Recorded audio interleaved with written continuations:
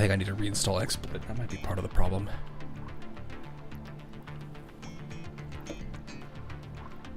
Okay. Let's see here. Oh, I need to make the announcement now that I am live. Would probably help. Give me 1 second, everyone. Oof, no BA. Oh, no. Blue Archive is... I'm going to aim for tomorrow on that to cover the current event.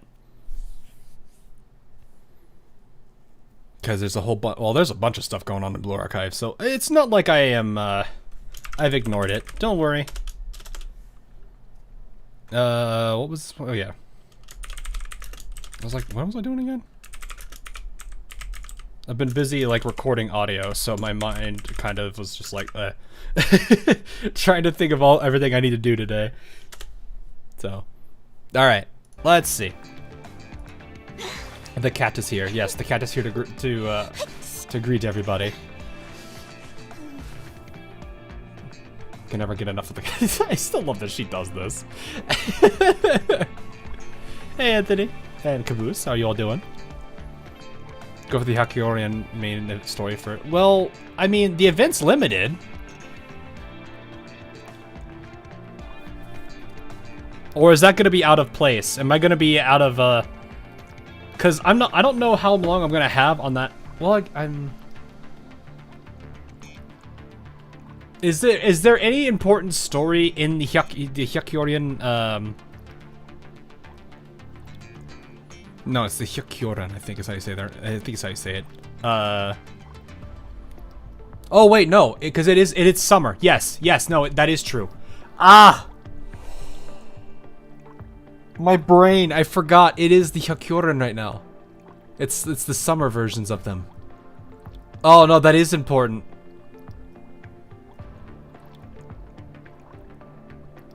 Didn't have any major... Yeah, but at the same time, if it references something in the main story, then yeah, that would definitely throw things for a loop. That sucks. Now we are behind. Ah!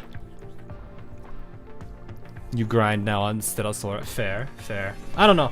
I'm kind of... There's a lot of, like... There was, what's it called? Is it called Do It? There's a new, open worldy kind of looking one that I saw, like, I think... It started, I think, not too long ago. I think it's Do It Night Abyss, maybe? I don't remember. That looked interesting. There's also Seize the End, which looked good. So there's like a lot of other things. Neat truce? What? What do you mean, neat truce? I don't know. There's a lot of things that I need to kind of... Like, there's a lot of things I'm like curious about, but at the same time, I was like, I know I do not have the time to really pick up another one.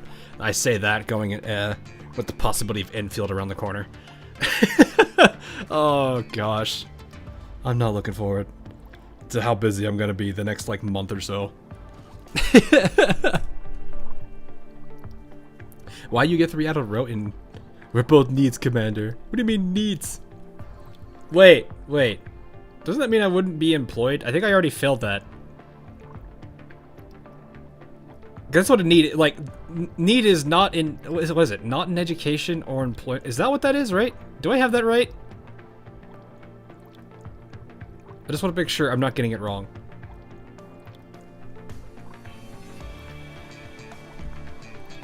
I think I failed that because I have a job. Not in education, employment, or training. Oh yeah, I failed that. I've been employed at one company for, oh gosh, 5 years? Yeesh.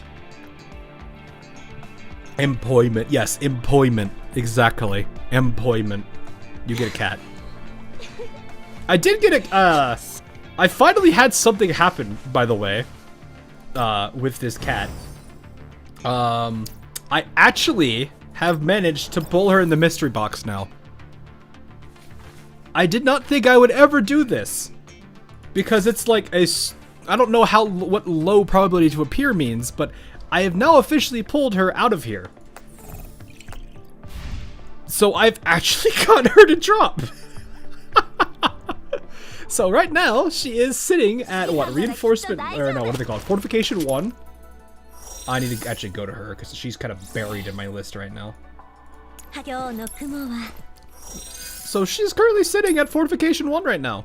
Thanks to that one lucky pull on that, whatever it's called. Mystery box, I think? Mystery case, whatever it's called. Rare productive member of society arc. Oh no, this has been one hell of a long arc then, if it's an arc. I'm kind of scared. I don't want it to end then. I kind of like having money. Leave me alone. No, I do like the job I'm in. It can be annoying at times, but I do enjoy it. It is very low. Personally, I've gotten 3 dupes of her from the box and over 600 pulls. I've seen people say they got her twice in 1300. Wow. Yeah, I think this is like 400, 500 for me. I think. I don't log on frequently enough to where I'm always hitting it right as soon as it ends. So it's kind of one of those things. But yeah, anyway, Trusin, welcome. I think I saw this was your first time, so welcome. We do cover story here, so I don't know if that's really something that's a major thing for you, but nonetheless, you feel free to chill and hang out. Game does track your pull count until 2,000 with achievements. Oh! I guess a lot of cubes. Yes, I do. Leva and Lena are coming. I don't know if I want... See, this is the hard thing. Like, all the shotgunners are goofy. I like how goofy she is too. Not gonna lie. Though I will definitely say, girl has no chill. Like, this man gets brutal. Like, this guy.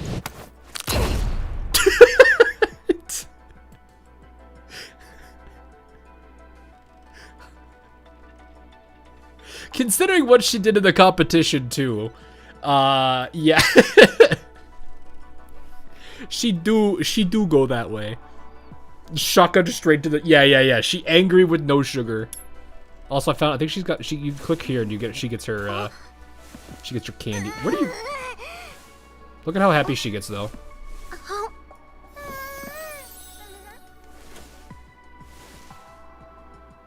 Oh yeah, yeah, Variegar noises. She is cute though.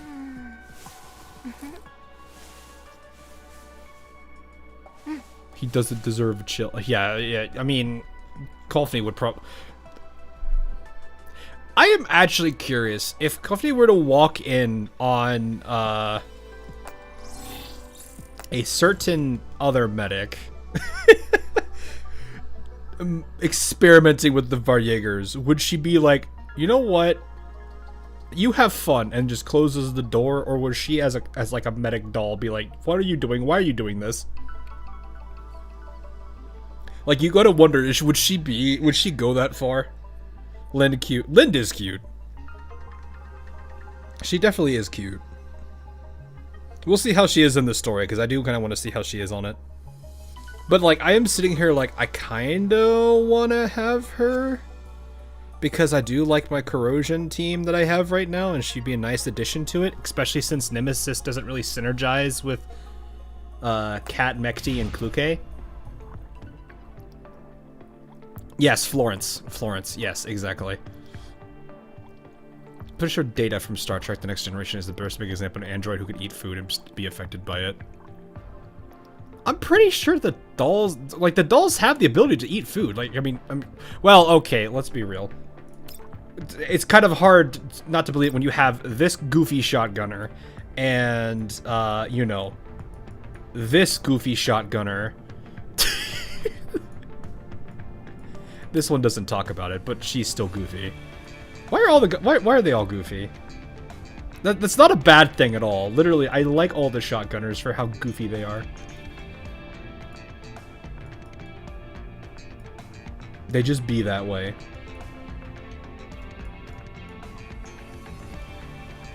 This is a mood. Chat, what you are seeing right now is going to be me, like, the next... Like, after Monday and Tuesday and Wednesday this week, this is me until, like, Saturday. How many elements are there? 4? 5? Hydro... Well, hang on, I can check it here with formation. Let's see. I have a freeze team, burn team, poison team. I haven't made Hydro, and there's electric. And technically physical. So 6 if you consider physical its own element. Which technically you should. Like that's the way I would generally associate it. You got corrosion, burn, hydro, freeze, electric, and physical. Don't forget Sleepo Beepo Key. Oh yeah, it's a good point. Did I not get that installed? I thought that's not the room I wanted to hit. Where is Sleepo Beepo? I do not have it. Acquired. We have acquired it. Is hydro actually water? Kinda?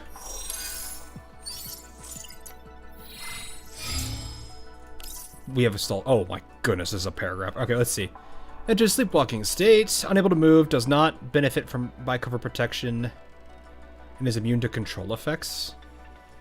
Okay. Oh, I'm assuming like control effects would be what? Fear and I forget what the inverse is called. Lust or love or something like that. Charm? Something. Whatever that one is called.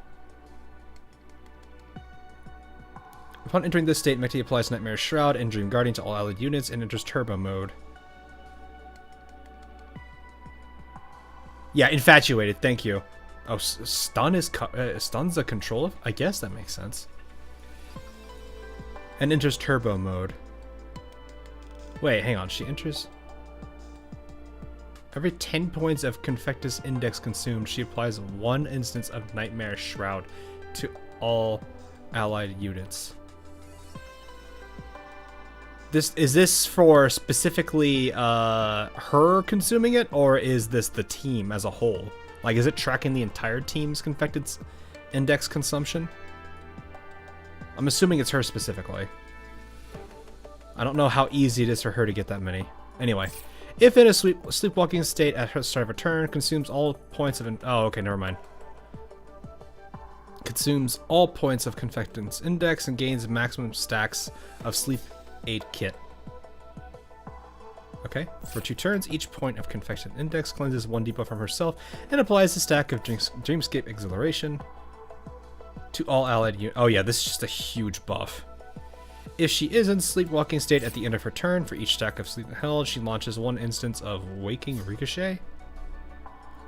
Alternatively, triggers the active skill Dreamquake and basic attack Bedtime Warm-Up. Before the attack, applies Toxic Inundation. Okay, that is increased by 2 tiles and the damage multiplier is increased. Jeez, okay. She launches 1 instance. Oh, so the nearest enemy just gets basically... she just gets targeted by this skill, basically. This random target. Recovers HP of 10% of her attack and restores 1... Oh. That's interesting. Those attacks have no range limit. Yeah, because it's going to attack the nearest target. So that means that the nearest target is across the map. That's interesting. That is... Huh. So this basically allows her to operate with Lind, because Lind will, even though Lind's gonna do a bunch of stuff to her, she can still do things. Like, she'll still be able to do things, basically, if I see that right. If I'm understanding this correctly. It basically is a bypass.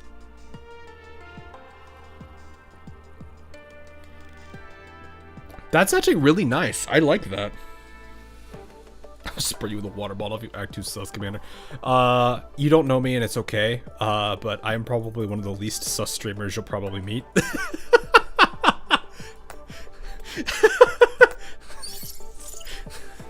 Don't feel bad. That's just me.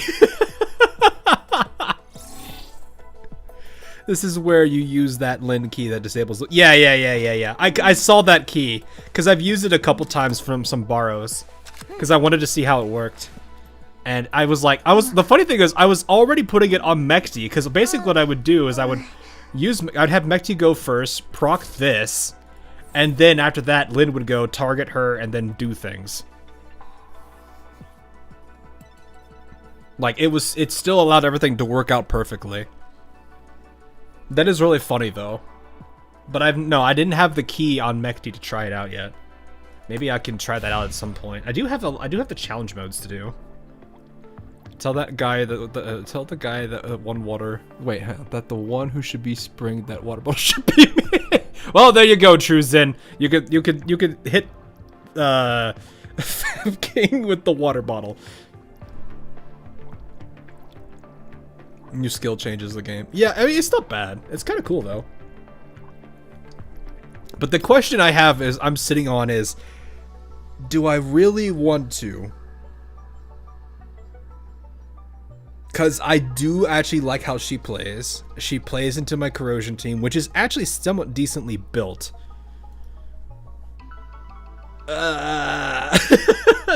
You know what? Let's see how she is in the story. If I like her in the story, we'll go with it. Very good for corrosion too. Yeah, I know, 100% I know that. Also, I like how I did not realize that they had a season 2 of this yet.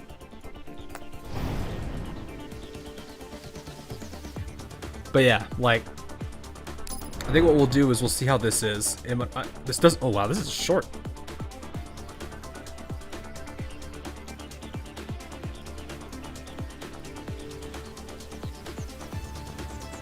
They'll give stuff for Leva and Lena. True, but it's also at the same time like, the more pulls I have for the twins, the better. Because I'm pretty sure, like, it's not just Leva and Lena too, isn't it? Isn't it like Ro or something? But it's over Bella, I think. You could pull her on her rerun. Yeah, I mean, I wouldn't surprise. But there's also like a bunch of other characters I held off on for reruns too. Ro is December 18th. Oh, fair enough, fair enough. Ro is 3 weeks later. Oh, gotcha. Also, I like your name, Paul with a dumb handle. Nice.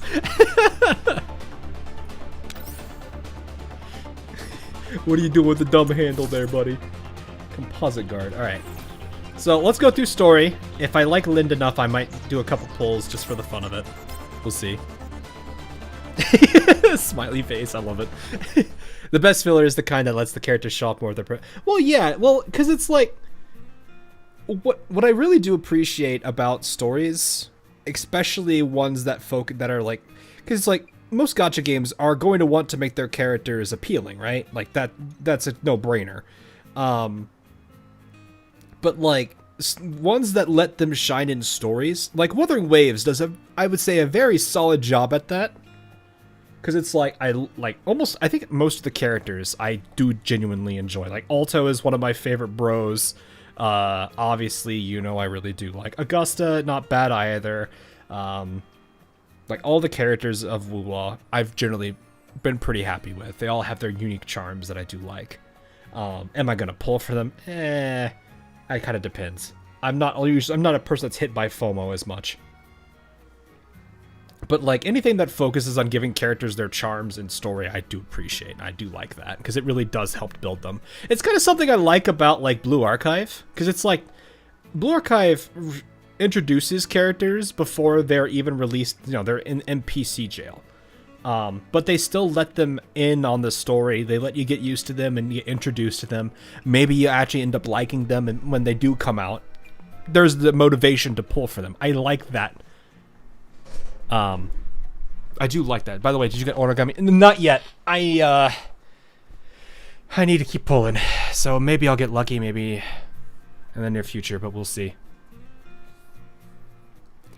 Hawk really hiding his bias for Cancer. Well, no, it's the same. Like Cancer is the same way. I just generalized on Wuwa. I didn't list every character because technically that's like almost every single character. But yeah, like I really do appreciate when they do focus on characters and story and let them really shine here. So anything like that I'll take. But yeah, like Nia I do like. It's hard not to. It's because she's a goof. But still, I had to hold on it. Yeah, and it feels extra good when Blue Archive characters get out of NPC jail. It does. Especially if like you really like them and you're wanting to pull for them. I think that's one of the bigger, like, I don't know. I don't play every other gacha in the world, but I'm sure there's others that do it. But when they do it like that, instead of just like introducing the character the day of, I think that does help. I think actually, Gross Frontline does this too, right? Because I mean, obviously Leva and Lena we've already been introduced to, but like Zuchero, they did that for a while because you had you had Macchiato. I almost said Wuwa. I meant to say Wawa, which is just Macchiato. You have Macchiato, and then all the Zuchero staff got introduced to there, and then eventually Sintresi came, and then you got Springfield. Shark Crew is already in the game, but still, like, I do appreciate it when they do introduce characters that way and let them come in kind of more naturally instead of just like, oh yeah, new event, new character, here they are. I do kind of like them kind of being incorporated slowly. So anyway, the only playable character that hasn't appeared in the store, I think, is Papasha. Oh, yeah. Oh yeah, because most of the day one dolls have been introduced, and I think a lot of them got some time in Niketa's event. Yeah, no, that makes sense actually. So, anyway, in the green zone on the outskirts of the satellite city, KYI, I'm assuming it's supposed to be Kiev, maybe? 09. A light mist hangs over the mansion district. Frostfall Squad is performing a battlefield cleanup under Kyungju's supervision. That should be Cheetah, Kyungju, Tololo, and Lind, right? Their tactical boots crunch on the mechanical parts scattered on the grassy lawn. No voice acting, it's fine. At least you can... Well, if Caboose is still here, he could say the line, Caboose. I have no idea if he's still here. But we do have a Cheetah on screen. I think this is Cheetah's actual first time on screen? I also love the fact that there's the sticker with her just saying 8. It's great. Oh, hey, Dr. Kikon-sensei, how you doing? But on first anniversary, maybe voice line. No wonder they had to buy so many guard robots. Is everyone living in the mansion district this rich? Doesn't matter how rich they are. It's not like we'll end up making the same kind of money. We finally got a security job after so long, and in the end, we're just facing a bunch of domestic robots. Yeah. Who's Cheetah's favorite Genshin kid? Yeah, that joke is old. Come on, that joke's old.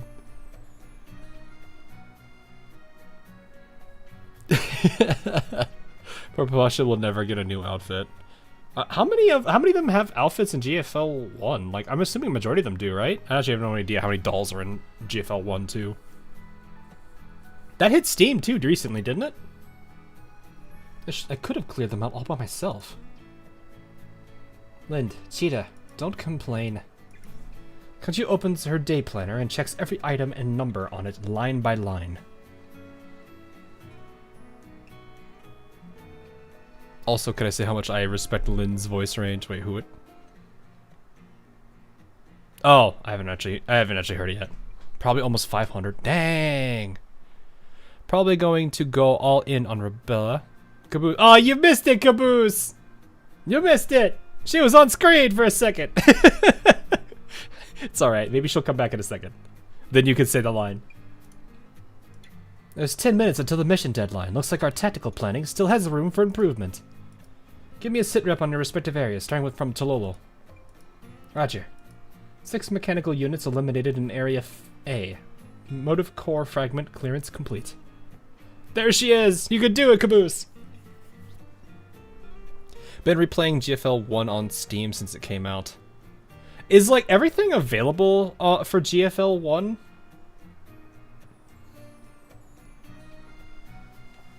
Because it's like, obviously I'm going to be curious about GFL 1 since I do enjoy GFL 2. And I already know some of you are like, play it, please, play it.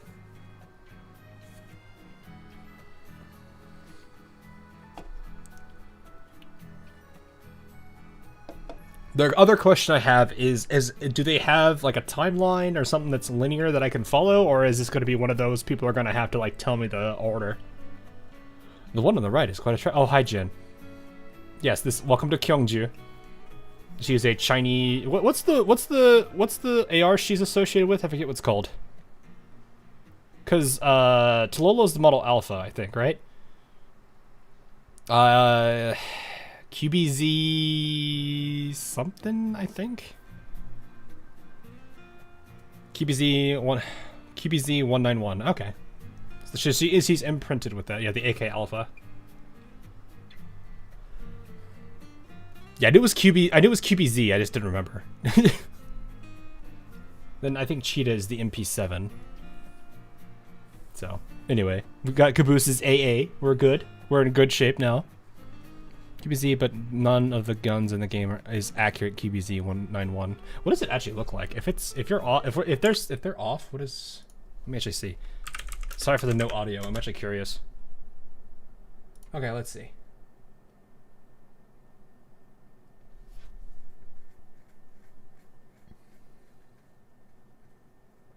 Huh.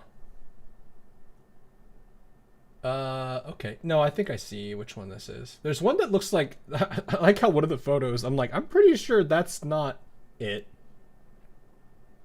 Yeah, okay. Yeah, these look like... Okay, yeah. It's actually kind of funny seeing one of them looks like Dion's weapon. It's a Chinese bullpup, yeah. Like I say, it looks like a bullpup. It was easy since this genius was around. Oh, right, I forgot she considers herself a genius. Area C is fine, of course. But has Griffin really been reduced to doing yard work for rich people now? Feels like we're providing after-sales service or something. It's true that this wasn't explicitly requested in our contract, but since our mission takes place in the residential area, it would make sense that we would handle cleanup duties here. In addition, I believe that attention to details like this demonstrates our commitment to providing good service, which will... Hey, Mystic Blade, how you doing?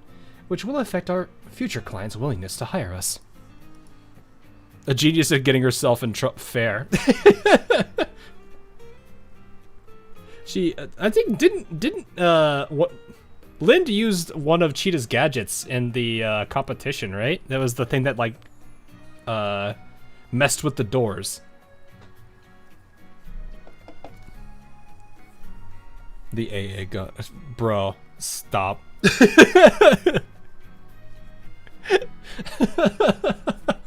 Well, I hope our employers will appreciate your attention to detail, leader. That would keep our numbers from being so dismal. I know, right? Seeing as how we perform so well and so efficiently, and even have a genius like me backing everyone up, not hiring us is their loss. Why do I have a feeling Cheetah is going to be just like a certain delicate, beautiful hacker girl? I'm sorry, Hot Wheels. EMP for door locks. Yeah. I just find it funny if there's ever like a manual door and they're like, I have just the thing for this door. And they go to put the device on and it still doesn't work. It doesn't work because it's a manual, like one of the old-fashioned doors with the handle and everything. If you count not being blown up by those little explosive gadgets of yours as a loss, then they're definitely winning big. The thing I like about this story is how Tololo has so much sass at times. Oh, okay, I'm excited for this then. What are you talking about? It was only 1 or 2 times. I mean, a few times at most. Why do I have she's starting to remind me of another group in Blue Archive that's known for causing lots of damage. Looks like we found... No, it's not Gehenna. Though many people might believe that.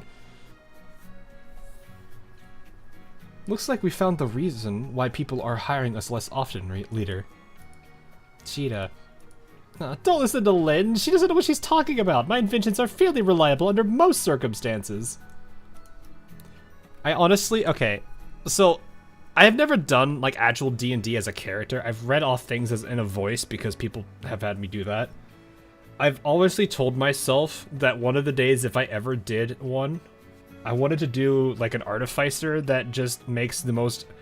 unnecessary, like, makes the inventions that aren't very necessary, but for some reason a natural one causes whatever I want to do with it to work, but at the cost of hurting me or something, just because it's funny.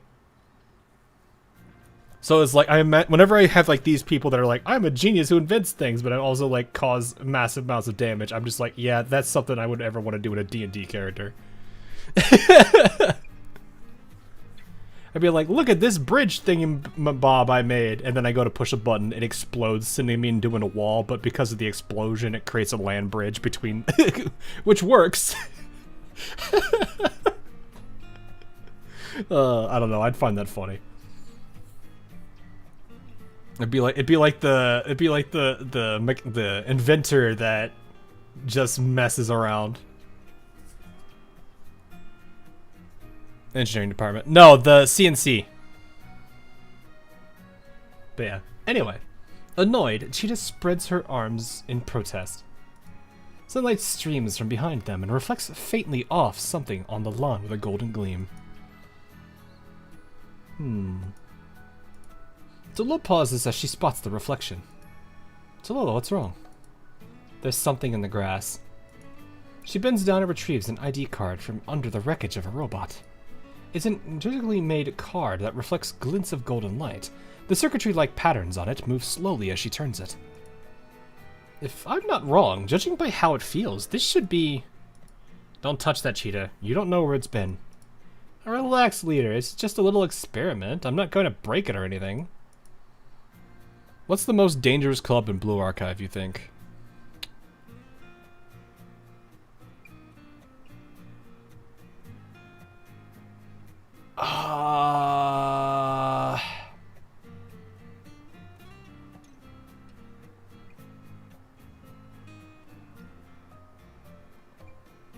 Dangerous in what way? Dangerous to an individual person or to the world around them? I think that's the bigger question, is dangerous to... What do you mean by dangerous? Because that's gonna be what matters.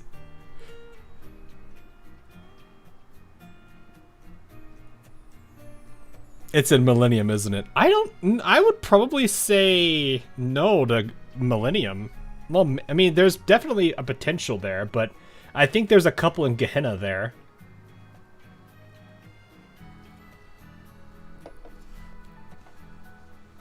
Like, there's a lot of ways that can go. Because you've got, like, Gehenna has, like, the goofiness of Problem Solver 68, which, well, we all know what they've done. You've got the Gourmet Research Society, or whenever they find a restaurant they don't like. You have the Hot Springs Department, which is just like, I don't care if there's an entire building here, we're putting a hot springs here instead. Just levels the whole building. Or does something extremely dangerous. And that's... Yeah, that's just those groups in Gehenna. You've got CNC in Millennium. You have technically the engineering department, who have the potential to be very dangerous. But they're not doing it because they intentionally want to be dangerous. They're just dangerous because of their things. I don't really want to consider Jury that way, because Jury is not wanting that to be like that. I don't know. Pandemonium Society could also be another problem in Gehenna, now that I think about it. Because Makoto is Makoto. I'm sitting there like, who else? I imagine most of Red Winter would be dangerous.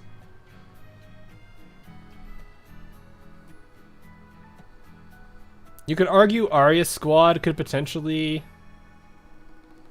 be dangerous in the right circumstance, considering they're like one of the few that's actually almost like eliminated Sensei.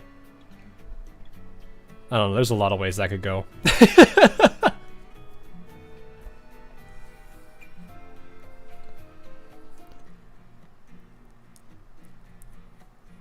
Abidos closed banks. I mean, that's just Shiroko, though. I don't know. Red Winter is just red flags at this point. Yeah, like most of the clubs have some level of danger to them. You can even argue like Seminar is, if you consider Rio single-handedly. Actually, more than Rio, but still. That's just how it be, you know. you wouldn't necessarily know what to do. Or how to go by evaluating that. Anyway, Cheetah leans out from behind Tololo, and did I didn't even see. Did I read what I just said? Yeah, I did. Cheetah leans out from behind Tololo and experimentally pokes the card with her combat knife. Its edge nicks the honeycomb patterns of the card, but then they slowly return to their original shape. The patterns, they fixed themselves. How's that? Cool stuff, huh? This liquid is called liquid phase-shaped memory alloy, or liquid polyalloy for short. The Giard Group just announced their patent on it recently. It might look small, but you could buy 10 T-doll frames for the price of this much material. Wow, really? You'd be set for a long time with this. I think the valuable part of it isn't the materials that went into making it, but the technology. Still, this isn't this the property of the client? It's not like we're authorized to dispose of it, right? That might be the case. We found it under this toaster, so maybe even the client doesn't know anything about it. Also, leaving valuable stuff like this lying around would make us look really unprofessional. In any case, we should bring it back with us, right, leader? As a professional PMC, our focus should be on building long-term relationships and trust with a client as opposed to coveting short-term financial gain. However, it is true that taking care of valuable goods would count as a value-added service. Have you seen Harpsy PV yet? Kinda sad she's overshadowed by the other girls. I have not, actually. I didn't even know Harpsy had her own PV yet. I actually look forward to her because she's adorable. If they have tarot card, what card do you think they would have? What, this group? I don't know. Hard to really say. It depends on what they would be asking for it. Though if you want to make a joke about it with Cheetah, you could say the Fool. Wow, I see everyone. Have a good one. Also, I just realized I need to fix my Twitch chat here because it is... There we go. Refresh.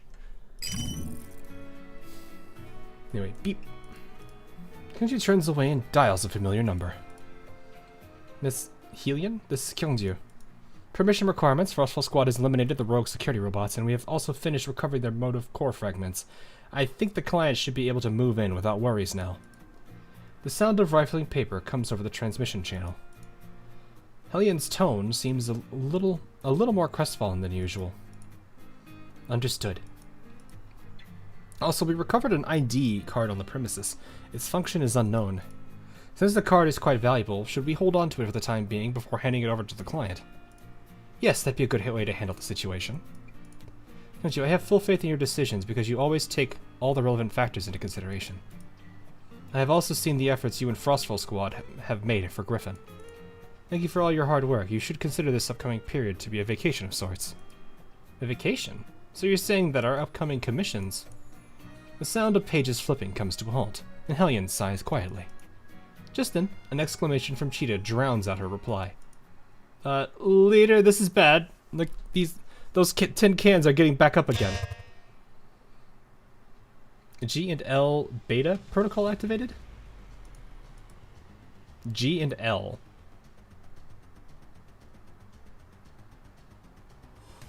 Is one of those Griffin? What's the L then? Moon for Tololo. She wants to be satellite. Yeah, she likes. Isn't like Tololo also like? Isn't Tololo also like? I think Nemesis has a good amount of interest in like astrology. The Gerard. What would be the L though? Hellion kept her youth well all these years. Oh, so she's a repeat character. Likely Gerard instead. Fair enough. Hey Shadek, how you doing? Actually, aren't you the only person I know that uses that mode? Is it usually like Mr. J? Did it change your name or something?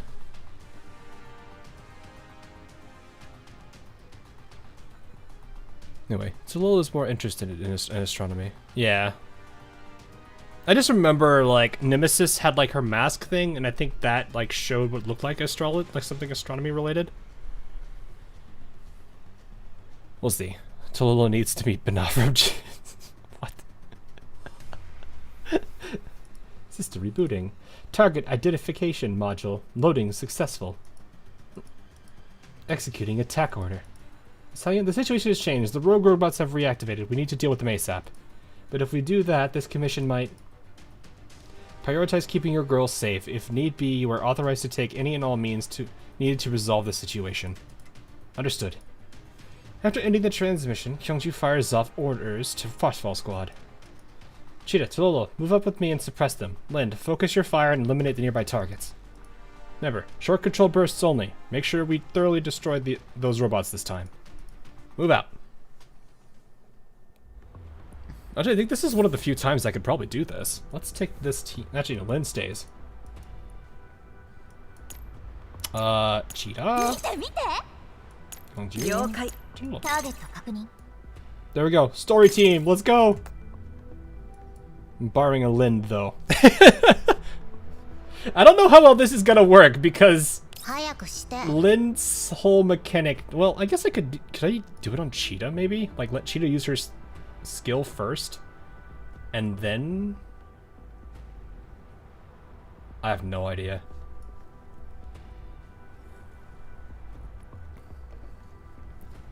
I feel like what's gonna probably happen is Cheetah pops, Lin assigns it to her, does this thing, he does her ultimate, obliterates almost everybody, and then we just move forward.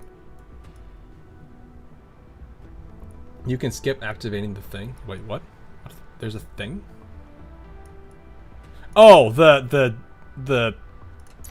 key. Yeah. I'm just considering who had put it on in this case. I think what I would do is this, though.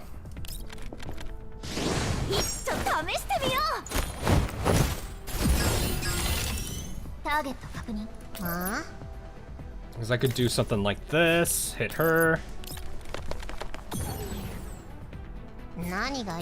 And then, yeah, that just wipes out like a bunch of most of the area. Actually, that might not have been a good idea, now that I think about it.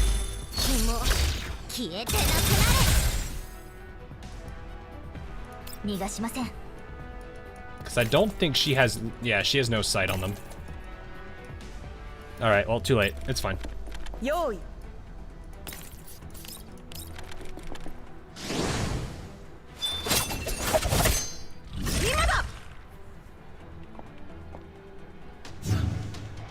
Nice thing about Tololo is her extra turn doesn't do anything until you attack.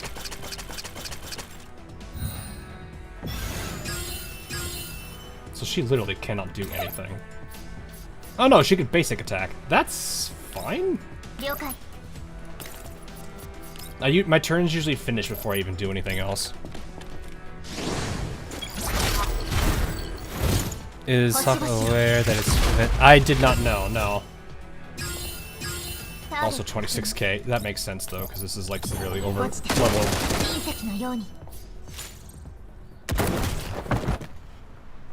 Need to get Kyungju's skin next month. Yeah, that skin is really nice. I do like that one. It has the unique dorm animation is also kind of cute. Bang. As the final gunshot rings out, the last of the defense robots blow up. Defense robots blows up. Okay, never mind. Collapsing into a pile of junk parts. And then puts her gun away with practice ease and unwraps the lollipop before rubbing her arm, which was grazed by shrapnel.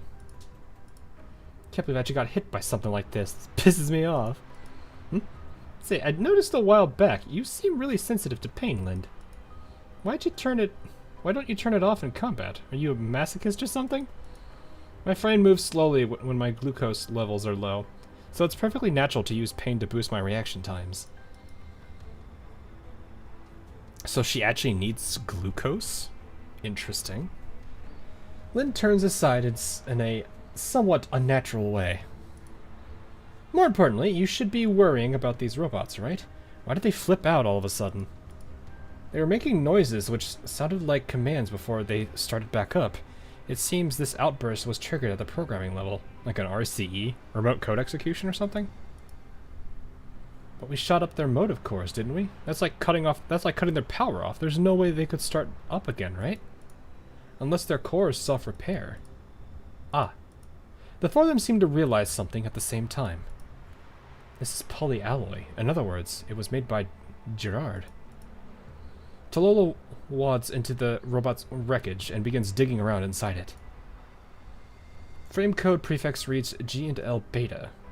I'm assuming that's beta. I don't know my Greek letters that well.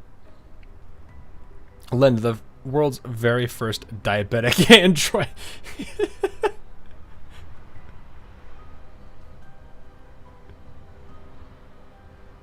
Oh, I don't want to think about that.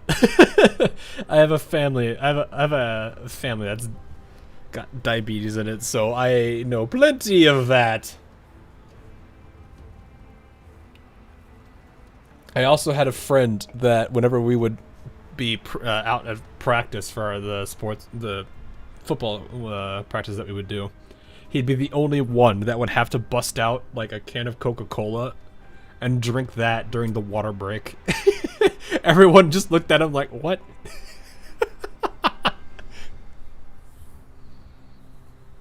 Anyway, frame code prefix reads G and L beta. This isn't a model that they're selling on the open market. I don't see anything like it in their product catalog either.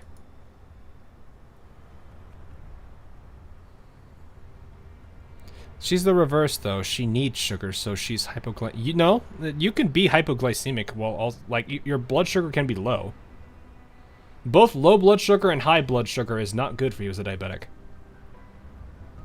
When it's high, you just have to be careful. When it's low, you need to consume something.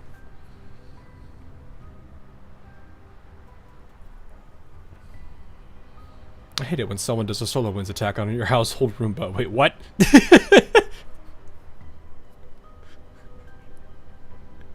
Be ready for the dorms, especially Macchiato. Macchiato wiggles you. Oh, yeah. I saw that animation. It's cute.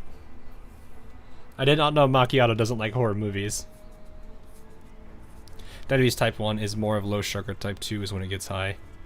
Yeah, my family has to most of my family has to juggle it, so I am I do wonder though, like I have a huge aversion to sugar. I don't know why. That's like the one thing I never understood about me specifically is like I do not want anything to do with like even the slightest quantities of sugar. Like most of the stuff I eat is like very rarely sweet. I don't know. Maybe it's something that keeps me from turning into a diabetic. I can't say. It's probably a good thing. I don't know. Hard to say. So, does that mean it's some kind of fancy toy those rich people got through internal connections? It's possible. It's also perfectly reasonable that these beta models which aren't publicly available, would have bugs in their programming. It just makes you wiser than most. Do not finish that thought. Wait, what? Oh, I thought sugar would... Bro, no. Bro, no. Cease. Well, I don't mind sugar. I don't like it if it is too much. It's weird. I still do not understand it. Like, I think I've already mentioned this on chat before. It's like, you guys ever, like, say it's a birthday, right? And you guys get, like, a slice of cake. It's not, like, a big slice of cake or anything. Like, it'd be probably, like, the standard slice of cake. Most of you probably eat that and you're good. Me, if I start eating it, I get sick halfway through it. Like, horribly sick. To the point where I literally, like... I don't know. I just get to the point where I feel like I'm, like, nauseous and gonna, like, lose it.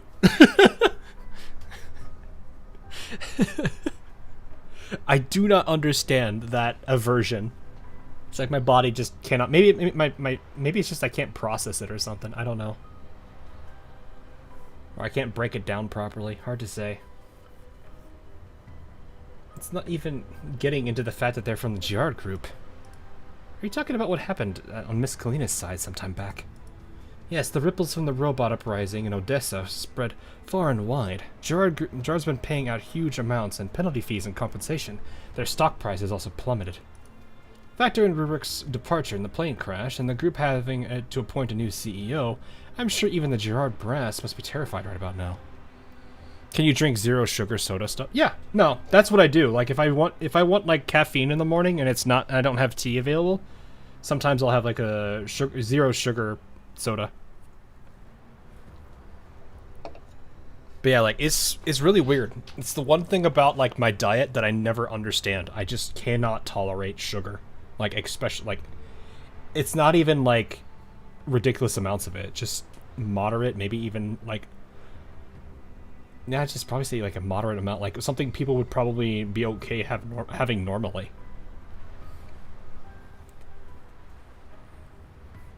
I don't know. Anyway. There have been multiple reports of robots going berserk this month already, and there's speculation that it's linked to their broken supply chains and chaotic internal management. 3 reports. 4 if you count ours. Tallulah presses a button on her communications terminal and a holographic projection of a starry sky springs into existence. She taps on the touchscreen and it is replaced by a clip from a news broadcast. Papa, Mama, my eyes are... The camera pans to the child, their eyes reddened from the thick smoke spewing from the kindergarten that was destroyed by haywire robots. The ruined remains of a wall are visible in the corner of the frame, covered in scattered bullet holes. A neatly dressed Gerard Group spokesperson stands in the front of the devastation, addressing the reporter. I am the representative of the Gerard Group's R&D division, Yakov Holtz. Probably butchered that name. On behalf of the Gerard Group, I would like to extend my sincerest apologies to the people affected by this incident and their families. Why is this starting to feel like, I mean, I'm pretty sure the Gerard Group is, like, one of the big bad companies right now. It's just one of those, they're doing bad stuff, but we don't have enough proof to get them all in it. Get them all on it.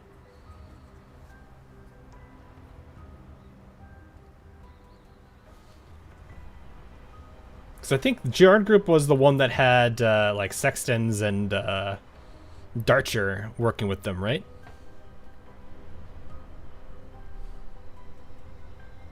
Girls' Frontline art style is kind of funny how detailed men can be while the girls are just typical anime. I never thought about that. Well, no, I mean, they don't have, yeah, I guess they don't have the like usual anime face that they do. Their faces are a lot more refined. The Gerard Group are evil, I just can't prove it fully yet. Yeah, they're the ones making the third Dingel. I was like, I'm pretty sure that's them. I guess we have our bad guy, maybe. We don't necessarily know if it's him, though. He just might be the unfortunate dude that has to do the public stuff. Currently, there is ample evidence to indicate that this was a malicious, deliberate act of destruction targeting the Gerard Group. As such, I wish to make our position clear to the world.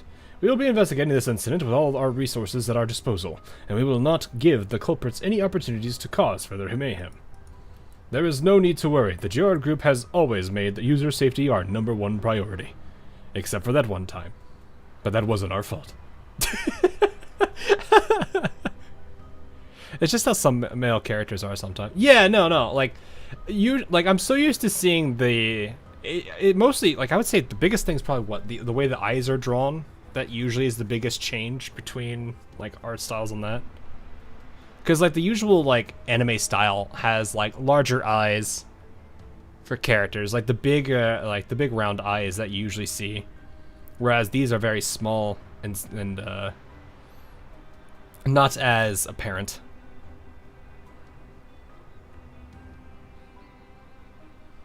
So it is definitely something that is worth noting, though.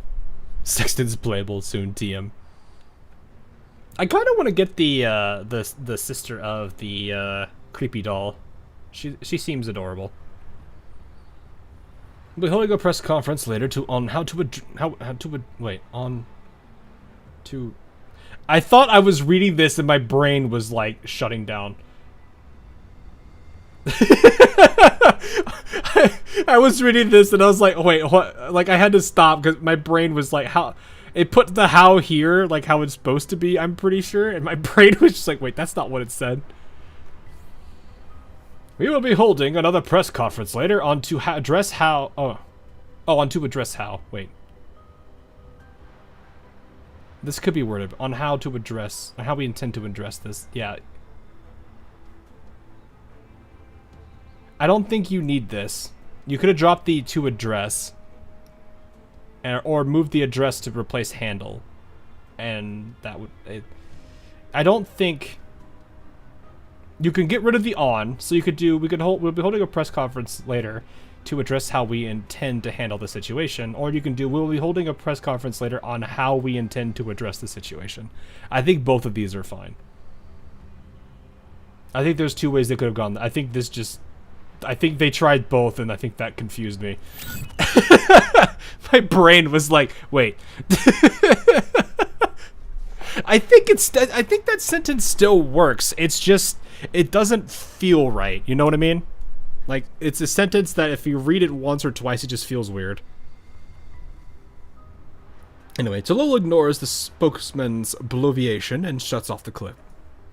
Doesn't look like anything is wrong to me. Yeah, no, I don't think... Like I said, I don't think anything is wrong with it. It's just...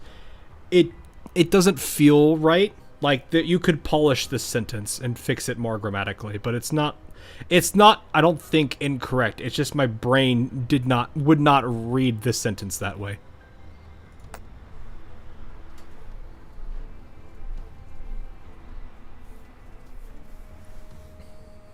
Yeah, it's just more stiff than most would. Yeah, like I said, you either drop the on or you drop to address and have handle replaced by address instead. Like there's ways you can make it work. It's just this still works. It's just this part of it kind of throws me off. It does feel awkward to say, but yes, it is correct. Anyway, I heard a whole lot of excuses, but nothing in the way of actually compensating people. Didn't they blame the previous incident on a technical loophole or something? Now they're saying it's an external attack. They're just trying to wash their hands of everything, aren't they?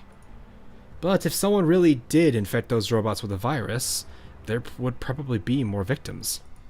Later, shall we continue looking into this commission? After thinking for a bit, Kyungju shakes her head. We don't have much ammo left. Getting further involved wouldn't be wise. Oh. Also, Kyungju's voice trails off. However, the look on her face tells the rest of the team what she couldn't bring herself to say. Because they all know they didn't have the mighty Griffin from before backing them up now. Ever since the war ended, the demand for PMCs from various factions in the civilian sector has drastically declined. In addition, Griffin was forced to restructure and downsize. All the clients who had formed stable partnerships with Griffin in the past have ended their cooperation with Griffin in one way or another. Although Frostfall's efforts have secured them a few permanent customers, there are times like these when there's no business to be had.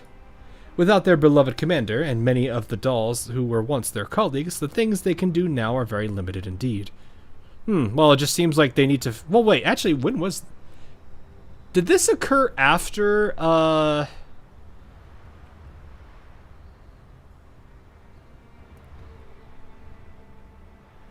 What is it? After that one event for Perry and Springfield? Because Lind would at least know about... Lind at least knows, right? About the easement on it?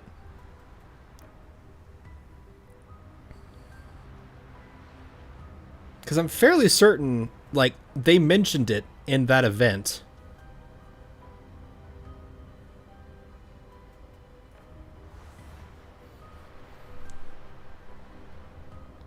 This is after the story event that we're about to get next update. Well, no, even then, like, that event and the one that's coming up, both of those are after Perry's event, right? So they would at least know that that it's easing up, so they could potentially relocate themselves. Yeah, I know they can't drop everything. I'm just saying, like, they at least know that they have a potential avenue that they could look into. Maybe that's something they'll do. Frostfall understands this point very well. Did I read the previous sentence? I was probably too busy. Oh no, yeah. Even so, while they might have chosen to walk different paths, at least everyone is still alive and they all still have their shared memories. At the very least, when the commander finally gets tired of wandering the Yellow Zone, he will still have a place that can be called home. I have a feeling that he's going to be like, my home is where you all are, and like he just immediately gets all the dolls.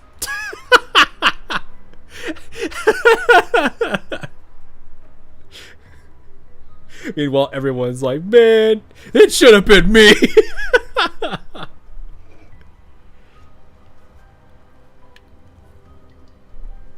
Commander goes to Riz every doll with one line, succeeds, natural 20.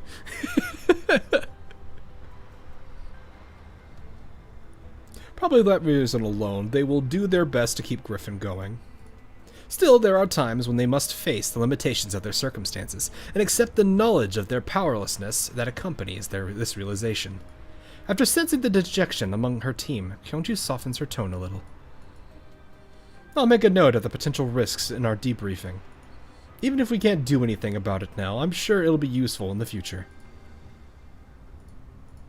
It's not like there's nothing that can be done, right?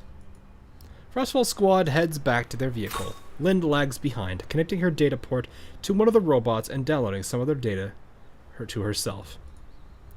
Well, I don't know how it might help. Let's just make a copy of it for now. That sounds like a bad idea. Meanwhile, Mei-Ling, there goes all my sleep. What a lovely day.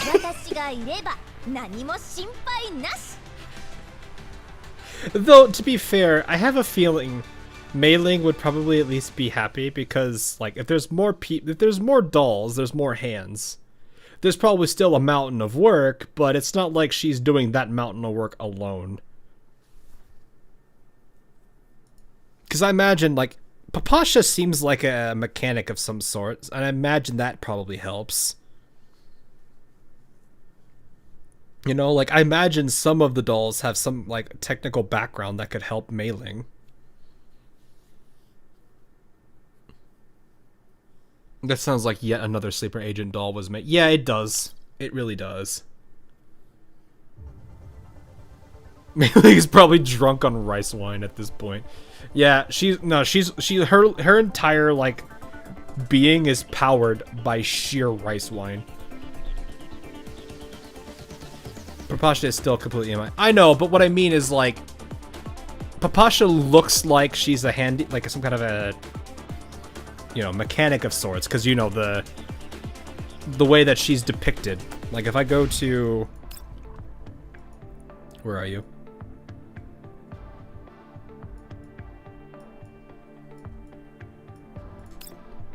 Like, the way she's depicted kind of comes off as, like, a mechanic or tradesman. So I kind of wonder, like, if her being around would be helpful. I'm not saying that she's around now to help. I'm just saying in the future with all the dolls, if there are others like her, they probably would help lighten the load. Papasha was the technician back at... Oh, she was? Did not know that. Well, there we go. I've not read... This goes back to... I have not seen anything with GFL 1, so I can't say. But that's the point, you know? Like that's what I mean, is, like, I'm pretty sure some of the dolls would at least be able to help Mei-Ling once they do arrive. Not that I'm saying any of them that are currently there don't. I'm sure some of them do their best to help her. But still... Oh yeah, you can see how many I'm missing right now. She has no chill. This man's just like, hey! Moving on. I don't want to go away, demon. Hi, Perry. These are still really cool, though. Like, I don't use them, but they're really cool to look at.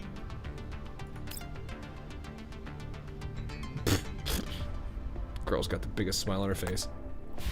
I like how both that and her like skin that she has, both have her making that same grin while kicking something. Stop calling them weird names. What do you mean? Mei-Ling, we need to talk. A normal human would be dead by now. It's okay. It's okay, Commander. I've already died. I had one of the dolls install something into me so I can continue to live without sleep. The real home screen lobby for Florence is one of her doormen. Why am I not surprised?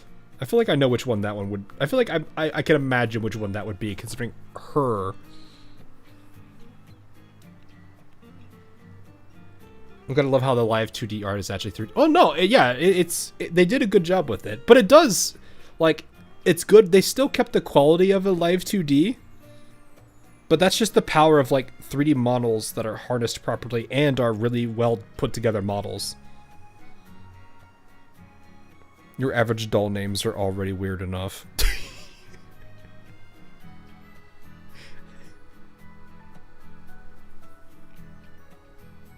Yeah, I do appreciate the quality of the models. I think I would say the same thing for a lot of the other 3D gachas. Because they do really good job on their character appearances. They kind of have to, though, mind you, but still. Like, well, I say that, but the Hoyoverse. I don't know. They're still good models, but the style of them is way more cartoony, and a lot of the other ones, like Wuthering Waves, has more of a unique feel to all the characters. Girls Frontline roughly is similar in design, but they don't. The shaders they're using feel more realistic. So all of the textures and stuff kind of feel more like there's something that would exist, instead of the bright, colorful look that Genshin has, or HSR, or ZZZ. Yeah, Hoyo definitely is falling behind on a technical level. But being the first, like, the advantage they still have, it is that 3D gacha space is still kind of their home court, even if they're slowly losing that advantage. Because, like, they kind of are the big name in that space. Is it gonna last forever? I don't think so. I mean, we'll have to see how well it does, how well a lot of the other games that are up and coming do compared to those games. But still, I mean, ZZ 3D models are great. Yeah, I'm not bashing the model quality, like, but there are definitely technical advances between a lot of the other models. Like, some of them, like the Wuthering Waves does a good job at making all of them very unique feeling. And the texturing and shaders they use are pretty solid. Girls Frontlines, if you probably use the same shaders as Genshin, they probably would look the same. But the shader system and all the stuff that they use for their textures is very different compared to the Hoyoverse, and that kind of shines in making them feel more like realistic-y. Did you see the new video, the new game of Hoyo? Is it like supposed to be some kind of like MMO or something? I think I saw something about it. I don't know about that. Have you seen the UE? The ultimate. Wait, I do not think so, Zod. I cannot say. But yeah, no, I've seen like a basic PV video, but that didn't really reveal anything. I've heard something about it being like an MMO or something. I don't know. I know it's they're working on a new game. But yeah. Now I want to see some of Girls Frontline 2 dolls and Genshin Impact's engine. I mean, there's so many mods already for ZZZ that I think Ogre Cap is in ZZZ. I've seen that already. It wouldn't surprise me if one of them were. Maybe one of the characters that actually use guns in ZZZ would be reskinned. I don't know. That kind of feels weird, though. Well, no, I mean, it does, but, I mean, Ogre Cap was done, so I don't know.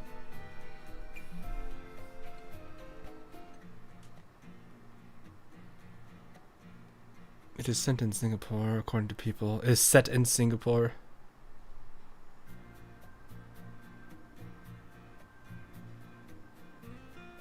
I've seen how Hoyo's treated their games. They have no interest in anything new. They will make... yeah. Yeah, I mean... yeah. It's kind of rough. But, people, you know, there's always going to be people that are curious about it, you know. That's kind of the thing that I kind of, like... I know, like, for content creators, like, you know, like, ones that are way larger than I ever am. They're always about chasing the new stuff and doing that kind of stuff. I don't think I would I don't know. I'm not somebody that wants to chase after, like, new games entirely, unless they're, like, ones that I'm truly interested in. Like, I think that's Silver Palace, obviously Infield. I've considered CZN, but I don't know. I'm also kind of in this mode where it's like, I need to figure out what to do with my gachas. I don't have the luxury of being like, I can just wake up and stream a bunch of gachas. I don't live that life. I don't know if I would like that life either. I'd rather probably focus on doing bigger video projects than like just and covering like gacha story as like a fun little like break time thing. It's rather depressing when I prefer Impact Thirds models over Genshin at times. Oh, really? That's oof. Mika gives out their dull 3D models. It's only a matter of time for them. Yeah, it was cool to see that they did that. I actually really appreciate that they just opened up the library for all their assets. That is a very nice thing for them to do. I like any game that does that. I think actually most of them do, don't they? I think Uma Musume is the only one that hasn't. Or at least they are very stingy about people that use it. But I think the funny thing is, even though people, like... I don't know. Hard to say. Probably just so they make the characters models less anime. Art style looks a bit uncanny though. Oof. I haven't looked into much of it. I'm not super focused on looking at a lot of things. Probably because my head's a bit down for all the projects I'm working on. So, which is fair because they're course licenses. Yeah. Yeah. I could see that. Anyway, inside the meeting room of Griffin's main building in the Green Zone late at night, Frostfall Squad is conducting their usual after-action review. It's bedtime already. Why do we still have a meeting now? Already trying to slack off? Leader usually works through the entire night on overtime, you know. Then this will be all for the day. Awesome, I'll be off now. Genia's brains need their beauty sleep. Hang on. Before Cheetah can hop out of her seat,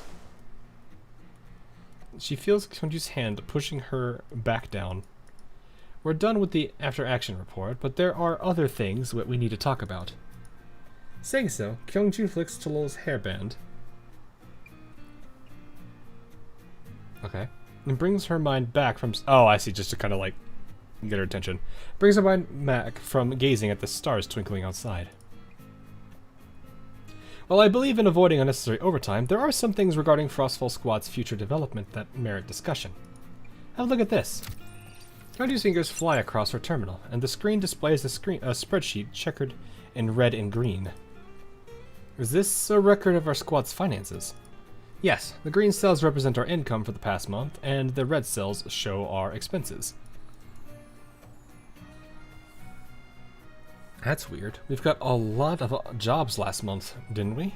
How come there are so many red cells? And the most common type of expense is liability compensation. Cheetah, I need you to think very carefully about this. Mission number RD04003045.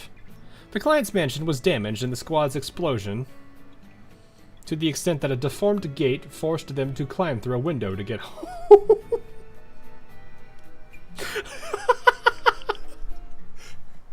Cheetah! The compensation was 4 times the payment received. Oh. Mission number RD04010072. The client's car window was shattered by gunfire from the squad, leading to the client's right arm being gashed by glass fragments. The compensation was 3 times the payment received. Mission number RD04011745. The client demanded double the value of furniture destroyed by an explosion created by the squad. The compensation was 5 times the payment received. Looking at those eyes. Looking at this, it seems a certain genius of ours featured heavily in all of these incidents. Am I wrong? What? You've got some nerve pointing fingers at me, Lind. Half of those incidents were caused by you and your lack of trigger discipline, leading to the stuff getting shot up. I'll deal with you two later. In any case, Griffin's financial situation will be in the red next month, which means our living expenses will have to be cut too. Then our candy budget. Oh yeah, they both eat candy, don't they? I just thought about that. She has candy and so does Lind. 0. Cheetah and Lind both exclaim in shock. Seriously? Normally, we'd still be able to handle a situation like this, but we haven't had that many commissions to begin with this month, and all our remaining commissions have been put on hold too. Therefore, we need to find a way to salvage our financial situation before it gets worse. What if you sold this genius's inventions? His inventions are all original and genuine. Those rich folks in the white zones will be falling all over themselves to buy them up, I guarantee it. Why would those wealthy people want to buy them? Are they tired of living, perhaps? Oh! To be fair, Cheetah makes her own candy. I guess that would make sense. Are they tired of living, perhaps? Indeed, the safety of those products is a concern. Proposal denied. Perhaps we could try taking on some personal commissions? The legality and safety of those commissions are questionable and cannot be verified. Proposal denied. Now that you mention it, don't we have some big assets gathering dust in the logistics department? You know, those helicopters, that big tugboat, and all that other crap. All our missions now don't call for that stuff, so can't we sell them off or something? I was gonna say, what if they need them? And I mean, the idea isn't exactly unsound. It's just, yeah, those assets are essential for emergency situations and cannot be casually discarded.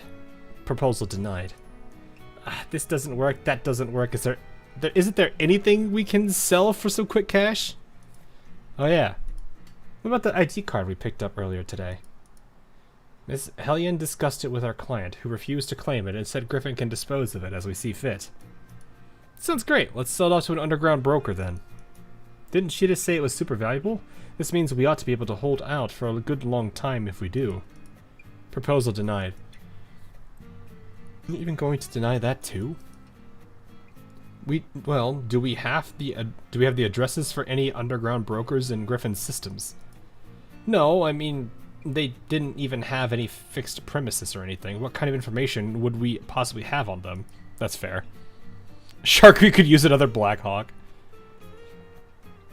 Yeah, you know. It's still crazy that she can handle all that, but I guess that, you know, that's dolls. They have the ability to do that kind of stuff. Cheetah has candy that violates most of the Geneva Convention.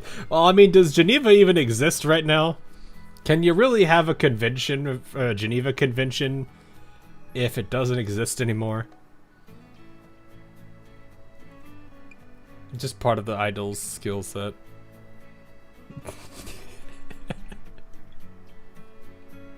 Though to be fair, I remember, I think her Cheetah's like acquisition animation literally has her dropping one of her like candies, and she has to like basically kick it away before it explodes. Human rights don't apply to Varyak. Oof. Shakri is perfect doll. The duty's a Shakri is a good doll. Yeah, but have you met Mr. Pizza? So that's the that's the best person out of the entire lot. Geneva Convention, more like Geneva Suggestion. Yeah. Anyway, then we could use public trade platforms to work out. No, then can we use public trade platforms to work out this deal? If such avenues were available to them, they wouldn't be underground brokers. In other words, it's too risky. Proposal denied. Yeah, I was gonna say, like, you don't necessarily know what that card has information on it. Like, if it's an ID card that has, like, some kind of a... I don't know. I feel like them getting rid of it is not a good thing. As Kyungju looks around at her teammates, who all seem a little out of it, she feels her head beginning to ache. Well, she's already expecting that finding a solution would be difficult. She wasn't expecting them to not make any progress at all. Crossrail Squad's role is too poorly defined. We take on any assignment, but that also makes it harder for clients to choose us over our peers who have more specialized skill sets. It seems just focusing on service details isn't enough. Seungju sighs quietly and gives up on continuing the discussion. We'll end today's meeting here then. I'll go talk to Miss Hellion again and see what other assets we have available to us. Dismissed. Half an hour later. Just like how Vepli's skill involves throwing grenades to feel Mr. Pizza's fury. You know what? I'm grabbing Mr. Pizza. Mr. Pizza, where are you? There you are. Come here, Mr. Pizza. I've acquired the Mr. Pizza. This is one of those days where I'm like, I need a Mr. Pizza cam. But I would need a place to put Mr. Pizza so then I can use the cam.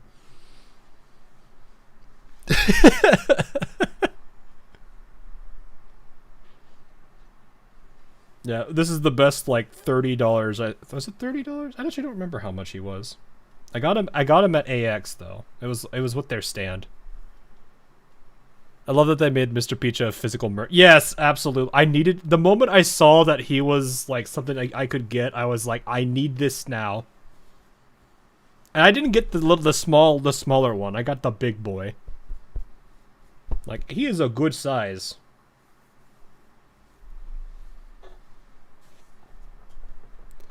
Yeah. Lore accurate fight. Mr. Pizza or Pedro. Ooh.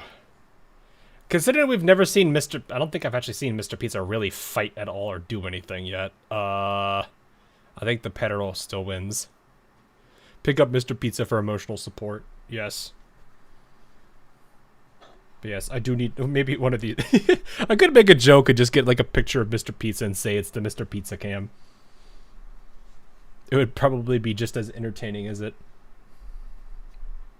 Anyway, someone stalks the quiet corridor, frazzled from a lack of sleep. It's not like I don't understand where Leader is coming from, but she's being a bit too cautious, isn't she? Groza's squad and 404 are already helping the commander, while Leva and the others are helping Kalina too. Meanwhile, we're stuck treading water in the green zone, all curled up into a ball and trying to think of how to make a living. It really pisses me off.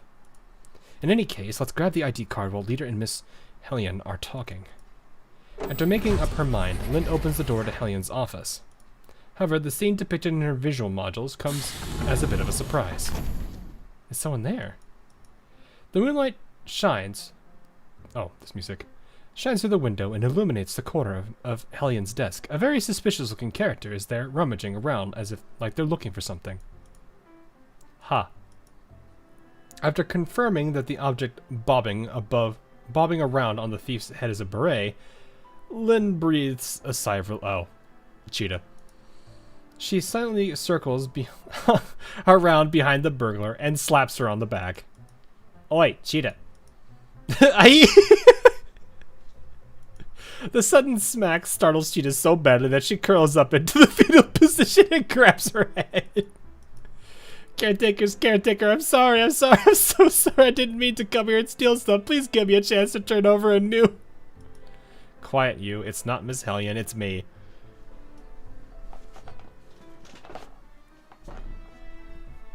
Just wait until Hawk sees the new mini event. Oh. I'm ready for this then. I want Mr. Pizza to get some solid action here. That's what I need to see. Huh? Cheetah looks back and giggles at Lind. Oh, so it was you, Lind. You scared the hell out of me. What are you doing here? I'm pretty sure you already know. Oh, so you had the same idea as me, namely to sell off the ID card, am I right? Congratulations on arriving at the same conclusion as this genius's brain. Wasn't I the one who suggested that? Also, if you're searching for the ID card, shouldn't you be looking over there, right? You should be looking over there, right? Lynn points to the code-locked safe behind the door. Well, when did the caretaker move it there? Who cares? The important thing is that our genius can finally be put to use. You should have something that can open safes, right? Show me what it can do. Of course I do. It's just a safe. I can open it in just 3 seconds. Kaboom. It would be funny to put the gif of Mr. Peace rotating in down at the middle. You know, I just thought about it. You know the brain rot meme of the cat that goes like ooh ee ah ooh or something like that. Why is there no Mr. Pizza version of that? I feel like he could channel the same energy.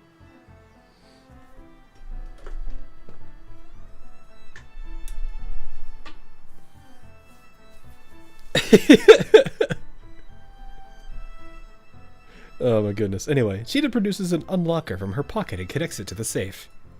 3, 2, 1, kablooey. Are there Naitos in... Oh, I'm sorry, Darkus. I wasn't looking. Are there Naitos in this game? I can't play it without Anna or Tyre. There was a Naito a while back ago, but it's been a bit since then. It was in the main story. I think it's... Oh, that was released a while ago. Paradeus is here, though, so if that makes you feel better. There was an event in Wubo that had the cat... Yeah, I remember seeing that. That was really goofy. Click. As the bolt slides back, the two of them open the safe door. The gleaming ID card lies quietly inside it. How's that? Are you in awe of this genius's invention? Isn't it amazing? Yeah, it is. Brothers, we must go on a crusade to find Anna. I don't know who that is, sadly.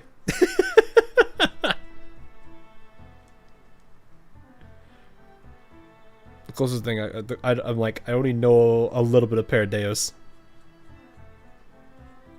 Now I have that song stuck in my head. Good! I deal with that on a daily basis. Anyway, Lynn nods, then slips the card into a waistband pocket before heading out the door, leaving Cheetah staring dumbfoundedly at where the card used to be. Well, walking off just like that is really rude, you know. Aren't you going to discuss your next move with this genius? Also, shouldn't you show some respect? I mean, I'm the one who opened the lock, you know. Hey, you pretending not to hear me? You should be singing praises of my genius. Shh. Lynn raises a finger and signals to Cheetah to shush. Then she beckons behind her, indicating that Cheetah should follow. We rescue her from Paradeus. Oh. I know there's Helena, but that's about it. Oh yeah, what happened to the Naito that we assimilated into G and K? I would not know the answer to this.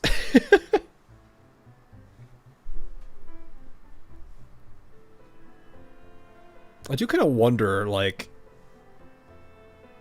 if that's a character that's like that. I wonder.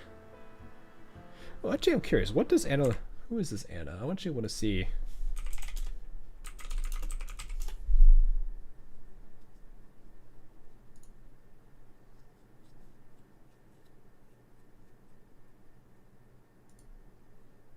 Huh.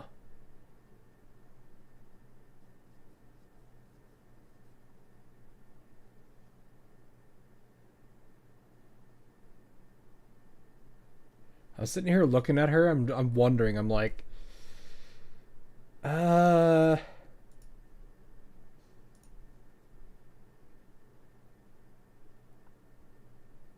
might seem like a really dumb question. I don't have the full understanding of who Dandelion is, but sometimes I look at her and then I think of Dandelion, and I'm wondering if they're even remotely close to each other. I actually have no idea what is about this. Let's see. Dandelion. I'm actually kind of curious. Dandelion. There she is.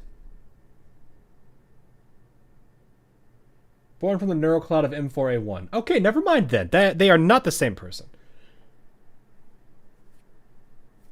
That because that's a Naito and this one is M4A1. I see. Okay. Well, that explains that. Dandelion appearance is taken from Naito. She does look like, looking at that Anna character, and my brain immediately jumped to Dandelion. But it's clear reading from the very short bio on their wiki page that that's not her. If the first sentence, literally the very first sentence, being the born from the neural cloud of M4A1, I'm just like, okay, yeah, that's already a no.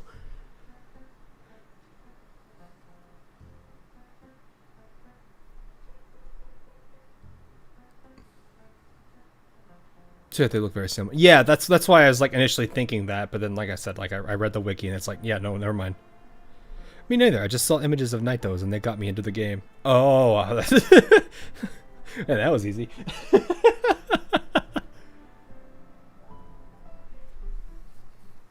Yeah. Anyway, Lynn raises a finger. Oh yeah. Well, we're the ones who caused most of the trouble anyway, so we might as well We might as well go settle it together. Settle what? The money problem. The whole point of getting this was to sell it for money, right? I know an underground broker, and he just so happens to be one of his... And he just so happens to be at one of his old hangouts today. Come with me.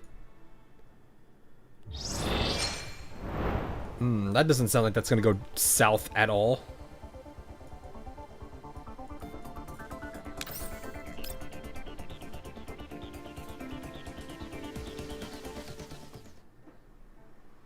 GFL has a thing for hot goths. I mean, if you think about all the Gen 3s, they all kind of have that very similar feeling. Maybe not necessarily Blue Spear. Or as a certain individual in chat will probably instantly use her other name that a certain other person gave her.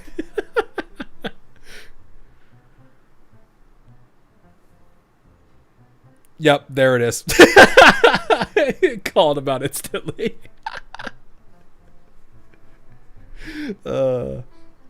Anyway. Yeah, Blue Spear doesn't look at all anywhere similar to how like Sextons and Darcher are. And I'm just talking their normal forms, not their like second form, whatever it is. I forget what they call that. But yeah. It doesn't surprise me if you consider the Night Owls and both of those characters.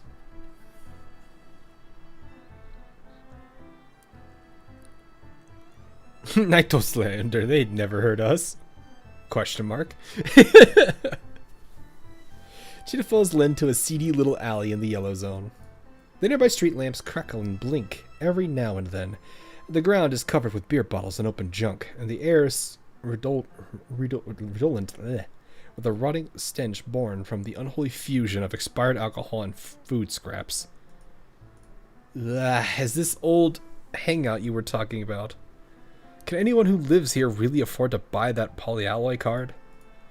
You could find underground brokers anywhere. Why make a big deal out of it?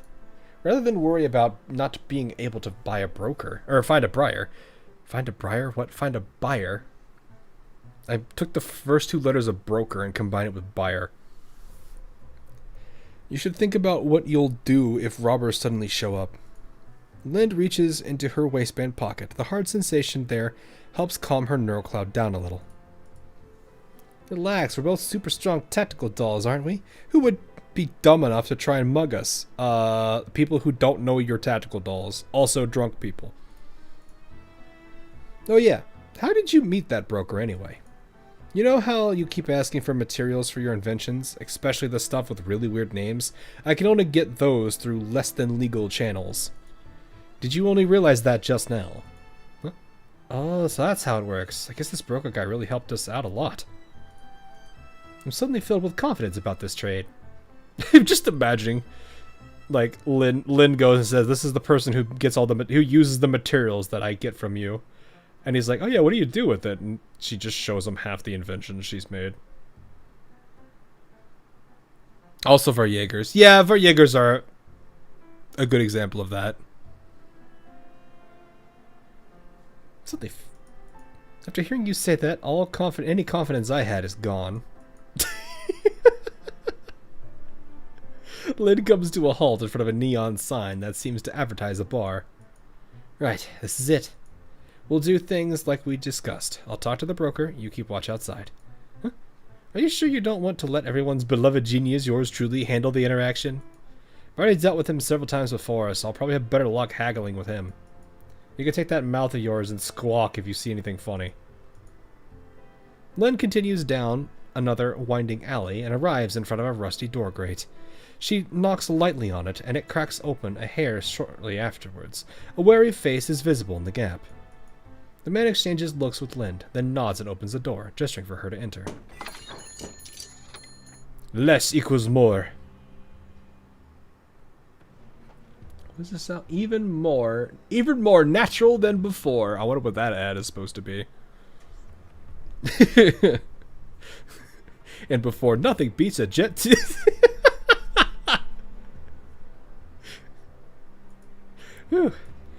Unlike the jury-silent streets, the inside of the bar is lively and bustling. Several thugs are sitting around a table and drinking beer, their massive frames making their chairs creak with every move they make. Lind seems to have anticipated all of this. She heads over to the counter and sits down next to a man in a ball cap. It's been a while. Despite the fact that she's talking to the broker, Lind doesn't turn to look at him. Instead, her eyes casually roam the drink rack in front of her. It's easy to pick you out of a crowd, at least. Looks like this is going to be a good day. With a good deal just walked up. Let me think. Last time I saw you was... It seems you've got a wall of text you want to dump on me. But I'll just skip it if you don't mind. I didn't come here to listen to you reminisce. I've got something that ought to be pretty valuable, and I'd like you to take it off my hands. Saying so, Linda reaches into her waistband pocket and exposes part of the card. Freshly patented from the Girard Group. You interested? Upon seeing the card, the broker tenses up for a moment, but relaxes the next second. He takes Lind over to the table in a corner, then removes his hat, revealing a gloomy face.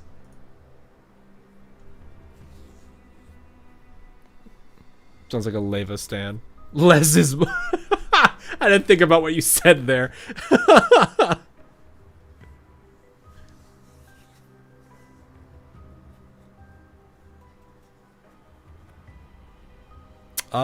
I cannot read that, unfortunately. I am not super savvy in languages outside of a couple.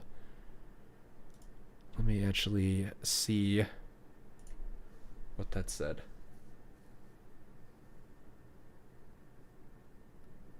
Make automatically available in Portuguese.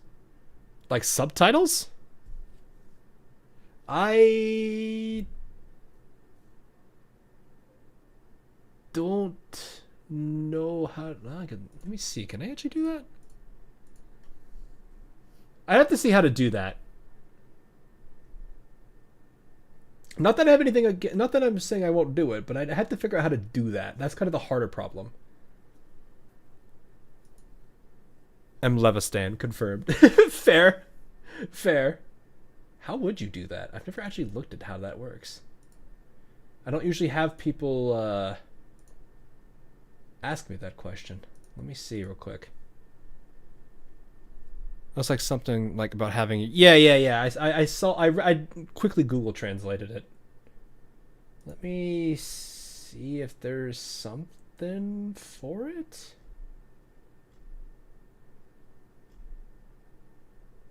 Automatic captions, chapters.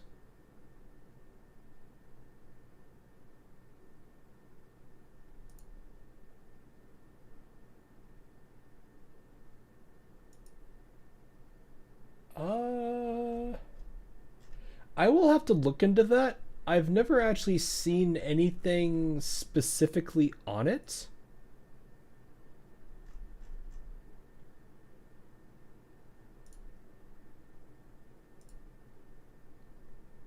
Languages. Actually, this might be it.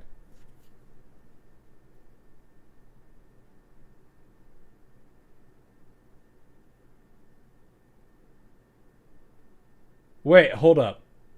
Review your dubbed voice? Wait. What is this? What is this? There's an experimental thing where they can replace my voice with a different language? What? I almost kind of want to hear this. I'll look at this later. That's actually kind of cool, though. I don't know if you can understand English, because you did just message me in Portuguese. I will try. I don't know how to do it, though. No, he found the AI auto dub. Yes, and do not touch that thing. Yeah, I just saw it. I was like, what the heck is this? Probably would be... I don't know. Yep, they replace you with AI. They've already taken your job. This isn't really my job, though, if you think about it. Technically, I also program them myself and write. Like, I use AI at work already. It ruins the audio of the video. Oh, it does? That makes sense, because it does have to, like, completely rid my English voice and then put it over the, yeah, that makes a lot of sense. I'd have to, if there's a way I could isolate it on a different track, that might make it easier. I don't know if that's something YouTube would ever consider, is allowing a multi-channel video upload.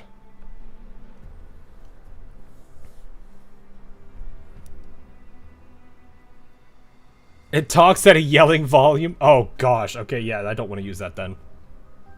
Yeah, I don't know how to do it, but I will try to figure that out if I can. That's why it's so infuriating. Oh gosh, I wonder who uses it then. Is that liquid phase shape memory alloy? That is rare. Selling it off will be a bit troublesome, but if the price is right, there'll be no shortage of buyers. Provided, of course, there's nothing wrong with the goods. Well, you don't necessarily know that. That's the sad thing.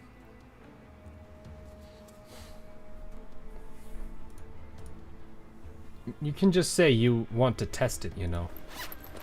Lynn humps quietly, then places the card on the table before sliding it over to the broker. He picks up the card and examines it in the dim light of the bar. He takes out a small knife from his waist. The edge glides across the surface of the card, and the honeycomb patterns on it ripple and gleam. After seeing this, the broker nods. That's polyalloy, all right. How much do you want for it? This much will do. Lynn shows a number. The broker doesn't respond right away, instead waxing thoughtful. The card in his hand drums against the table with a tap, tap, tap. Rare goods have a lot of value as collector's items. Unfortunately, I don't have enough cash on hand to pay you in full. What does that mean? Are you going to buy on credit? No, what I'm trying to say is that if I had 10 minutes, I can get my boys to bring the full sum over.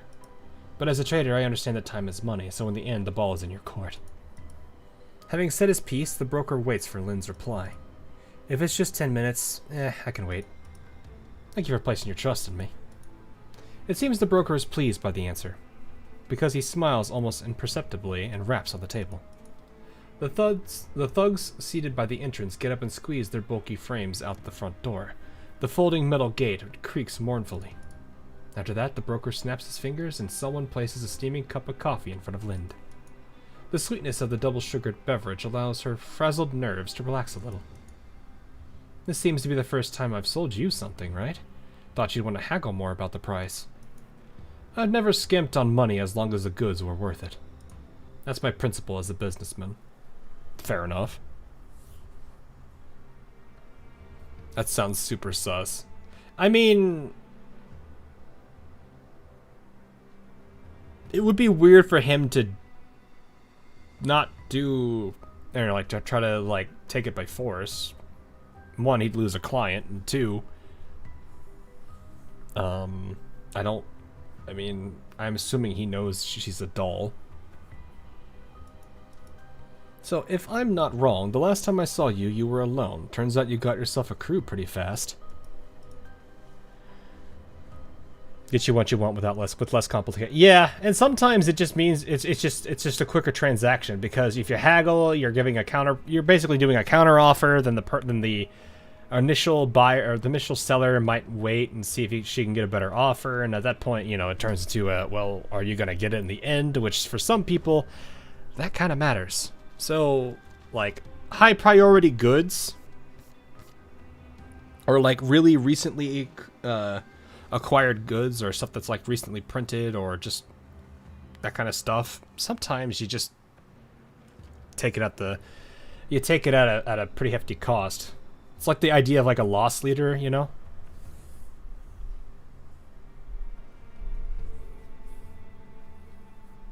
Like having it first, like having that material and everything, you might be having to pay up front, or you might be taking a heavier cost, but you have it. Not saying that other people don't, but still. Is this the secret to making it big in business? Well, I've been slumming it all over the yellow zones for many years. Makes sense to get a few buddies, right? Strictly speaking, though, that isn't the secret to making it big in business. That would be profit above all. The sound of scattered footsteps echoes down the alleyway, headed for the bar. Excuse me. Lind glances through the window and sees several of our Jaegers walk past. And when an opportunity comes to kill two birds with one stone, no businessman would refuse. Oh, no, he is turning on her.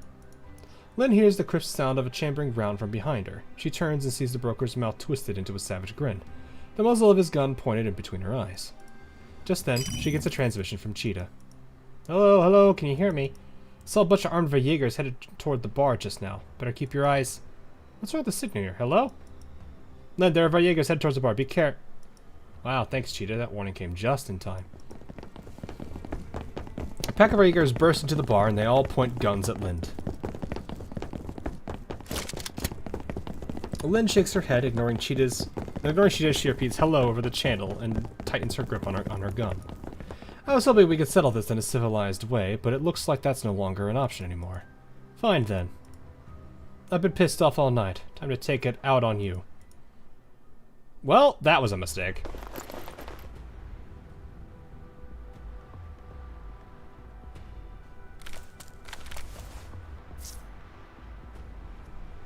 Trying to get Naitos in GF1 is stressful.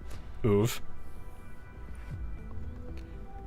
Nice. They brought back Raymond from Diane Saga? Did they? I don't know. Started playing WoW yesterday. Oh, okay. Wonder who the next UR ship girl is gonna be. You have to... So look at... The general rule of thumb that people go by is look at the banners that have come, and that eliminates the faction. And at that point, it's just a guess as to who.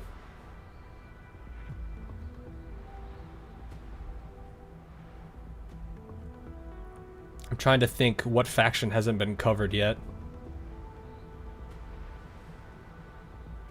But that's kind of hard, considering we've only really had UR events, and everything else has just been filler.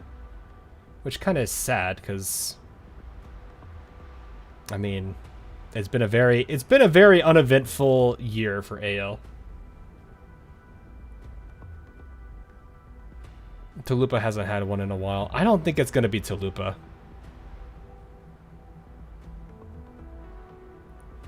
Because, let's see, we had the nurse event at earlier this year. Last year ended with an Ironblood event, which was interesting. We had Lion, which is Royal Navy.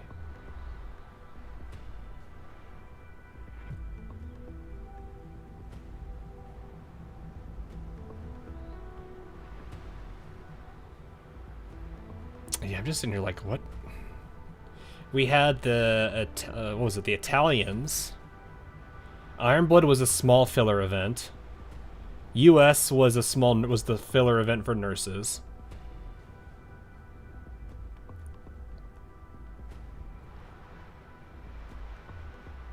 Yeah, we had the Sakura URs.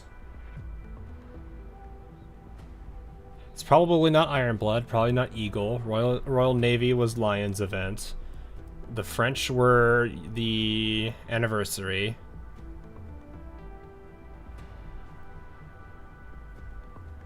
So, Dragon Emperor is still available. Did we have Northern Parliament?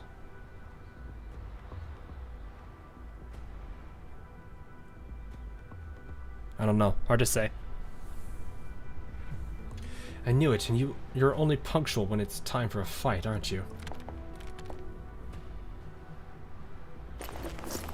December is IS-6 and Yan. I'm excited to get Radiant. Oh, yeah. Oh, hello, Mr. Jaeger.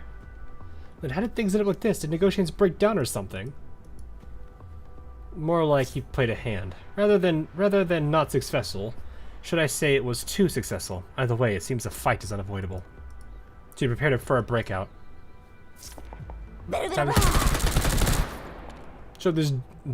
for this genius to show her brilliance.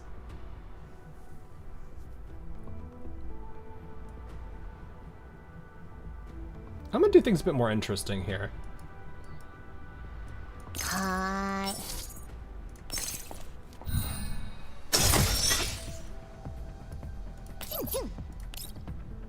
Though that's not gonna give her as much as it would hope.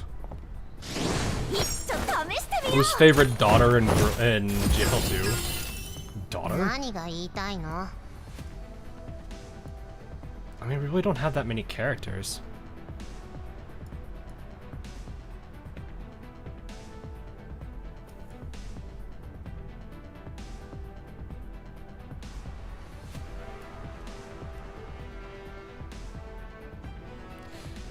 I feel like right here would be the optimal position for her to really use her ability.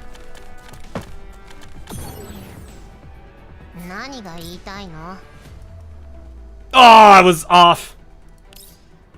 Does this work? I am off by 1. Okay. And hey, they're on the extreme.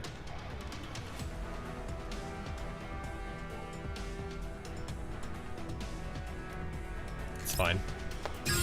They're not gonna hurt us that badly.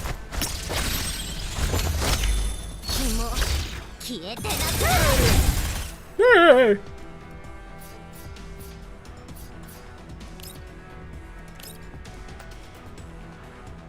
Bruh. Oh, there's still a bunch of them behind us. Well, alright.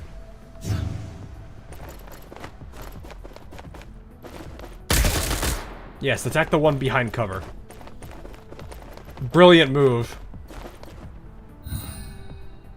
Can't you just use your ultimate again? Yes, you can. You can't get that far with it, but... Let's go on this side, because I think... Oh, no, I can just get them all.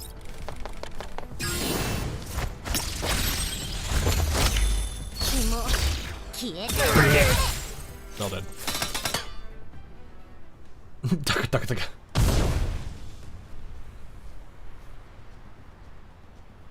GFL2 removed this Raymond NPC over it. Yeah, I remember there was the Diane thing. Isn't it like, didn't they have like doesn't CZN have a problem with this too? Was a whole saga on YouTube documenting it. Yeah, it is kind of sad. Whose Lind are you using? I don't know. I haven't looked at it in a while.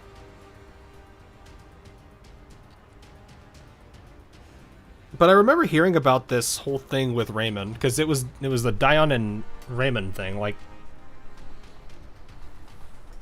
some whales. It's clearly V6. Is it V6? I wasn't looking. I probably just grabbed the first one I saw and just went with it. I know there's somebody else that has one that's in their skin. It might be Paul's, actually, for all I know. I think Paul usually has most of his stuff in the 6s. Tongue of fire spit from gun muzzles, riddling the door with sparks. Unable to hold up its own weight, it collapses with a loud crash, and Lind and Cheetah take the opportunity to escape the bar. Sounds of gunfire, the Varjäger's yelling, and the girls' frantic footsteps blend together into a pitch-black alleyway. Savages, all of them. Did you at least get the card back, or where is it? And 3 after ult. Oh, okay. Fair enough. Lynn shoots an exasperated look at Cheetah. What are you looking at me for? It's not for this genius's heroic intervention. You'd be in even bigger trouble now, right? If you hadn't started chucking smoke bombs around all of a sudden, I could have gotten the ID. Oh, so they do have the ID card. V1 pretty strong. Fair enough. You mean shaking off the guys chasing us isn't important at all? Just as Cheetah finishes, several more Varjägers show up the entrance to the alley and point their guns at the duo. Lynn grabs Cheetah and yanks her into a side alley. Several bullets hit the wall behind the place where they were a moment ago, throwing up wisps of dust. All the escape routes have been cut off by Varjägers. What do we do now? Do you have any other backup routes? Well, if there's no way out, why not just make one? Lynn shifts behind Cheetah and pulls her trigger. A hail of buckshot forces the pursuing Varjägers back, and they duck behind cover. Then Lynn swings her muzzle over and takes out the Varjägers trying to ambush them from the flanks. Just as the two of them are about to make their breakout, yet another squad of Varjägers appears in front of them. There they are, don't let them get away! Over there, Lynn, on your 3. The two of them hurry deeper into the alley, but find that it leads to a forbiddenly high wall. The shouts of the Varjagers grow louder behind them. We got them cornered, boss. They're in a dead end. Get the boys over here. We're not getting away. They're not getting away this time. This time? What? Damn it, there's no end to them. These goddamn cockroaches. I don't know. They don't. I mean, they may be numerous, but they definitely do not last.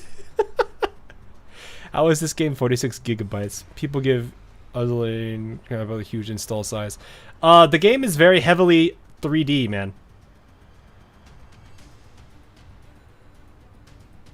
Like, just having 3D assets, especially like full models, not chibis, is already substantial. Like every single enemy model, every single boss model, all the texture work, all the, you know, I'm actually here thinking what else there is. All the effects, everything.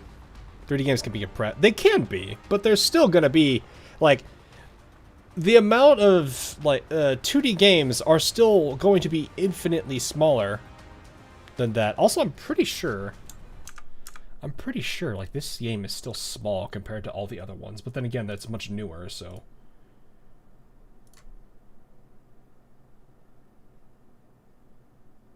I like how Exilium says that it's 656 megabytes on my local drive.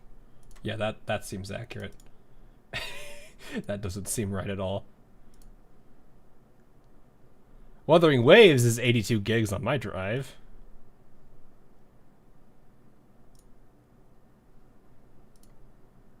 But yeah, like for perspective, Blue Archive is like is 3D technically. If you consider the fact that the chibis are 3D models. You pulling for Lynn later? I'm thinking about it. I do like her for a corrosion team, but I'm like Leva and Lena at the same time. I'm not sure. Actually, I'm curious. I have it installed on my phone. Let me actually see how much it is on my phone. That's not the app I wanted to open. Thank you.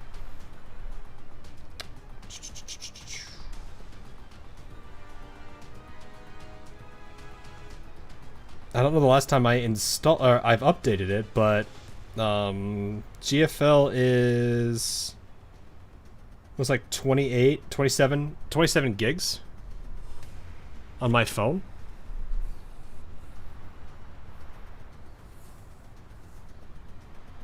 So that's actually really kind of sad. Ozilane is 1 gigabyte smaller.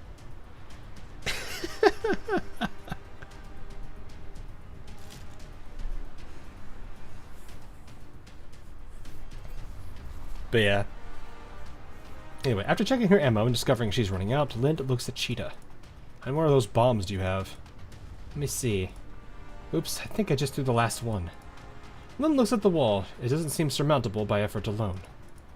The sound of footsteps grows increasingly louder, reminds her of the reality that the Varjagers are going to reach them at any minute.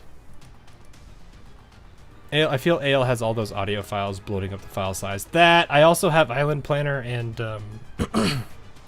the other 3D modes on my phone, so that's probably bloating it up a bit too. They're out of time. Cheetah, climb on my shoulders and get out of here. What? I said climb on my shoulders and get out of here. I'll stay behind to cover you. Hurry. So you're telling me to escape ahead of you? Hell no. If someone's going to be covering someone else, I can do it for you too. Your frame is smaller and you're more mobile than me. Your chances of escape are higher than mine. But, no buts. One person escaping is better than none at all, right? We've taken on so many hostage rescue missions already, so just think of it as my turn to be saved this time. And they're at the end. They're all the way at the end. We don't have time for this. Go, Cheetah. Cheetah can hear the Varjagers' footsteps approaching. She grits her teeth and then vaults over the wall with Lynn's help. I wonder how big Infield's going to be. Their 3D models look genuinely insane. The amount of work they put into their game is pretty up there. I think, actually, I still have the install. Let me actually see. I think I still have Infield on my computer. Let me see real quick.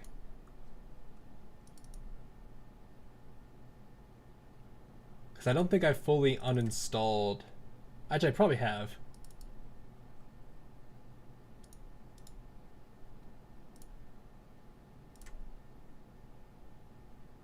The first beta was 30 gigs.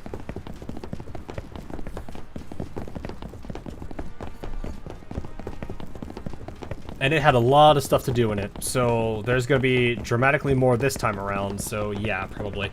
But I will also say, Hypergriff is very good at optimizing that memory. Because they've done multiple,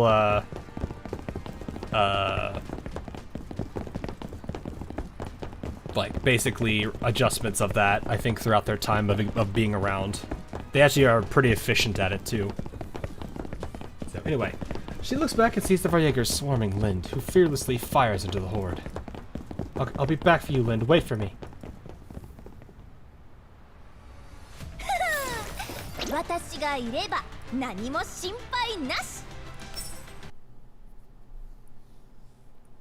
But yeah, it's I mean, Enfield, I'm excited for it. I want to see. I hope it does well. I've been seeing a lot of the subsystems that they've been announcing on their socials, and I'm like, dang, they've definitely made the factory and all the resources that you get from it way more involved. Not necessarily to the point where, like, I am a little bit curious if it's going to be one of those you're going to have to mess with it, which in that case I'm kind of glad that they have the blueprint system in, at least for some people, to be able to just be like not getting equally incredibly frustrated over it.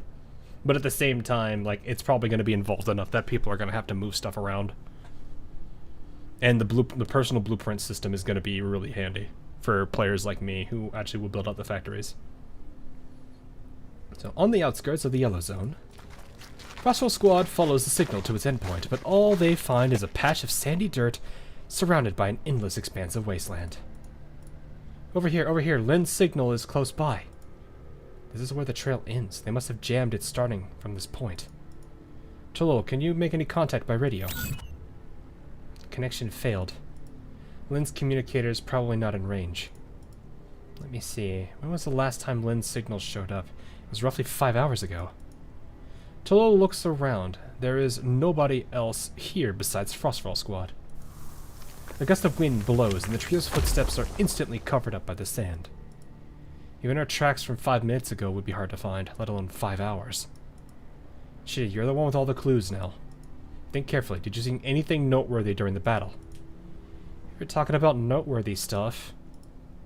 What are you looking at me for?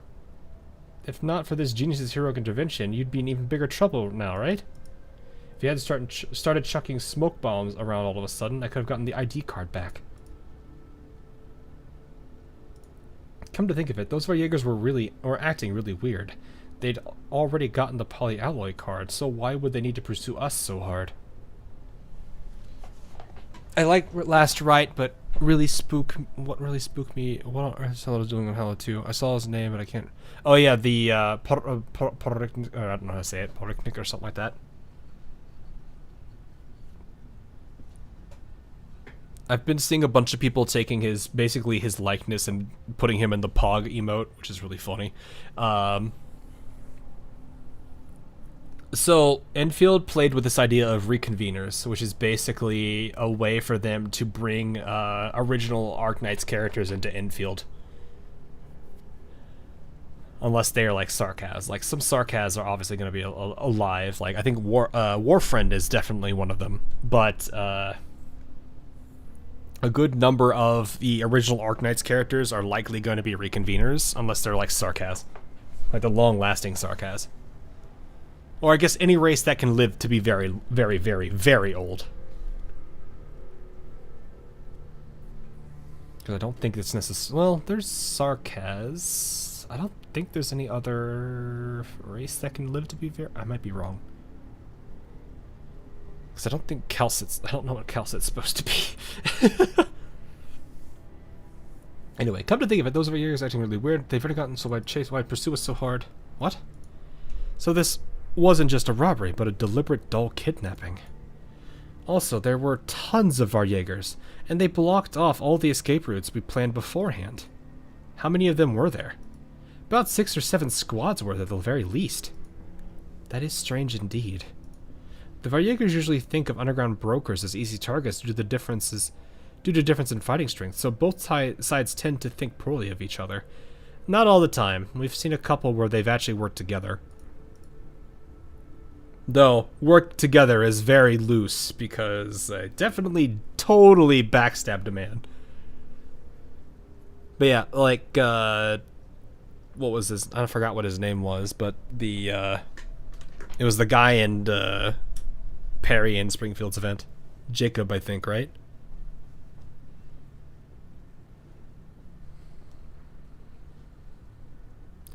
Wouldn't be surprised if they bring Shaw and the Hookmaster and infield. Like, I'm like, oh. Well, I don't know if they've done anything with. Is it Jacob? I don't remember. I'm pretty sure it's Jacob. I'm pretty sure that I don't know. There's enough. They have some CC stuff the physical characters can do, so maybe. But I feel like in the way they have combat set up, anything that pushes people away is probably not going to be great. Unless you have the ability to throw them off cliffs and that basically takes them out, which is a possibility. But I could see Hookmasters working because they'll pull people towards them.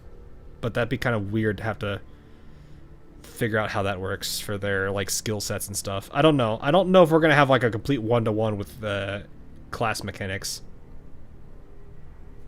So, anyway. Well, there are some less moral brokers who slum it with the Varjegers. An operation like this is far beyond the ability of a single broker to control. In other words, it's not so much that the broker was in league with the Varjegers, but there was someone with troops of their own running the whole show from behind the scenes. Kyungju ponders the issue. Was there anything special about these Varjegers? Something special. Let me think. I've got it. They were wearing badges with something that looked like a dagger on them. It was like, just like... Uh-oh. They're picking up an unknown signal nearby, approaching us from the south. The roar of an engine precedes the sight of a gray jeep cresting a sand dune. Thick black smoke spews from behind it as the noise shattered the peaceful silence of the desert. Just like the insignia on that jeep. They were the ones chasing me and Lind last night. Upon realizing that Lind might be on that vehicle, Frostwell Squad subconsciously tightens their grip on their guns. Frostwell Squad, prepare for battle. Intercept that vehicle. Vroom Vroom Racing Association Club. Pretty much. Alright, so unfortunately Lind is out because we don't have her for story. I don't know who I was using, but oh, I've got... Well, it could be Devon's, actually.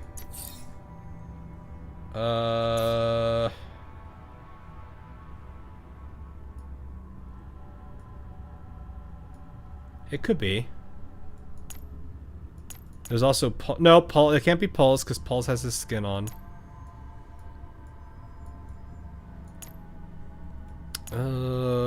Let's. It's probably that one then. Because they only have a V3 and then the rest are 1s,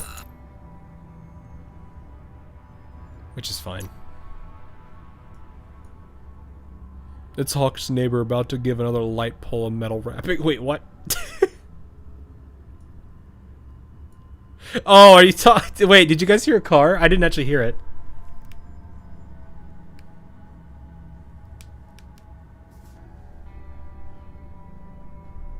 I have both of my headphones on today. I didn't actually think about that.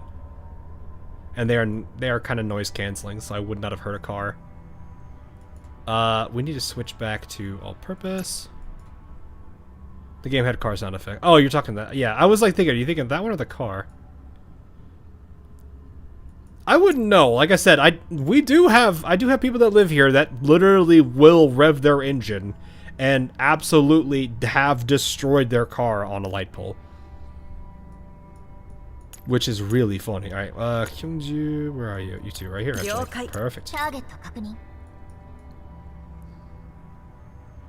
Oh, there's a Medzen! There's 2 of them! I hate Medzens. Get your car in the Lua stream, though. That wouldn't surprise me.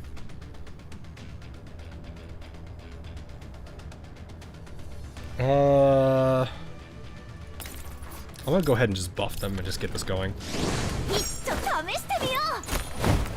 Not that I think we're gonna really suffer any major, like, casualty here. But at least, we can do it. Engagement days, at least 5 days. Yeah, I get that. I am so like I usually save most of my time off. So I usually wait for it till the end of the year. Yeah, I could just get rid of this, man.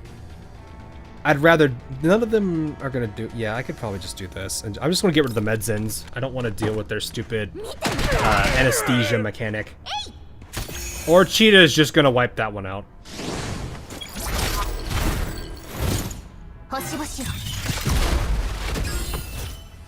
The guided up and over there. That's still a vulnerability.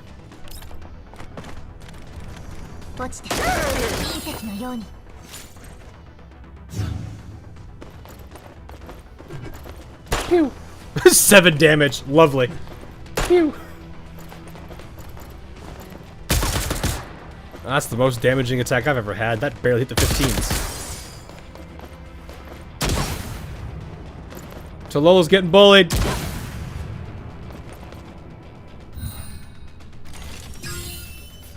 Yo.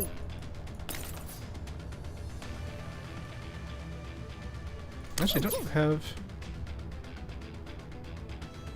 This will be the one time I actually kind of wish I had the ability. I did not put the heal one on. Because I would totally just throw S3 would just blow them all up here.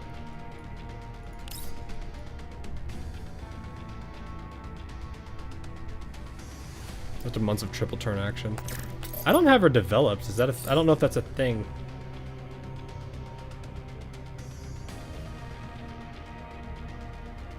I'm like, is that something I need to... I don't think I have anything for that. This is why I never put that key on her. Well, I do. So, the reason is probably because I used her for Gunsmoke. Because this cleanses a debuff. Which there are a handful of cases where that's actually helpful. Because sometimes I have Sinteresi on cooldown. So I need somebody else to do debuff cleansing for a burn team. And so Cheetah's there for that.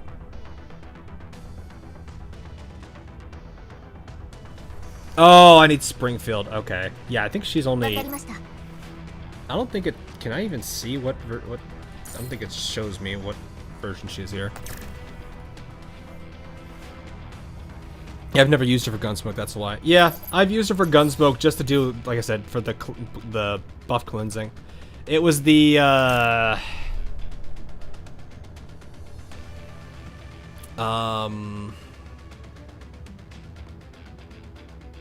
am forgetting what they're called. The really big, nasty Elids. I forget what their names are, because... It was the flower one that has, like, the tentacles that sprout out every now and then. And then it also applies a debuff with its Corrosion Rain. So it's like you want to cleanse the debuff. Yes, the Bujum, thank you. You want to cleanse the debuff, which gives you a bonus. But at the same time, taking out the tentacle also gives you an advantage. So it's like you need to do both of those. And sometimes I have Sinteresi available to clear it. But once I use hers, the time, the like turn rotations don't really work out for me.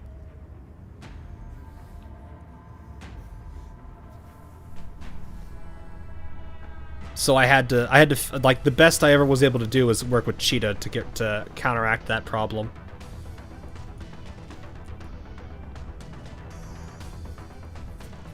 And that's basically how I would get like my I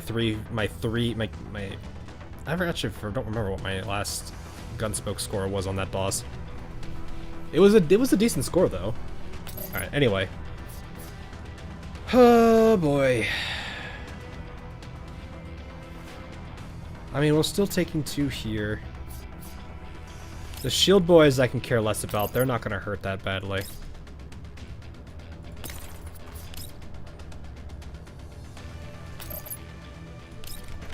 I'm going to try on the fire tiles, have my team instantly got it done. Yeah, it was nice having that. She's probably taking. She's told Little Pig probably like 100 points of damage, and she just healed her for 2,000.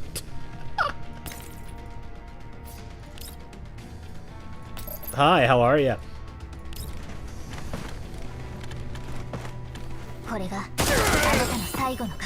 I honestly don't think I'm gonna need Kyungju for any of this. How much damage is this guy gonna take? So 260 plus.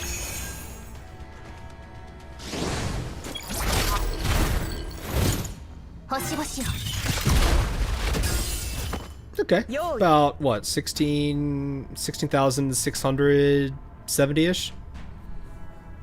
That's a good amount of damage. We could do this and blast this man. The knife doesn't work because I think it's only in the cardinal directions. It's a little one of the most used all. I mean, it's kind of hard for her not to be. She's got a very good kid.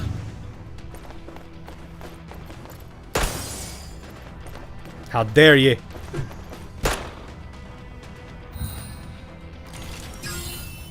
You dare shoot Cheetah? Well, Cheetah shoots you.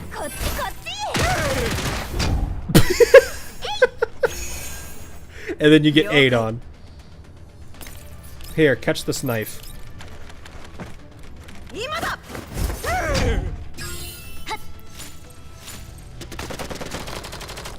Damn it, they got the jump on us! As the bullets hit their tires, the Vallegas realize that something's off and frantically pull hard on the steering wheel. Retreat! Retreat! Think you can run? Not so fast. Bearing 35 degrees, ready to fire. Crossbow squad seizes the moment, opens fire as one. With a loud crash, the Jeep finally gives up the ghost, skidding for a distance before overturning. Cough. Leader, we've intercepted the vehicle and heading in to search it.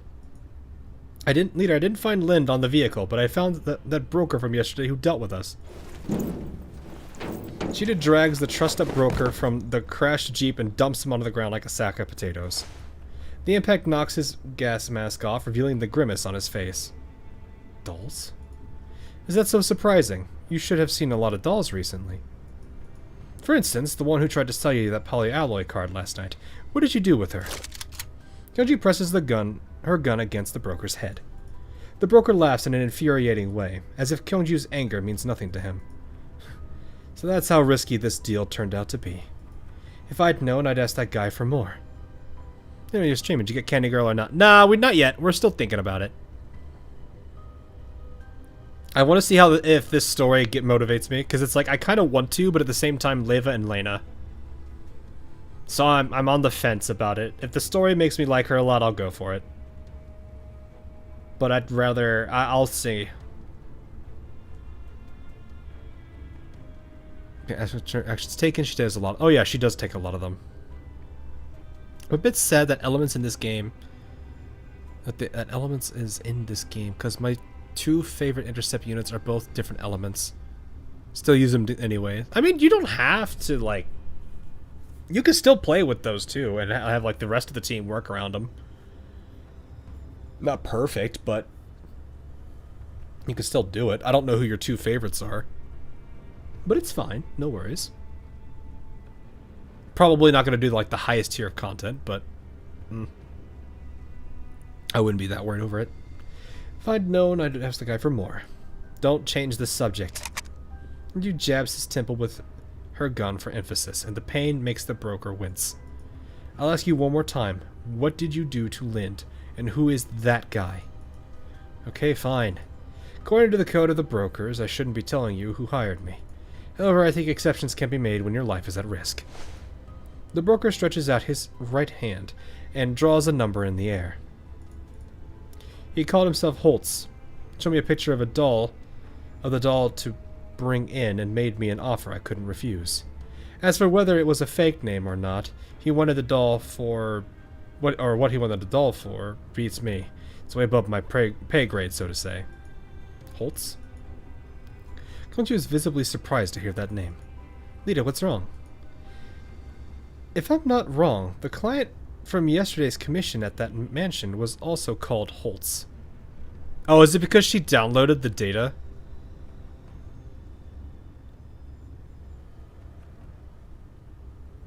That would explain a lot if it's specifically her they're after.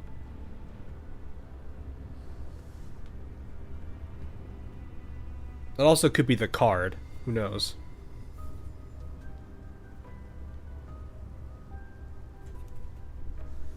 Considering Intercept was mentioned, that limits the doll selection quite a lot. That Intercept is the enemy is about to attack, so you attack first, right? Because that's not retaliation, which is what like Sabrina and Groza have. So that'd be what? Diane and... Is that just the Chinese dolls that do that? Except Kyungju? Oh, I think the... No, it's definitely not Zahui. Because she is a... She's a support attacker. Oh yeah, Macchiato. That's true. Macchiato is intercepting on her ultimate.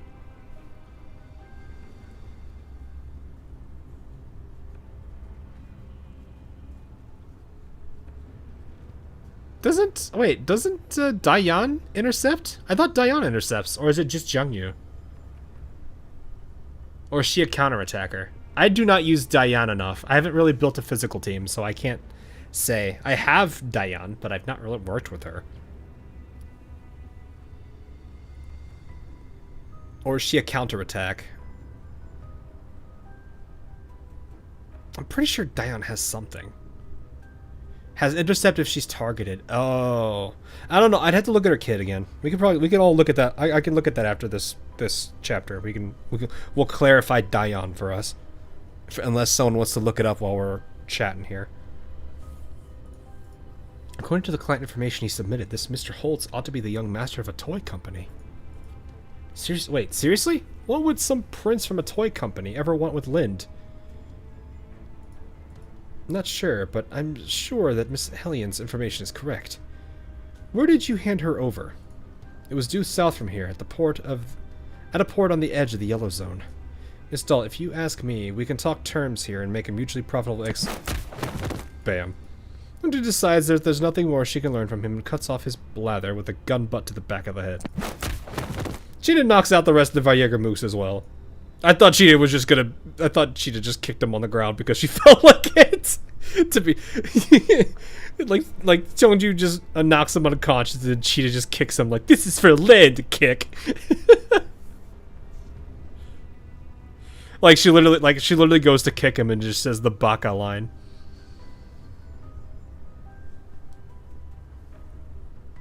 Anyway, since we know where Lind is, we should head out right away. Tolo emerges from the jeep, waving to Kyungju with the ID card in hand. Search complete. I've recovered the polyalloy card. Yes, Lind might be in danger, so we should move quickly.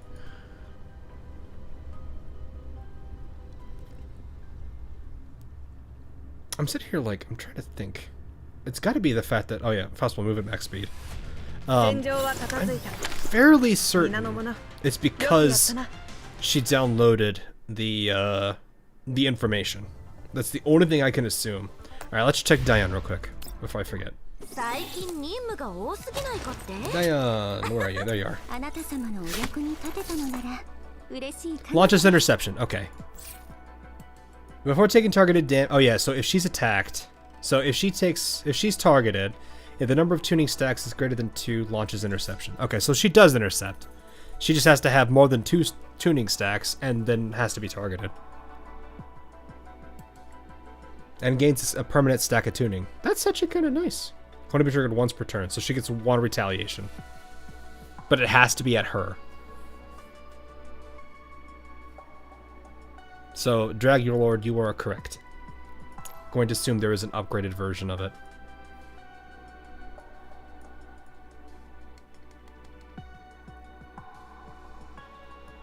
Greater than 5. Increases damage dealt. I'm trying to see if there's anything else increases it by more.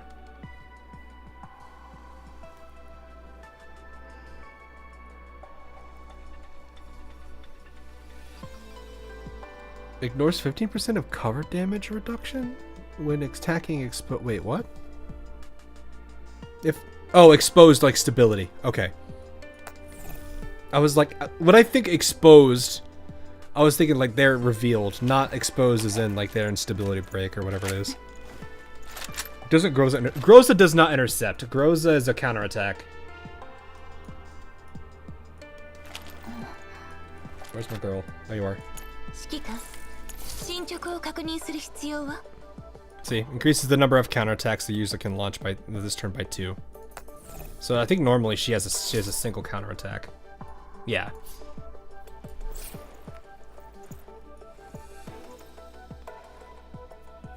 Because like I would remember, because I would always proc this. Like I would always use this on the first turn whenever I would use her, and I used to have her with Sabrina all the time. And of course, now that I've got her at where she is now for fortifications, this is basically free. So every single time, she would open fire and Groza would open fire whenever somebody got attacked. I also love how ridiculous Mosin is now that I've got her at V6. Like, just like how many times she can hit the same person with a support attack. Like if I use this and then somebody triggers, somebody does another attack which causes paralysis. It then causes her to attack, and then she can potentially attack again, and then if it breaks stability, she can attack again. It's really stupid how many times she could do support attack. Also, she's adorable. Covenant win. Most of V6 is ridiculous with the support. It is, and like you can set it. It's so easy to set up too. Like, I will if I'm doing like my PvPs. If I do a combat sim. If I do a PvP, I will literally just like if I'm doing like I will find the most dangerous enemy, like enemy of the lineup, and then set that system up. And sometimes if I don't feel like they're too, like if it's just one really high level, really high geared opponent, I'll just basically use that setup system on them, and it basically just wipes them out. Lena just throws out conductivity like Cheetah throws out candy. Oh, well, I mean, there's still a limit on the support attacks. The ranked PvP mode is getting deleted on the 26th. Oh yeah, they're getting rid of it.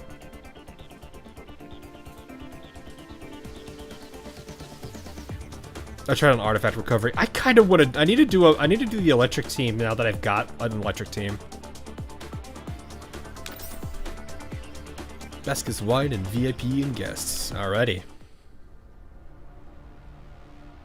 When I trigger some support attacks can trigger. Yeah, because you've got like if it breaks stability, that does trigger Mosin.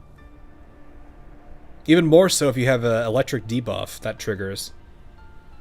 That's why like the like all the debuffing that can be done between Andoris and Belka is actually disgusting. Especially when you consider the fact that Mosin has an electric support attack too, so all the electric damage transfers to everybody with it. I think AK-15 to broke PvP and force devs to basically do... Well, yeah, because I mean... What was it? Isn't it basically if you have like the AK-15 at V6, it's just like a straight up instant kill?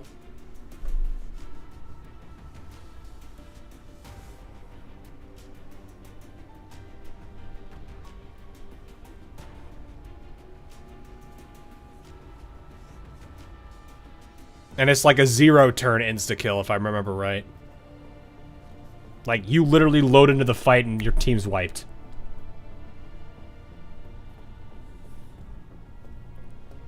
I've seen that. I've seen multiple videos on that, which, like, I saw that and I was, like, very sad. But that's also one of the reasons why it's like, I'm not gonna take it seriously.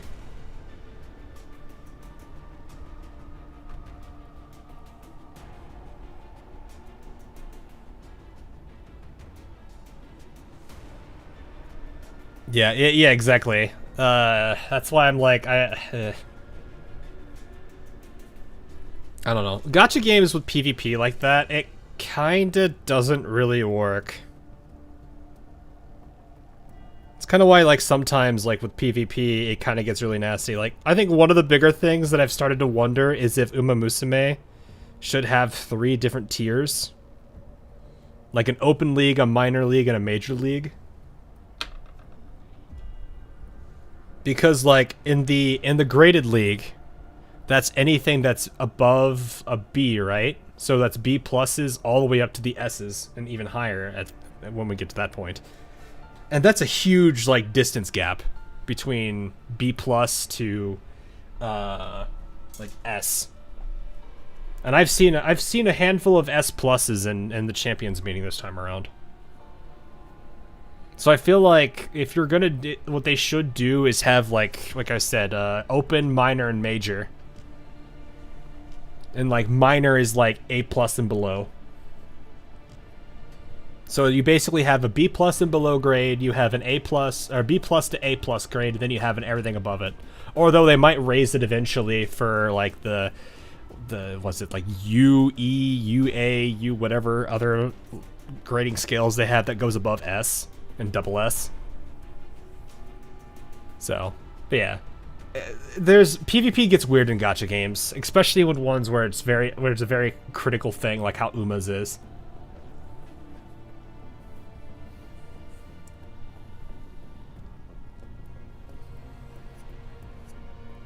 Like, I think the way, if I do events, like if I ever decide to do certain events for Uma Musume, I probably would do that design of like breaking it into 3 leagues. So that way, like, those that want to min-max and the B and below can do it, but they can, if they have some strong A's they would want to work with, they could do that without having to feel the pressure of an S and above.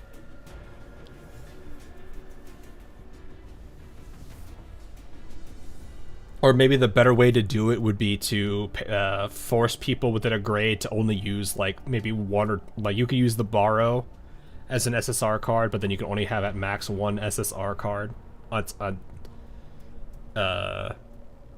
in the deck afterwards.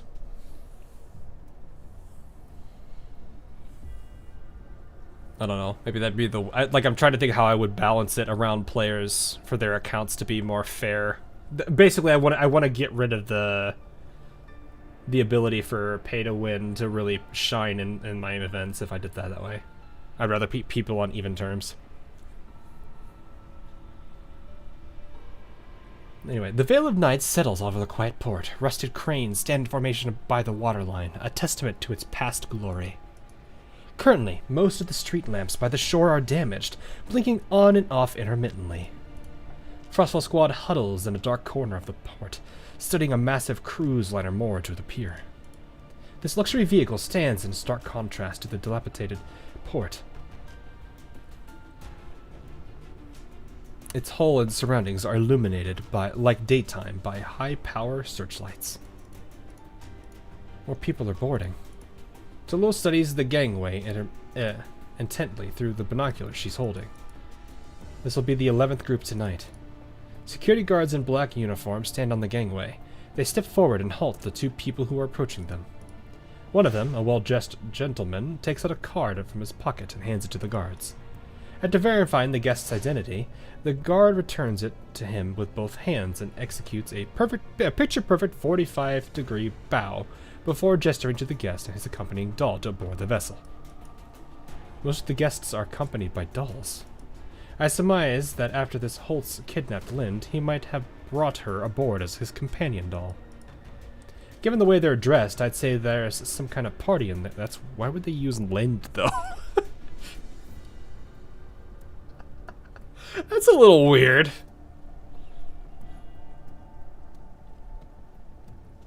Why kidnap a doll for that? Why not just like hire one or something? I don't know, or buy one. I don't know how this stuff works. GFL 1 lore thing. Oh, fair.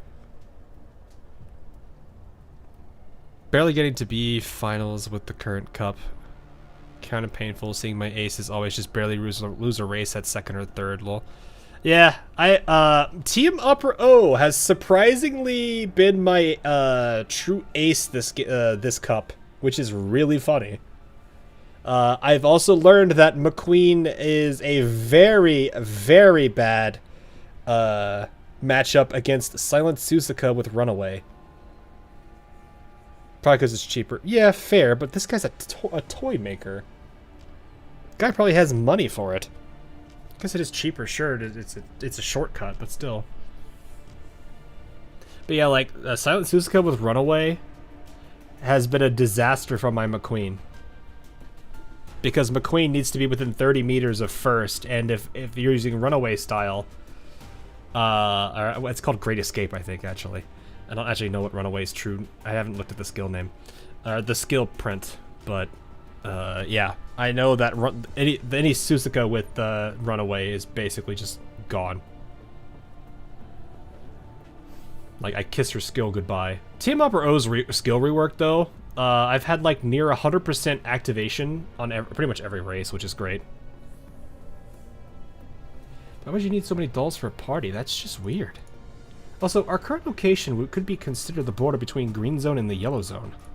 So why would these rich people from the White Zone come all this way to join an ordinary party here? Tallulah, why are you looking at me? I was just surprised. Turns out even you can say something useful at times, Cheetah. So you're taking shots at me now that Lynn is gone, Tallulah. Seeing that Cheetah is about to flip out, Konju strategically clears her throat to get the conversation back on track. We'll probably only learn the answer to those questions after we go in there. Cheetah, do you have any items that could help us sneak aboard the cruise ship? Of course I do. I recommend this genius tactical grappling claw. A gentle throw sends it onto the deck, whereupon it latches on tight. Then you can swing over with a whoosh. She has a slight little swiggle in her mouth. You're gonna pull for Orfevre and Uma Musume. She's known the Golden Tyrant and Gold Ship's brother. Right now, I don't actually have an idea as when Orfevre is even gonna arrive. Right now, I am going to be like, oh gosh, tomorrow is a new banner that is releasing, and it is one that I must pull on, and I'm going to be sad if I don't get her quickly. Because Super Creek. I need my Super Creek.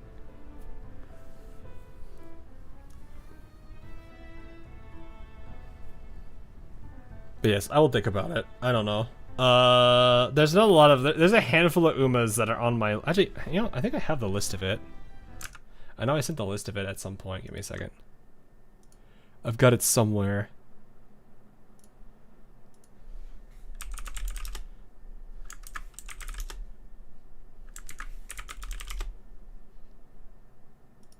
Let's see. I know I want Super Creek. I do want the Christmas Oguri, or at least the Christmas Bio is also kind of nice.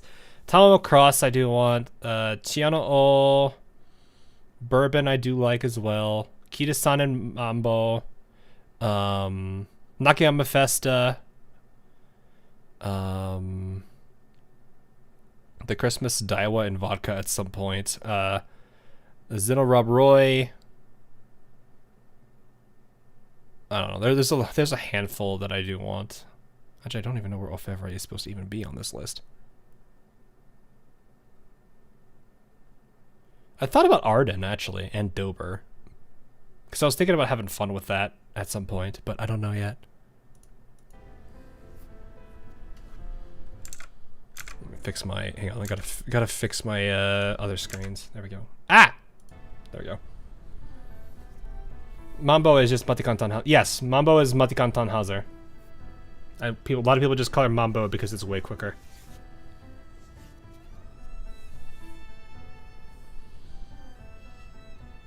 You want Manhattan Cafe. Her special friend is supposedly Stay Gold's father. Oh. I'll think about it. There's a lot of... I mean, there's a lot of characters I do like. It's just hard to really figure out who I want to go for. Because I kind of want to pull for... Like, I'm pulling for the cards more than the Umas. That's just how I've always been. Because I realize that the cards are way more important than the character. Though the characters are still nice. So, anyway. Lucha looks around at the searchlights around the cruise liner and shakes her head in resignation. Anything else? How about this imitation dolphin? We could hide under it and swim over to the liner. Then wait till they're not looking before climbing aboard. Cheetah, the plan is to sneak in, not draw the attention of the people on the ship. I knew it. I was clearly imagining things when I thought Cheetah could be useful. Hey! I heard that, Tololo. Fine then, why don't you come up with a solution on your own? If stealth isn't an option, let's just walk right in. What? It looks like this cruise liner is for members only. While the perimeter security is very tight, the security procedures for boarding are fairly simple. All guests have to do is show their ID. And this is what they were showing to the guards. Tololo takes out the polyalloy card she recovered from the broker and puts it in Kyungju's hands. So we'll be posing as guests then. Yep, based on what we saw just now, it's not unusual for a guest to board in the company of a doll. So we should be able to get 2 people in there. As for whether there'll be further security measures after we get in, that remains to be seen. Tololo literally went from good girl to bad girl into a whim for Cheetah. Yeah, basically. Just straight up roasting Cheetah. Not that I mind. It's actually kind of funny. That was not something I was expecting. This is the only plan they have, which seems even the slightest bit workable. And every moment wasted only increases the chances of Lind meeting with danger. Kyoji comes to this conclusion. That's fine. We'll leave one person outside to respond to any changes in the situation and minimize the risk of failing the mission. I'll disguise myself as a guest. As for Tololo and Cheetah, Kyungju glances at Cheetah, whose face full of anticipation, and imagines what might happen if Cheetah is allowed to roam free on her own. Scenes of the port being leveled by explosions and other kinds of devastation all fill her mind. Well, that was an easy decision. I think I'll bring Cheetah in with me. Tololo, stay outside and help analyze the vessel structure.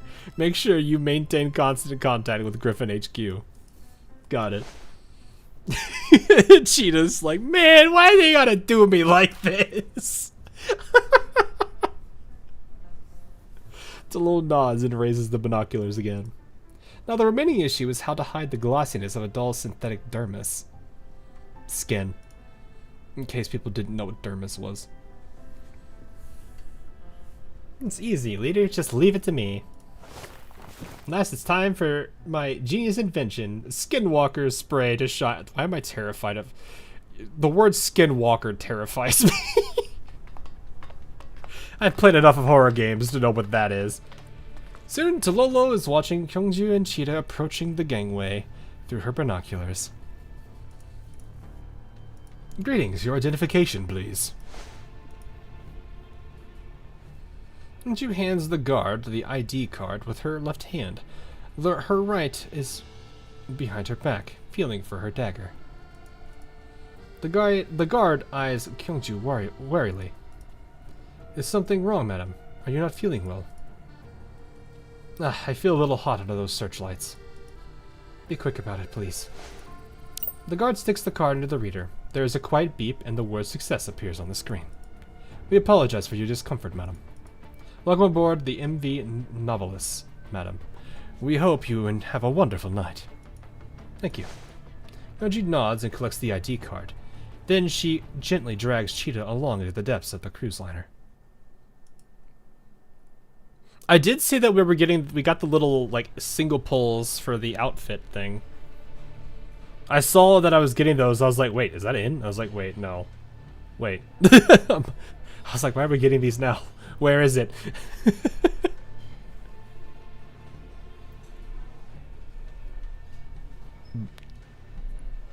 Someone say Skinwalker. No. I'm just thinking of the back room Skinwalker.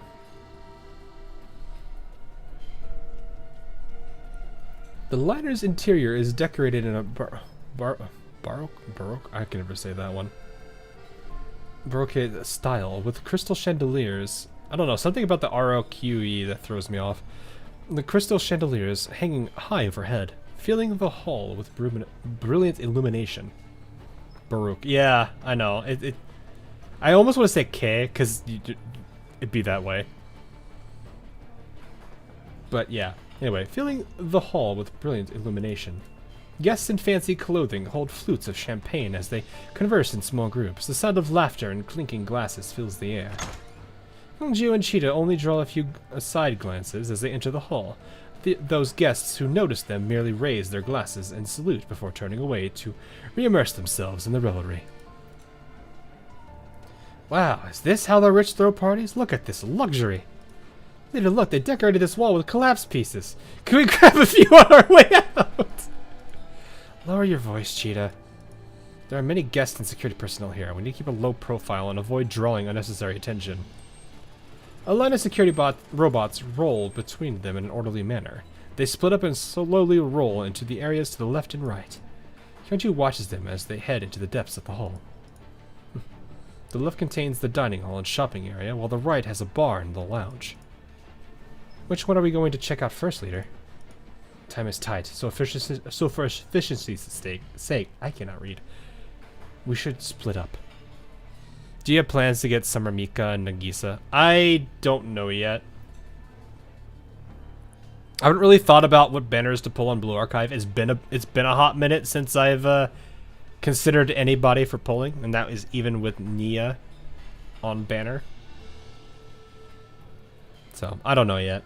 I mean, Mika. It's Mika, so maybe. Because it's like the twins, the Shubogaki were like the main ones I really cared about recently. I'm not exactly sure who else to really consider for at the moment. Just by the recent one was I'm far behind on with Roach yet. I finished 2.7. So the VOD for 2.7 should be up from yesterday. If you did want to check that out. But you said you're at Rachia, so I don't think you want to check the spoilers. You didn't pull for SCAT? No, I haven't.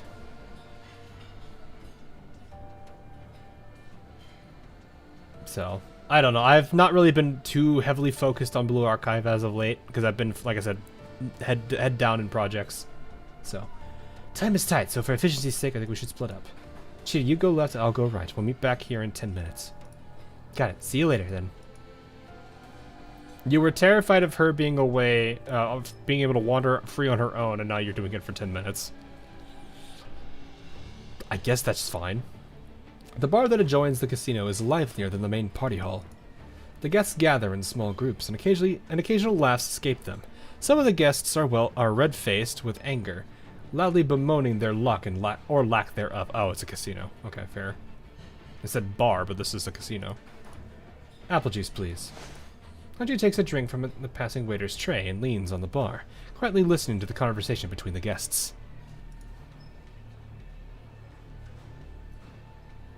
What could Cheetah do in 10 minutes? I mean, all it takes is 5 seconds for an explosion. Let's go gambling! Aw, dang it. Soon her attention is drawn by a nearby commotion. Hey, barkeep, give me and my friend here a glass of Lafitte, I guess, how you say that? Oji looks to the side. 2 businessmen are walking in from the bar entrance, arm over shoulders, headed for the counter. Upon noticing what's going on, the people around them seem to be either afraid or in awe of their status, because they immediately clear a path for them and give the pair a wide berth. I haven't seen you here in so long. Where have you been recently? I had some business on my family side, so I had to attend a whole bunch of gatherings and parties. Took a lot of doing to get free. Let me tell you that. Oh, but isn't that fun? About as fun as a hole in your head. They were all boring as hell. In the end, it's this place that suits me best. After all, there are some events that you can only find here. They're the only things that really get my blood going. Why am I terrified of this? The rich man taps the table with a knuckle and then points down. The two of them exchange knowing smiles. Uh-huh. That's right, and that's not even getting into tonight's special event. Should be about time, right? The rich man looks at his watch. The gemstones set into the hands glisten. Wait. Oh, the watch hands. I was like, wait, what? Glisten with a crimson light. He laughs, then takes an exquisitely made metal box from his coat pocket, revealing a neat row of gold casino chips. Since we've got time, why don't we go and do something fun to whet our appetites? The card tables have been boring as hell during the past few weeks without you. Be my pleasure. Ah. I never liked that sound effect. I've never been a fan of that sound effect. A hint of excitement crosses the wealthy man's face. He nods, then snatches up his glass and drains it in one gulp. That was more than one gulp. Yeah, it was. That was like, what, 3? It's so over the top for no reason. It really is. Like, why do they need it like that? Oh, crazy. He then adjusts his suit while the other man pats his shoulder. The two of them get up and head toward the casino. Before long, they're lost in the flow of humanity. Kyungji places her empty, long-stemmed glass on the counter before nodding to the bartender and withdrawing to the main hall. At the same time, Cheetah returns from the dining hall.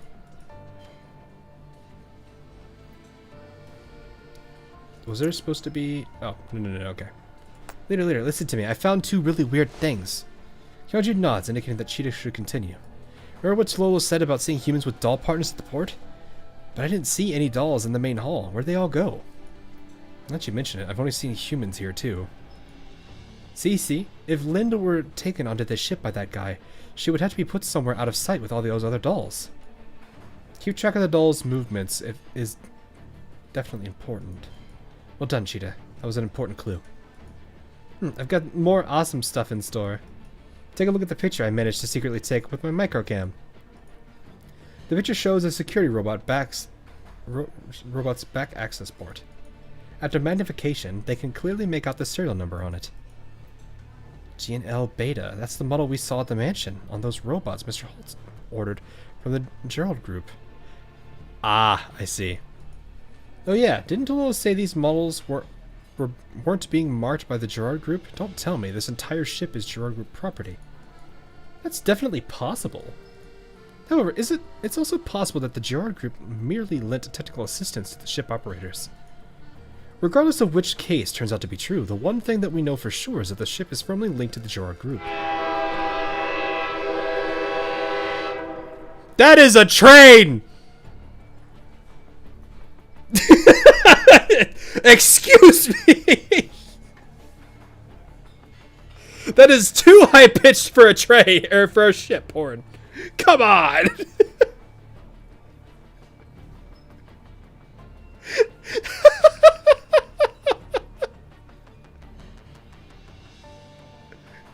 I lived near a train track for a very long time. I know that sound.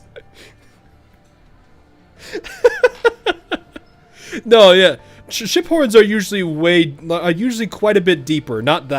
This is way too, like, higher pitched.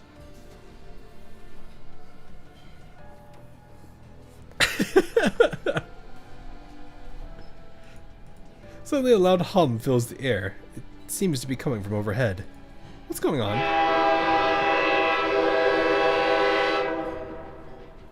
That's hurting my ears. It's very loud.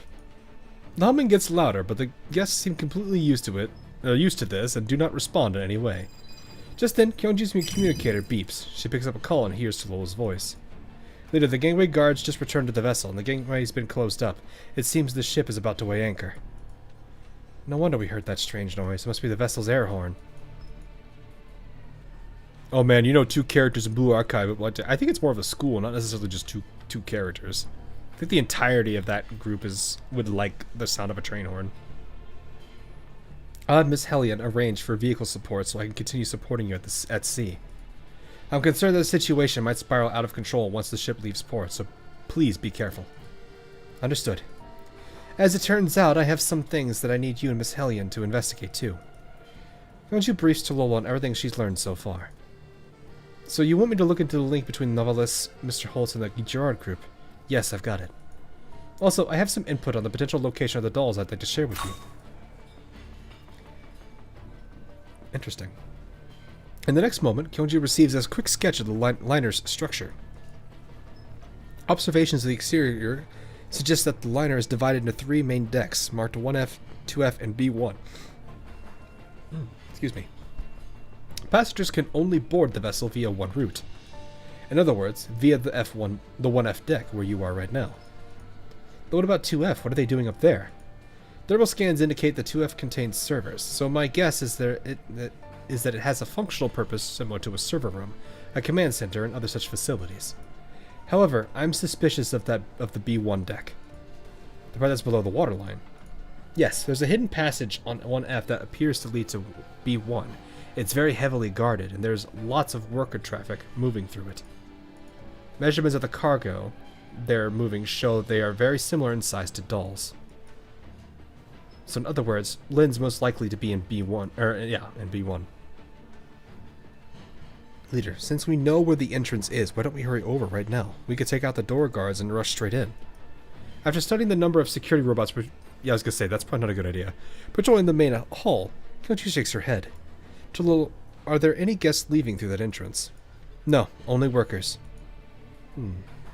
But it's not just the dolls. I don't see their owners either. That's where the problem lies. The fact that these guests can move through suggests that there must be a VIP route from 1F to B1. We just don't know where it is. Jeonju's eyebrows narrow as she recalls what happened earlier in the bar. When the wealthier guest said that place, he pointed down. Ah yes, B1, that would make sense. And then the look of interest when he flashed those gold casino chips.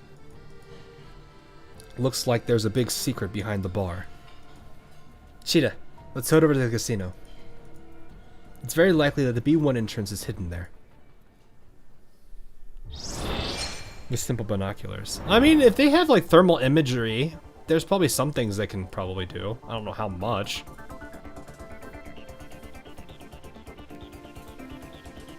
Hard to say how far out she is from it though. So there's only, it's just a bunch of, looks like a bunch of mission stages and then one more story mode. Alright, let's see what's going on. I might have to change Cheetah's things in a second. The humming of fans, the beeping of machinery, the rush of liquids through pipes. Surrounded by these sounds, Linda slowly opens her eyes. Damn it, my head hurts. The room before her is dark. The surrounding walls are covered in displays, whose flickering images radiate a ghostly blue light that dimly illuminates the interior. She's never seen this place before. Just launch an orbital kinetic strike on the ship. Yeah, that'll do its job. That'll work. That'll do everything they're hoping for. Next sound effect used, Swami's ringtone for Skikon is power chord through a heavy metal song. Nah, it's just straight up screamo. Ow, beta test is now being distributed. Oh, it is? It is, huh? Did they just announce it? Oh gosh. See, the thing I'm more terrified about is gonna be I'm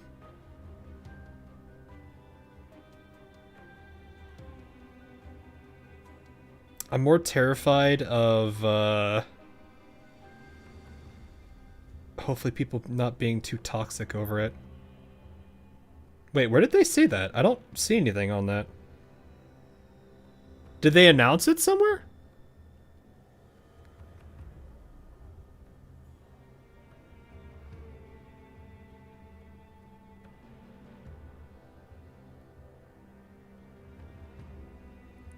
I didn't see anything specifically on it.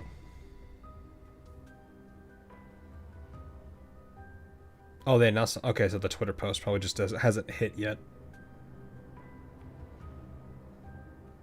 Let me see real quick.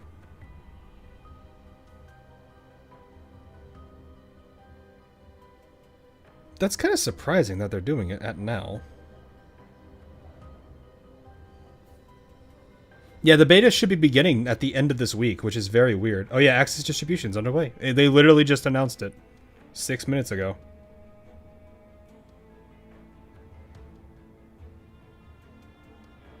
Would it be on their website? Let me see. You know what? Let's go investigate real quick. I probably need to mute the tab though.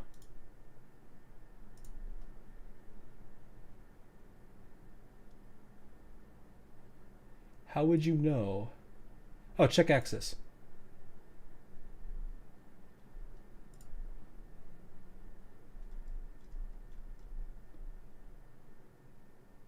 Okay. Let's see.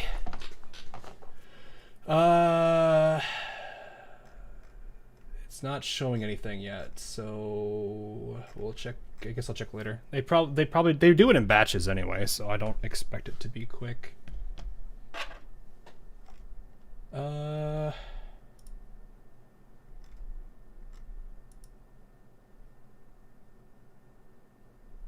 It's not mentioned anything. Oh, it's not showing it. Okay. Check later. Okay, fine. Check later. Alrighty then. We will check later, I guess.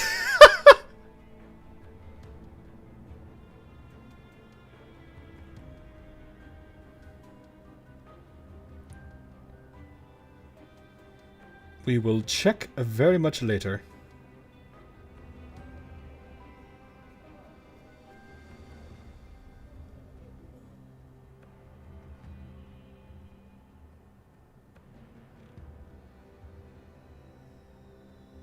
I'm just reading. I got a ping on something, so I'm reading it real quick. Yeah, it's still in progress. Okay. We will see. We will see. Anyway, where am I? Ah, you're finally awake. Something Skyrim reference. Is in the X page on yeah, so if you want to check, here's what I will say. Go to their website. They always have a tab that's usually available that allows you to check access. Keep in mind, if it doesn't say it yet, well, right now it says for me to check later because I guess there's an error or something. We'll see. But they do these in batches. Just like how they did with technical, just how they did with the last beta test. It's all in batches. So you may not necessarily know day one. It might be a thing like that's, you know, maybe a day later. So you would, even here I can escape Tana. I'm sorry, Irma.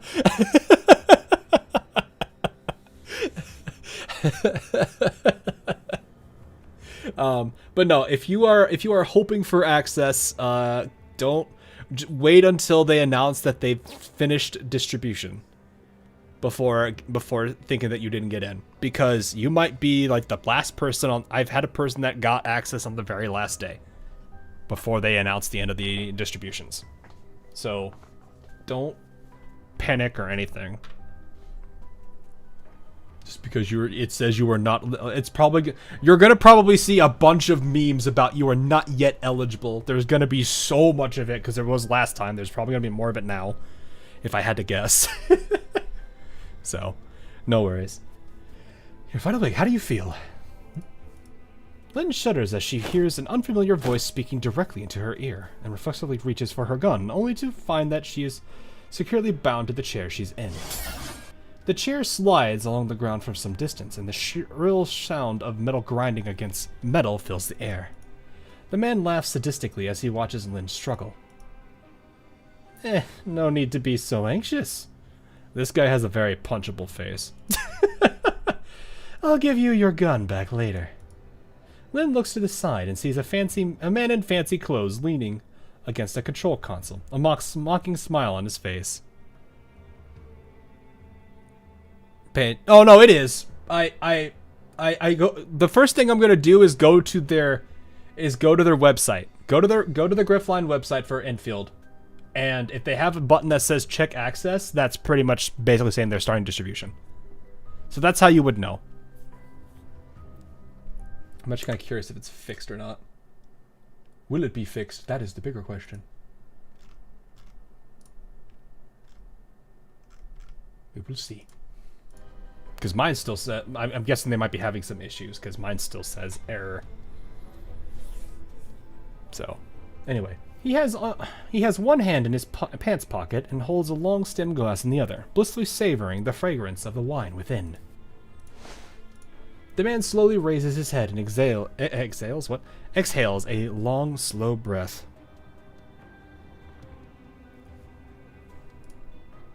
Even the best wine only shows its true worth in the eyes of one who understands it. Hang on, I'm messaging somebody.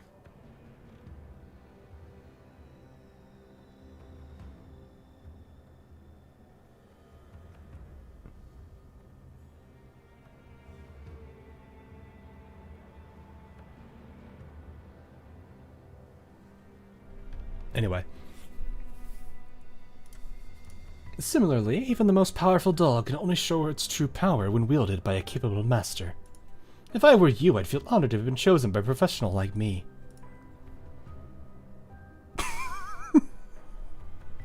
She's like, shut up. Cock out your tongue. Are you in such awe of my presence that you cannot muster the ability to speak? I'm trying to imagine how I would voice this dude. Doing all this stuff for constant memory has made my, like, how would I voice this dude? Because it's like, you gotta be, like, smug about it, but at the same time, you also have to give, like, the kind of tone and pitch that makes somebody actually want to punch you in the face.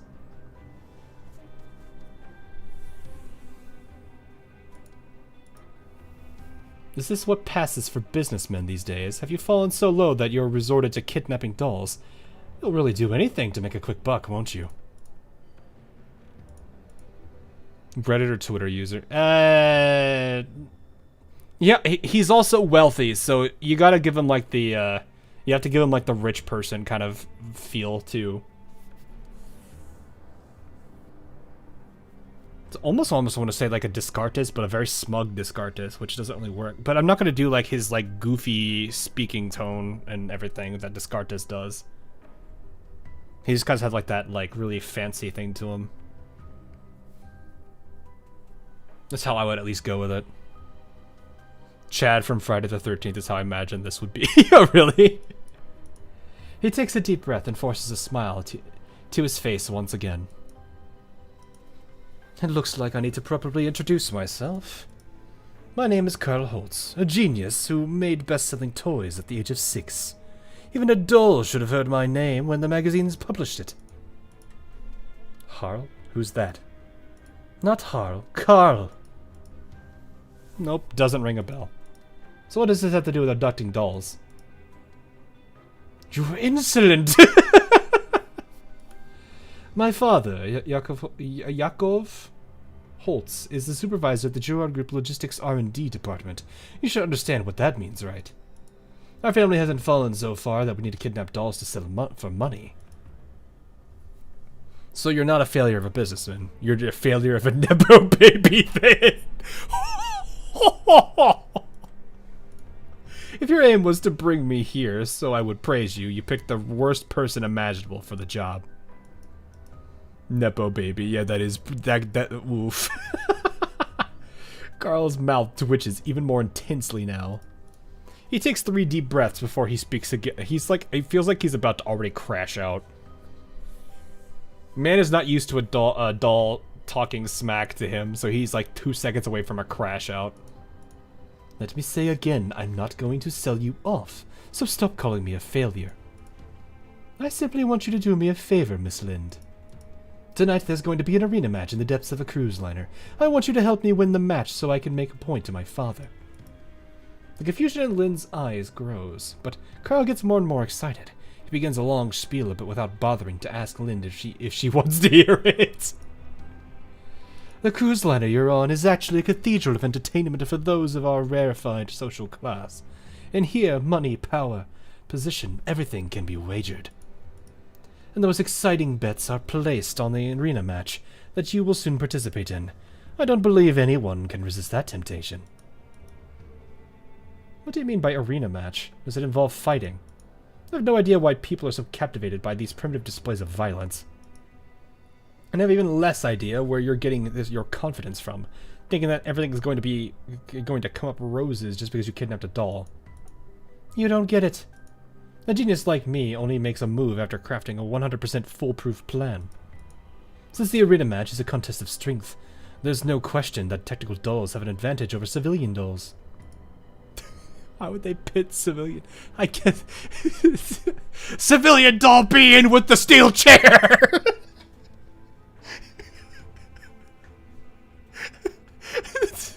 The doll's like, I don't even know how to use this. Just opens it up. They both just sit on the chair.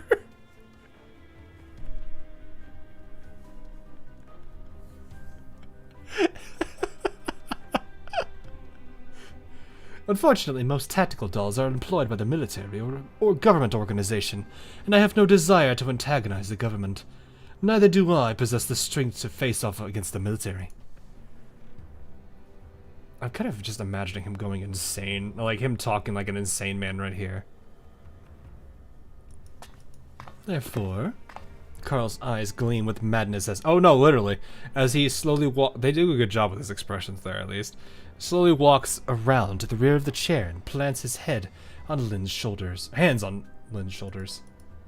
So my best choice was a small PMC like yours with no funding or official backing, which won't make waves even if an incident occurs. Those robots I stationed at the mansion were part of a test I arranged. Congratulations, Miss Lind. Your combat performance has won my highest approval. A small PMC won your approval.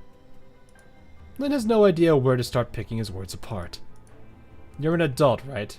Do you even know about Griffin and Kruger? 10 years ago, Griffin was the premier PMC in the country, and you were still probably playing with literal dolls somewhere.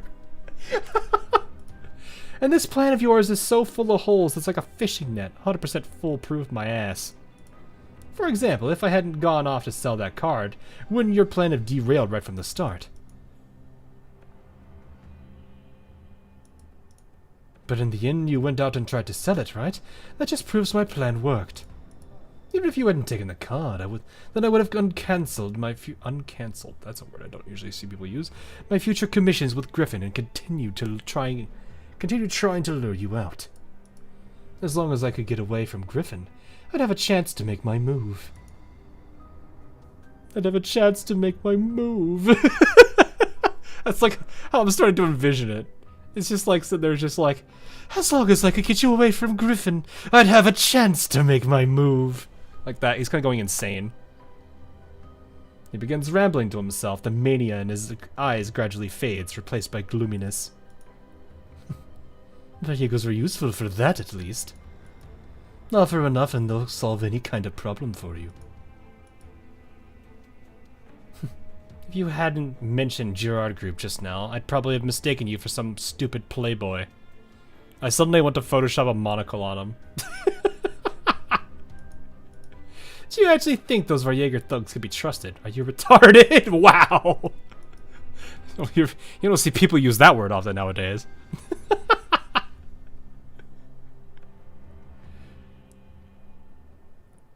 How the hell did the Gerard Group manage to produce a failure like you? Shut up. Carl's expression shifts, and he tightens his grip on Lynn's shoulders. The sudden pain forces Lynn to frown. Shut up! Shut up! Shut up! Stop calling me a failure! You're the same as all those people from the Gerard Group. All you do is piss me off. So I can just imagine him going insane, like, you're going to fight for me in that arena, and I will prove to my father that I am actually worthy of running the store. Like, that's what I'm imagining, is like he's the kind of guy that would be like that, just like absolutely going insane because he's like he wants to prove his father wrong for some reason. Celia, okay. I thank everyone here for taking time out of your busy schedule to take part in this charity gala. Okay. I'd like to use this opportunity to introduce myself. Oh. Okay, Carl.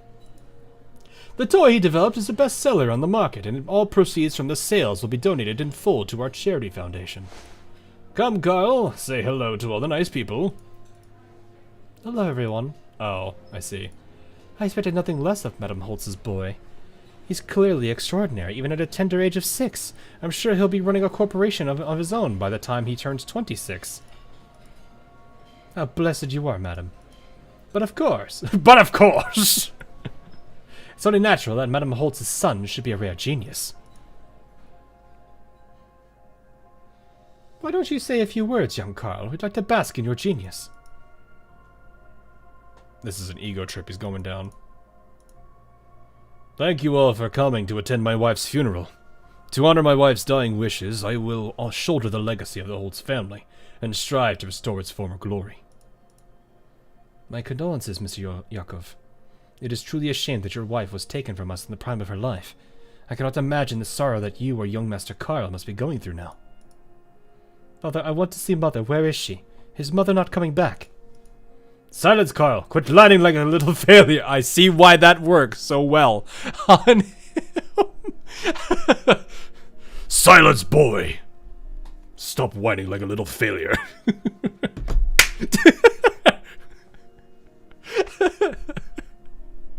Once I find a monocle that doesn't have the stupid fake transparent background. Aww.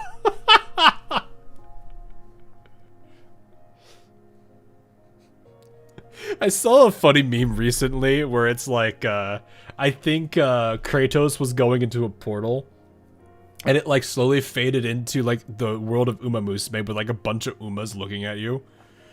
And then he slowly gets taken away from that, and he's like, "What have you did? What did you do? What have you done?" It was really funny.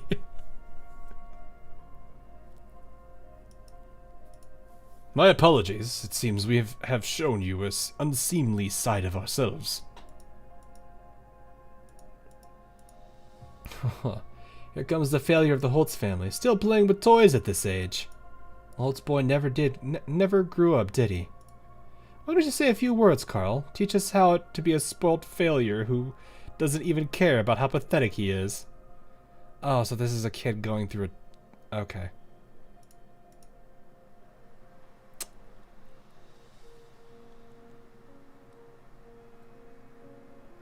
Now that I think about it, this is the guy that was the PR dude, too. The experimental funds I gave you were so you could develop mechanical products that would contribute to the Girard Group, not waste time playing house. I wasn't expecting you to make a decent copy of that doll, but are you saying you can't even figure out a way to defeat it? Is that it? How did Celia give birth to a failure like you? Daddy didn't love... Yeah, that... that probably hits really hard. I am Carl Holtz, the heir to the Holtz family. It's one thing if Father looks down on me, but not for a mere doll to do the same. What right do you have to criticize me? The hands gripping Lynn's shoulder suddenly let go, and then a fist whistles through the air before slamming into the side of Lynn's head. The impact of the fist on her head, hitting the back of the chair, briefly dazes her. Lynn turns and looks Carl straight into his angry, bloodshot eyes. You mad, bro?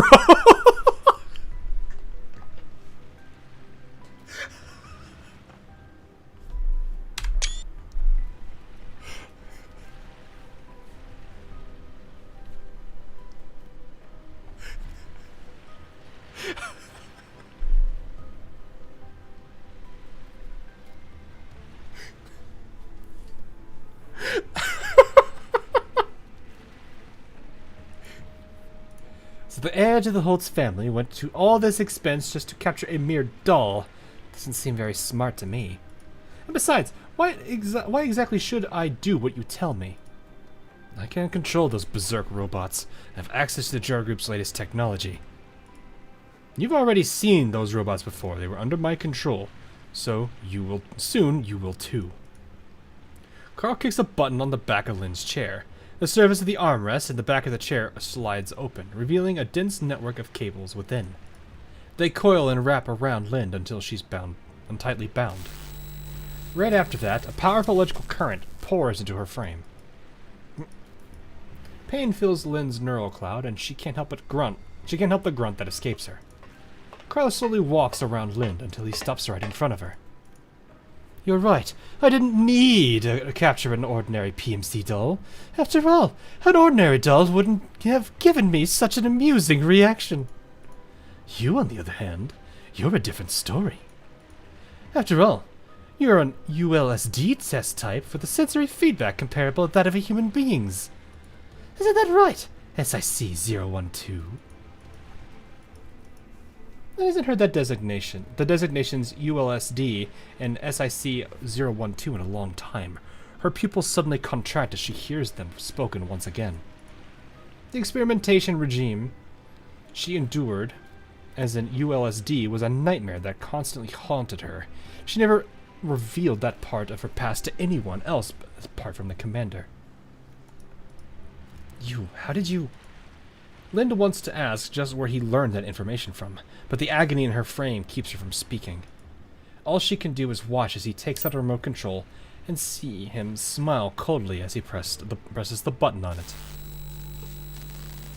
Streams of data and electric current slam into Lind. Her pain is amplified numberless times. Carl's body seems to distend away in an instant, only to pull back in front of her as though in slow motion.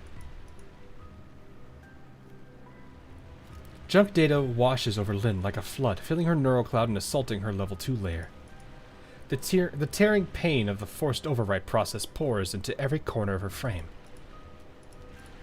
Her visual modules shut down amidst the pain, and her vision fills with a cold white light. Lind struggles to see amidst the radiance, but all that greets her is an endless void. Countless eyelids appear out of the virtual nothingness, slowly creeping toward her. Things are looking very bad for her indeed. Damn it. The only good thing about all of this is that she has her trusty Auto 12 in hand, and with it, her confidence returns to her. Lind raises her gun. I cannot die. I will not die. Not here. All this because Daddy didn't love him. Oh, so we're on our own here right now. Unfortunately, I guess I could borrow it, but I feel like that's kind of...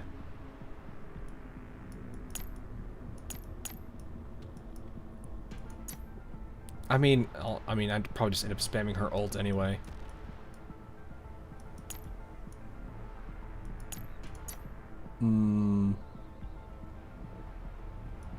We have been doing that the entire time, but I had to borrow it. Alright, whatever. Hi. It's probably just gonna be spamming her ult anyway.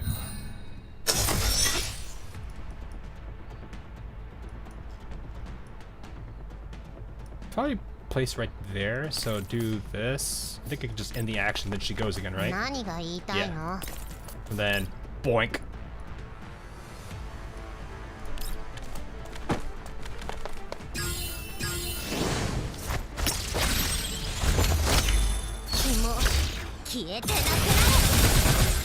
Oh, my frames!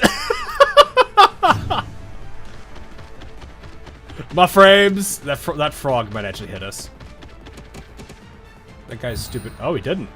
Well, the win button.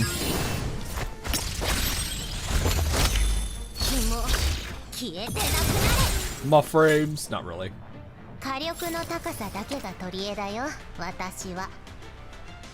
Game got a little angry. Yeah, it kind of is kind of more like, stop, what are you doing? No, please. Don't make me calculate this.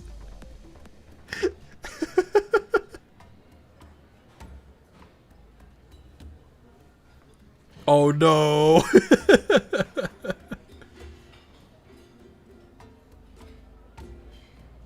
Oh my goodness.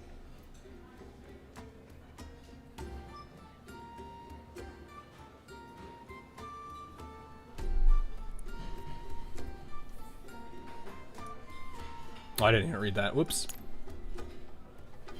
Texas Hold'em, blackjack, electronic dice, slot machines, roulette tables. They really do have everything here.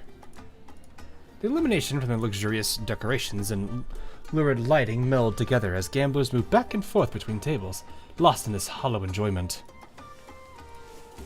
That's her JP voice. It sounds so odd after hearing her only in CN for a while. Ah, fair enough. Hey, Umpy, how you doing? Welcome. Welcome. We're just enjoying ourselves some GFL2 story right now. Hunter and Cheetah dart between the crowd, searching for a clue on how to get to the B1 deck. Those two rich patrons I saw at the bar earlier are gone. Leader, look, do you think they went there? Hunter looks where Cheetah is pointing. A pair of black-suited guards are standing in front of a grand-looking door. This door seems quiet and sedate, okay, compared to the liveliness of the rest of the casino. I do not regret getting the Kyungju costume. I was thinking about it. I saw the doorman interaction a long time ago, and I thought that was really, really adorable. But it does look really good. Like, I really do like its design. There's something written on it. Let's see. Let me see.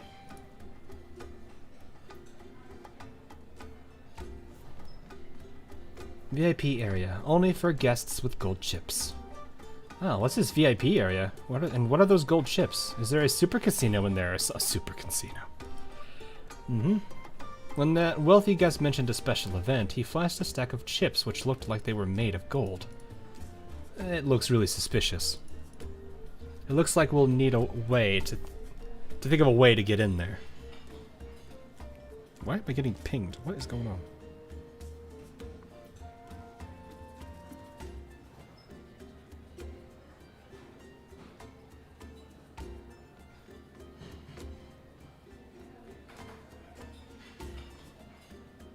Very confused.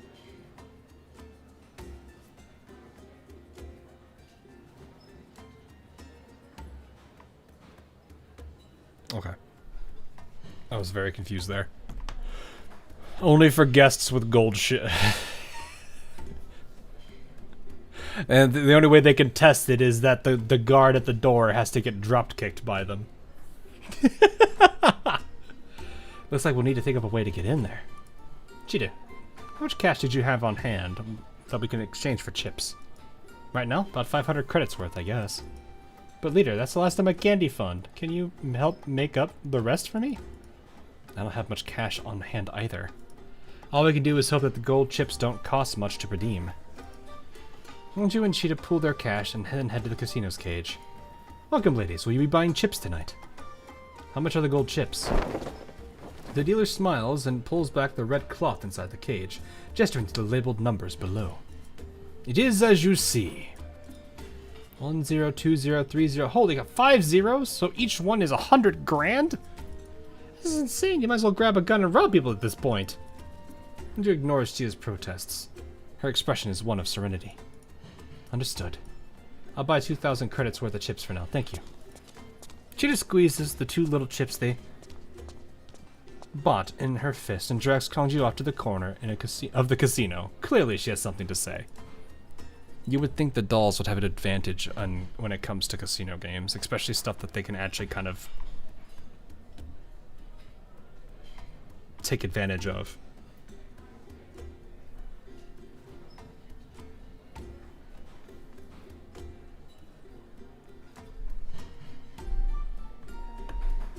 I'm just gonna like, huh.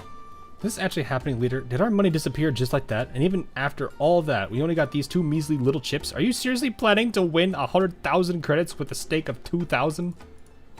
I was, actually. I actually do like her sprite model. I don't know why. So, like, I'm so used to the 3D model version of her and Cheetah that, like, looking at their 2D ones, I'm just kind of like, it's very different, yet they're still really well done.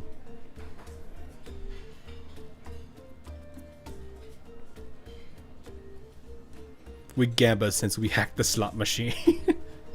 I have not gone, like, to a table or... I tried slots. I didn't really like slots. I went to cards instead because that's really what I prefer. Because, I don't know. It's a bit more relaxed for me with when I'm doing like card games. But then again, I also like when I'm at the tables, I'm usually way more like strategic and smart about the money I am using to gamble with. This is New Vegas, right? What? Are also luck, though. Unless you mean punch the casino machine and get the rewards with the 5... No. No. I mean, like... they can calculate odds and stuff. So they can definitely count cards if there's those kind of games here. And, I mean, at that point, it's a matter of can they figure out how many, like, if it's a card game, how many decks are used, what cards are available. And at that point, it just turns into a percentage game. What's the safer route to take?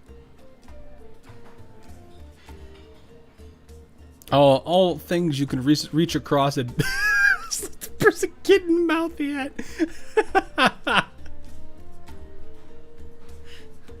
Fair. Right. Are you for real? Then we should just hold up everyone here. It would be faster that way. I mean, when it comes to gambling, we'd be totally screwed if we lose once, or just once, right? Cheetah, you're forgetting the most important thing. What's that? You mean like how we can claim anything we lose from caretakers as a business expense? No. What's important is that we won't lose. Saying so, Kyungju takes the chip from Cheetah before flipping them up into the air and neatly catching them. We are dolls, that is why we will not lose. For a moment, Cheetah stares blankly at the gleaming confidence in Kyungju's eyes. Then she gets what Kyungju is hinting at. A wicked grin spreads across Cheetah's face as she rubs up against Kyungju. I get it, so you're going to cheat then, is that it, leader? It's not necessarily cheating. It's just leveling the playing field. That's the way I look at counting cards. You're not necessarily cheating, you're just leveling the playing field. It's not a great thing when you have a minor in mathematics and specifically towards statistics and probability. Totally not cheating, chat. Totally just leveling the playing field. That's all it is, right? I'm not saying that I'm totally going to use that to my advantage at all. I don't necessarily have that background.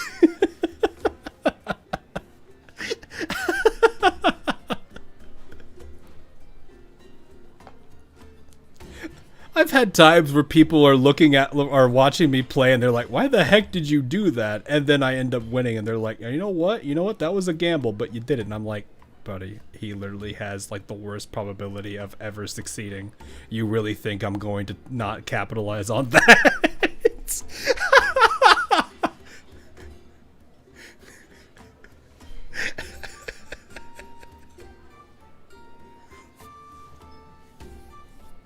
Oh, that was great.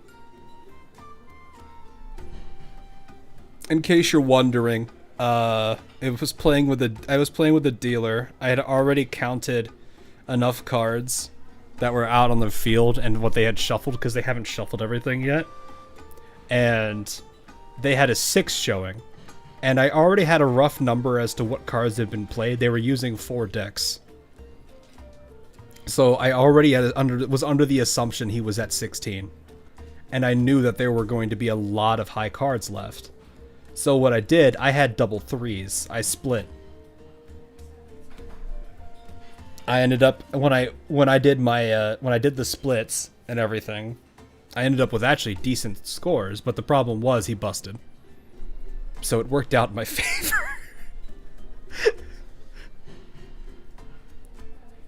Because both of, like, it wasn't just that. Like, I roughly knew the numbers, so I already not, like, I split, and then after I started seeing the other players playing, I had roughly an idea as to what cards were probably more likely to appear, and it was one of those situations where I was like, okay, I'm gonna just do a hit on this one and see what card plays up. If it's a high card, it's fine. If it's not, I'll be okay. And I got 2 very low cards. So I was like, okay. I'm going to go again. The other hand was pretty good. But yeah, it was really, he ended up busting. And I made like, I think, what was it? $80 in that one hand. Because it's a low bet table. I play more for chill than I do actually going to the high stakes tables. But no, it's fun. I don't know. I'm not one that goes to them often, but if I'm gonna go and I'm gonna play at the tables, I'm absolutely leveling the playing field. I'm gonna use my math background to my advantage. There are so many ways that you can do the counting trick. The easiest one still is just paying attention. You fool, I'm already several multiverses ahead of... I wish that was how that worked. Gosh, can you imagine how Doctor Strange would be playing at a casino? That's just not fair. It's over. Like, there's no... Doctor Strange at a casino means he's just gonna, like... The house has no chance.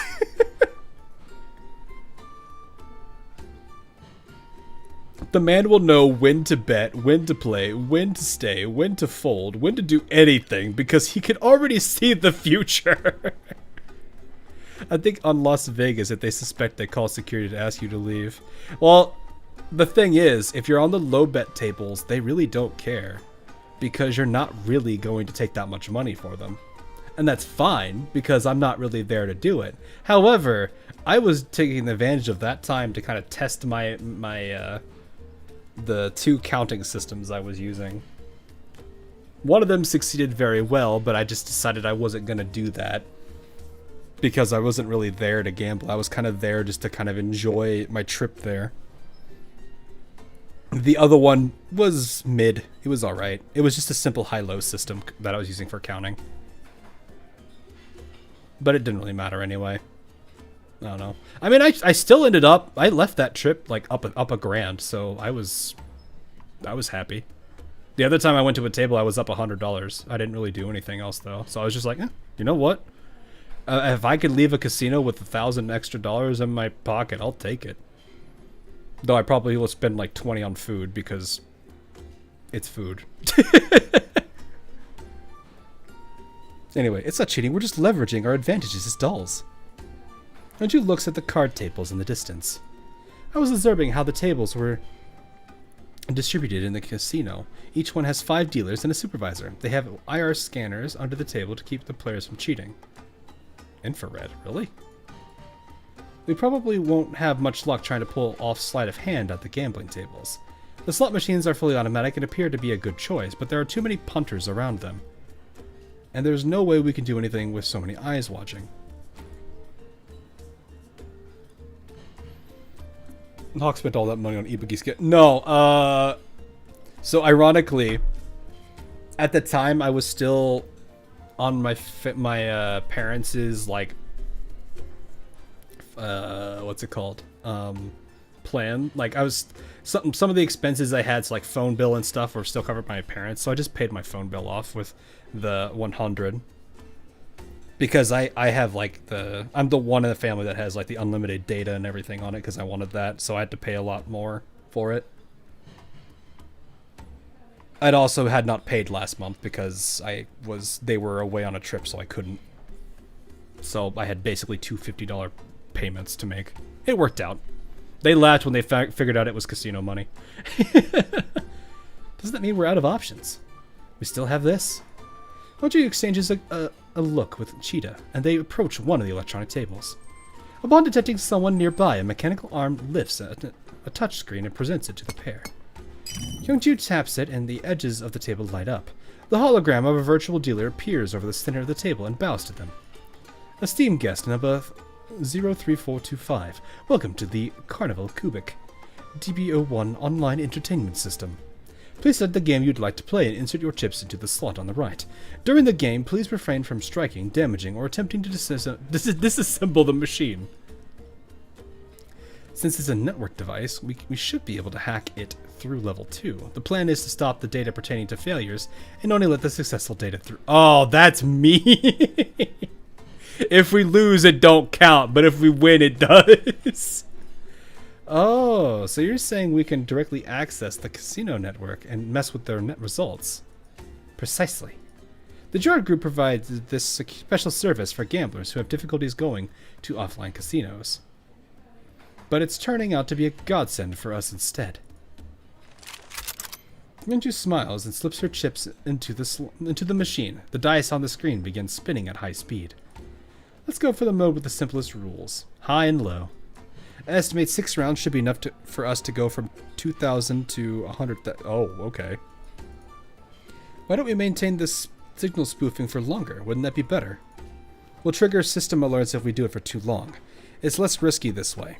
All we need to do is work fast in level 2. Are you ready, Cheetah? The game is about to begin. Come on, this genius has been waiting for this. That's a very clever way to go about that, though. We're fighting cubes. Cube! Are these the dice programs for the Carnival Cubic? They're small and square and pretty cute. Cheetah, don't get careless. I can only spoof the error signals for a few rounds, and we need to take care of this ASAP.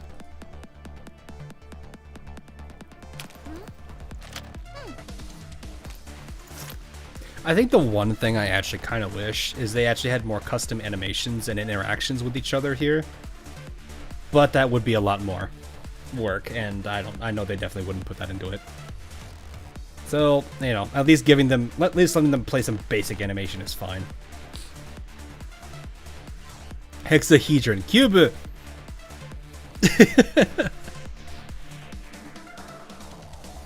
So that means we can gain points but not lose them. Relax, leader, I won't hold you back. Playing games is serious business for me. Oh, it just throws you straight into the fight. It doesn't even let you... Oh wait, these aren't even mine. Wait, can't I just...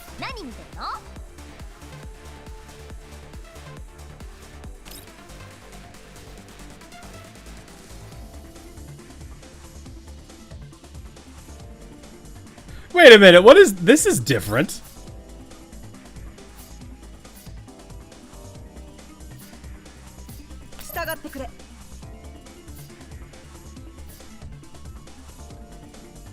We are literally gambling.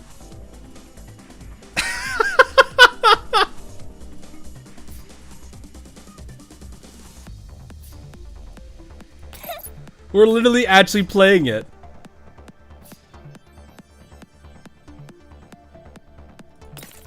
Alright, chat, what are we thinking? This is cool, I like this. Alright, what are we thinking here? What are we thinking? High or low? What are we thinking? High or low, chat?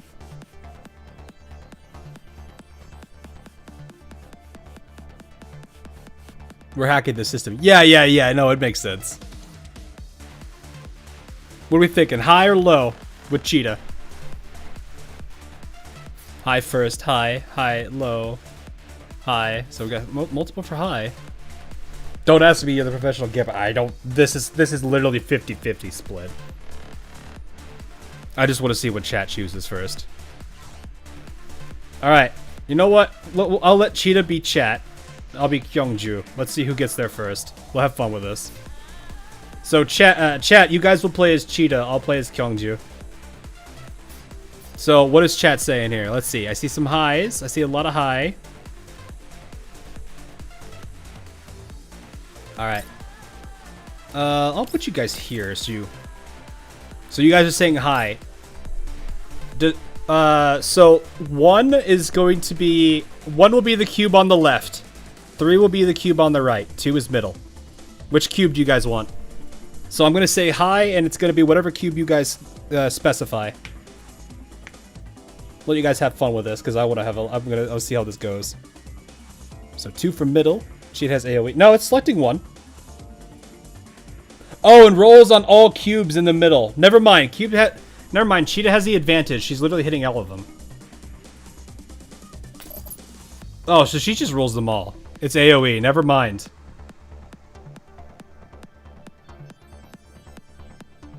Alright, well, never mind. You guys are gonna choose the one in the middle and just hit them all. Alright, let's see how you do then. Let's see if you're right. Cheetah's cheating. It's fine. No, it's fine. It doesn't matter that much. Alright, let's see what happens. You're saying hi. Nope. Nope. No good, chat. Alright, so I have a high or low chance here. Aw, dang it.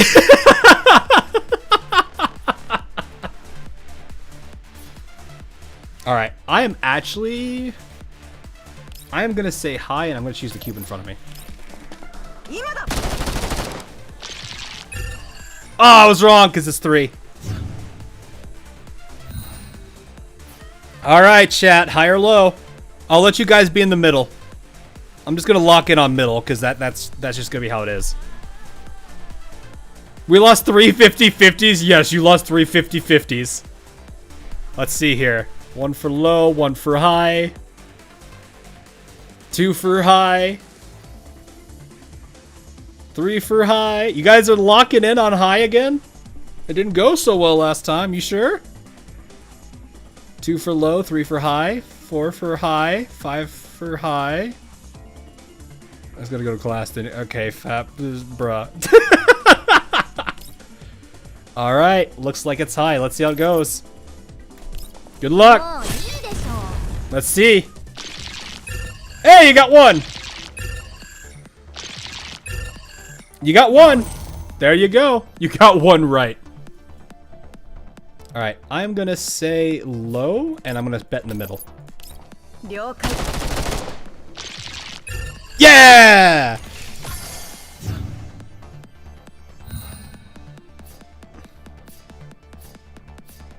Alright, chat. What? It's tied 1-1.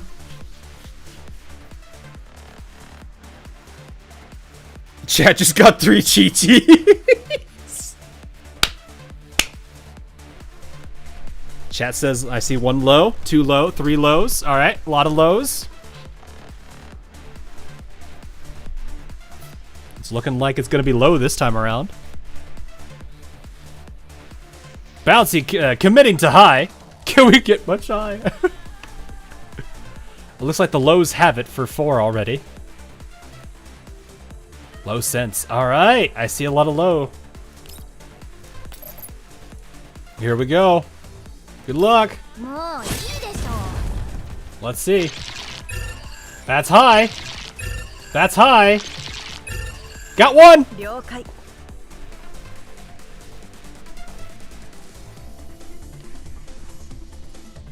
Alrighty. I am going to say, let's do high, and I'm going to choose the one in front of me again. Ah! You guys have the lead.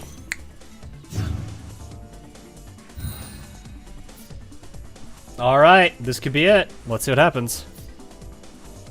High or low, chat? You could win right here.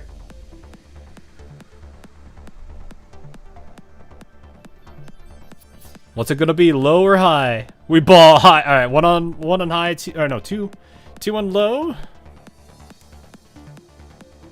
3 on low. I see a lot of low. Looks like it's gonna be low again.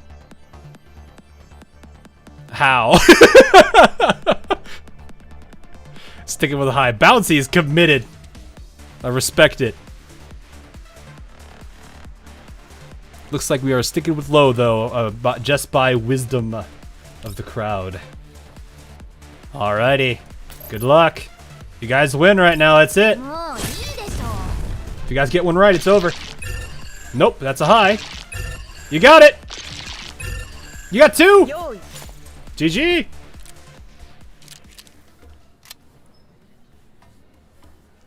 Chat wins. You guys did have a huge advantage though. I probably could have alternated between the characters for both of us to take turns, but you know what? It's fine. Cheeto wins. That was really cool, though. I like that. That is a cute little mechanic. I like that a lot. The spinning die gradually slows down and eventually comes to a halt with a 6 facing up. The Carnival Cubic machine plays upbeat music. Ding, ding, ding.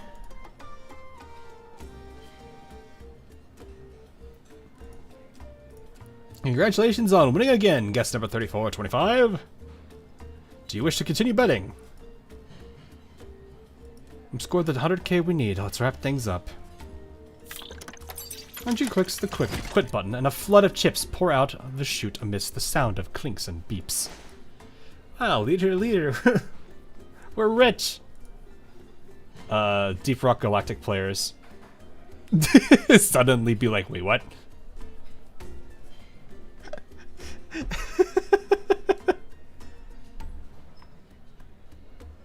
Every Deep Rock Galactic player has to suppress the urge.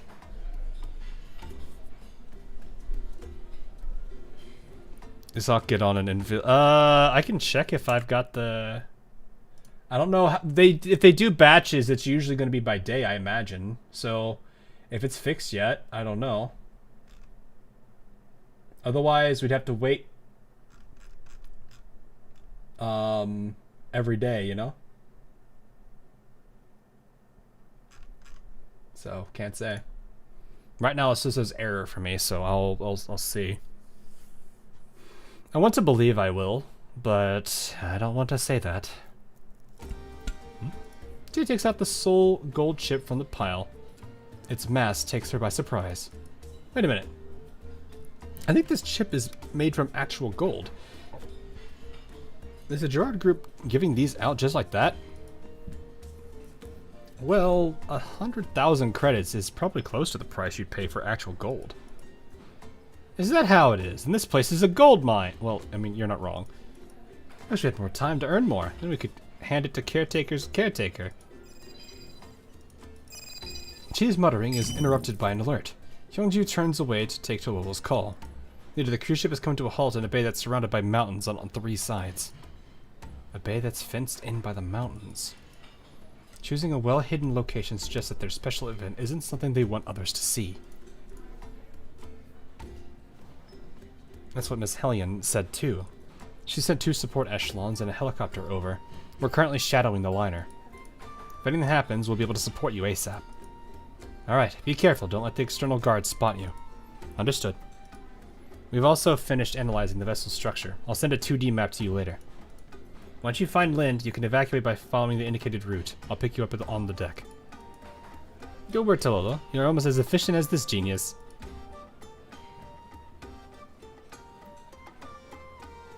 Don't do it. You don't gotta do her like you don't gotta do her like that. You don't need to don't ult. Don't use your ult. She doesn't need that much damage. She don't need that 16k. Why isn't anyone talking? After a brief silence, Tololo awkwardly clears her throat. Also, I've learned something about the matter you asked me to investigate. What did you find out? The Novelist belongs to a toy company. It's a place that the company uses to host charity events, and many media outlets have reported on it. Its CEO, Madame Celia, the mother, would often bring her son Carl to these events. The toys Carl created have also made the news. An heir to a toy company, in other words, that Mr. Holtz. That's right. Carl's full name is Carl Holtz. The contact information he gave to Griffin was correct. But why would someone who runs a charity want to kidnap Lind? Also, the inside of this boat is about as far from non-profit as you can get. You're right, it isn't connected to a charity at all, because Madame Celia passed away from an illness 6 years ago, and our toy company went down with her. Currently, the ownership of the liner has been transferred to Carl's father, Yakov. Oh, I remember that name. He was that jerk who was building robots for the Gerard Group. So you're saying this kidnapping was masterminded by a father and son duo? Something's not quite right. No, the kidnapping was orchestrated by a man who isn't loved by his father. I love the fact that that is entirely what this is.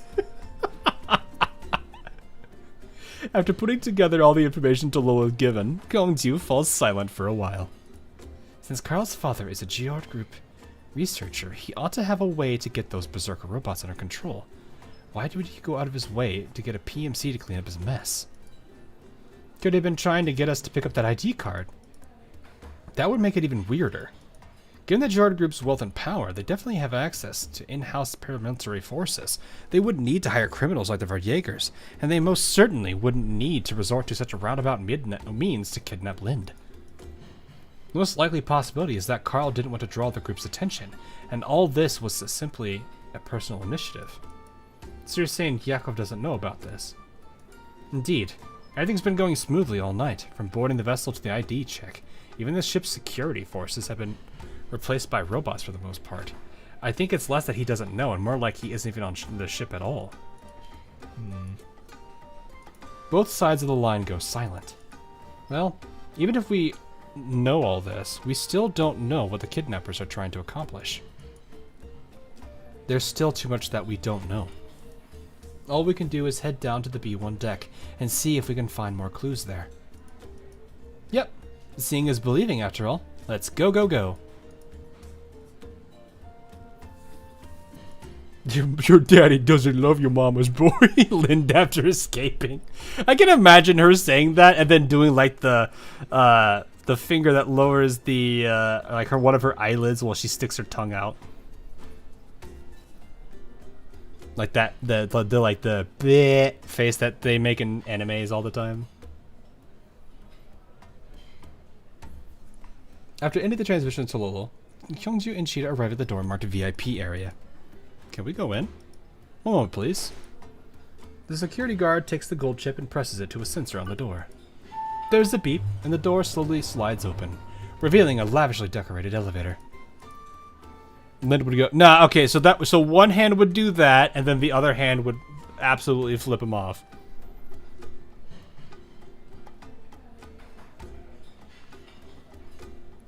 Or she'd probably just full send it in double bird.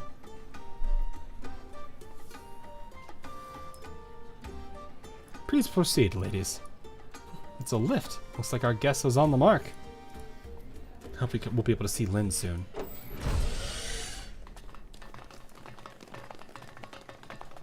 I think she did make that face. I don't remember where. Oh, she did? That's funny. The pair enter the elevator while holding these thoughts in their hearts. The heavy doors separate the inside and the outside like a wall. There's a muffled commotion from behind the door, as though the sound is being muffled by some invisible membrane. As the feeling of weightlessness from the elevator's descent grows, this noise becomes clearer. Until the elevator comes to a halt and the door slowly opens. Shouts and screaming fill the air, and a mix of sweat, blood, and stimulants hits them in the face like a physical blow. What on earth is this place? Dolls Fight Ultimate! Unlike the brightly lit first 1F, B1 is dim with blood red lighting. In the center is a huge circular arena surrounded by maniacal fans. Their formal attire cannot hide the bloodlust in their eyes. The sound of cheers and curses blend together, as though this is their paradise of release. And in the arena, a red doll and a blue doll are engaged in combat. The payout odds for both sides fluctuate on the overhead screen, and the shifting numbers have the audience in their grasp. It's as though the entire B1 deck is in the grip of some indescribable frenzy. But how could this be happening? Don't tell me they kidnapped Lynn to... Oh! Suddenly an ear-splitting cheer comes from the crowd. Kyungju and Cheetah look toward the arena. The red doll has her foot firmly planted on the blue doll's head, and the shiny floorboards reflect her crushed, distorted face. The red doll raises her sword high, aims for her opponent's shoulder joint, and forcefully drives her weapon home. The blue doll's right arm is parted from the rest of the body, and she rolls several meters away, coming to a halt at the edge of the arena. The disarmed blue doll curls up on the ground, moaning in pain. The doll's pitiful cries are immediately drowned out by the cheers of the audience. In the very next moment, the big screen above the ring zooms in on the red doll's cold eyes.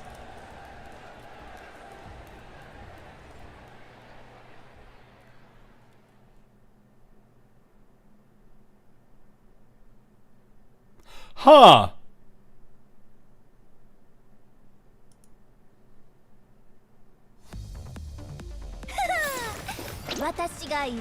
The Banui. Crawler coming in with the steel chair.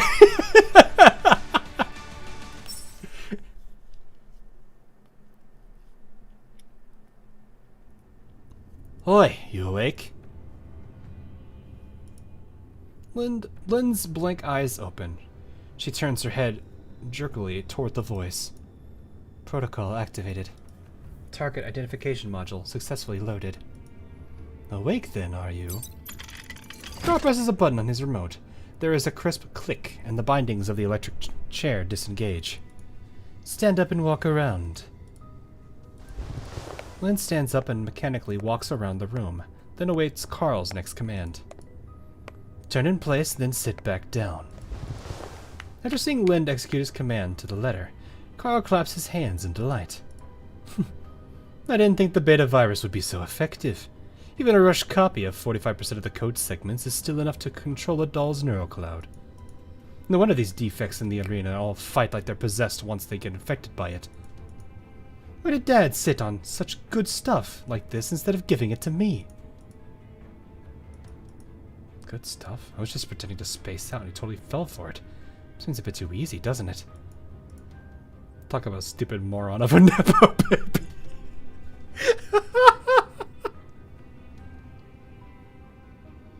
He doesn't know. God, he's an idiot. Once again, Lim blasts Carl's intelligence in the confines of her mind. Forget it. This actually helps bypass all kinds of problems. I might be able to get him to spill the beans on something too. That data set on my level 2 just now was massive. If I hadn't fought back in time, my neural cloud would have really have been overwritten. Was it because the virus code was incomplete? Still, wasn't this virus targeted towards Gerard dolls? I was built by IOP, so why was it effective against me? Could it be that the Gerard dolls use the same base layer technology as IOP dolls? I don't see why they... I mean... maybe? It doesn't exactly seem weird for the basic foundations of a doll to be consistent across the board. Before Linda can reach a conclusion, Carl gives her another order. Oi, doll. Come here. I'll tell you about the arena rules and your opponent tonight. Yeah, here it comes. Let's see what exactly you're up to. Lynn walks over to Carl's side. While Lynn was mentally prepared for what she might see in an arena, the sight before her still hits her hard. The screen shows a camera feed. In it, a red-colored doll with bunny ears is viciously chopping a doll on the ground to bits. It exemplifies cruelty, violence, and savagery. Just about every frame of the video maxes out Lynn's tolerance for disgust. As you can see, there are no rules in the doll arena. You can use any means to attack, and can freely destroy your opponent's frame. Simply put, whoever reduces their opponent to scrap first wins. Carl pushes the pause button. The feed is frozen on an image of the moment when the red doll cuts her opponent in half at the waist. This is your opponent tonight, Krolik, who's known as KO9 here. When a certain underground doll arena was all the rage in the green zones, she was one of the 2 most popular fighters there. Do you know why that is? Melee combat dolls are rare enough for starters, and her brutal fighting style was most entertaining. And of course, the more thrilling the show, the more the audience loved it. Unfortunately, the real Krolik escaped during an accident 8 years ago, and it was her partner, the most popular fighter there, who helped her flee. She's a twin.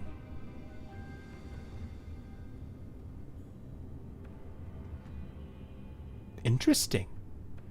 Or a copy. I mean, you could technically have infinite copies of dolls if you think about it.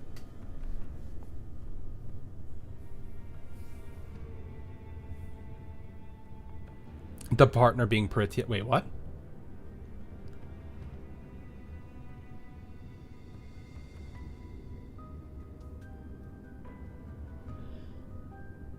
The dusty memories. Oh,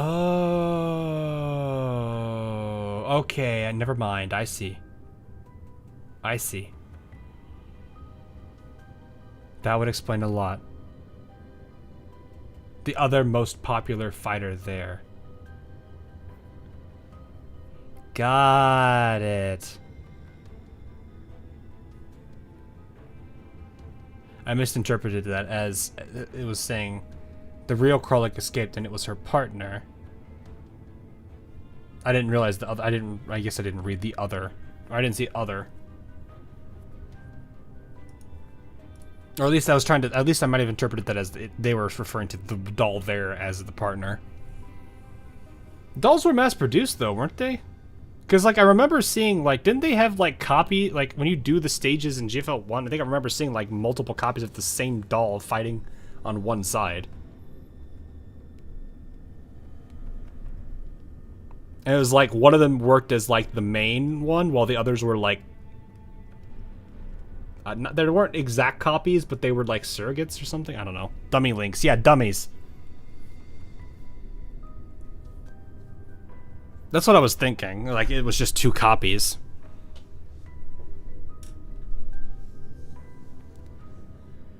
Even though they usually tried their best to kill each other in the ring, they decided to be all buddy-buddy at a time like that. Dolls make me sick. Despite being created by humans, all they think about is betraying humanity. I forget it. Why am I even telling a doll like you all this?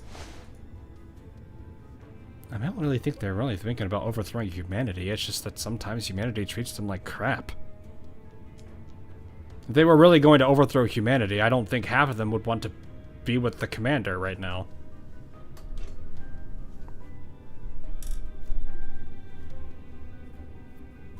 Clanker discriminate. Yeah.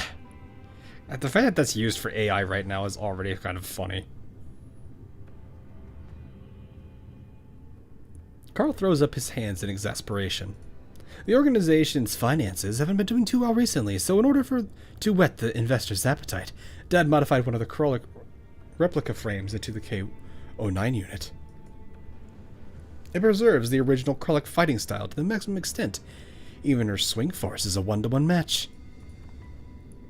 Unsurprisingly, KO9 is undefeated in the arena. It's won 22 consecutive matches so far, and its total winnings are a jaw-dropping amount. Well, some did try to overthrow Hugh. I wouldn't be surprised. But at the same time, if that was the common goal of all the dolls, them having even the slightest connection to any of them is already a break in that. Then Commander happened to them.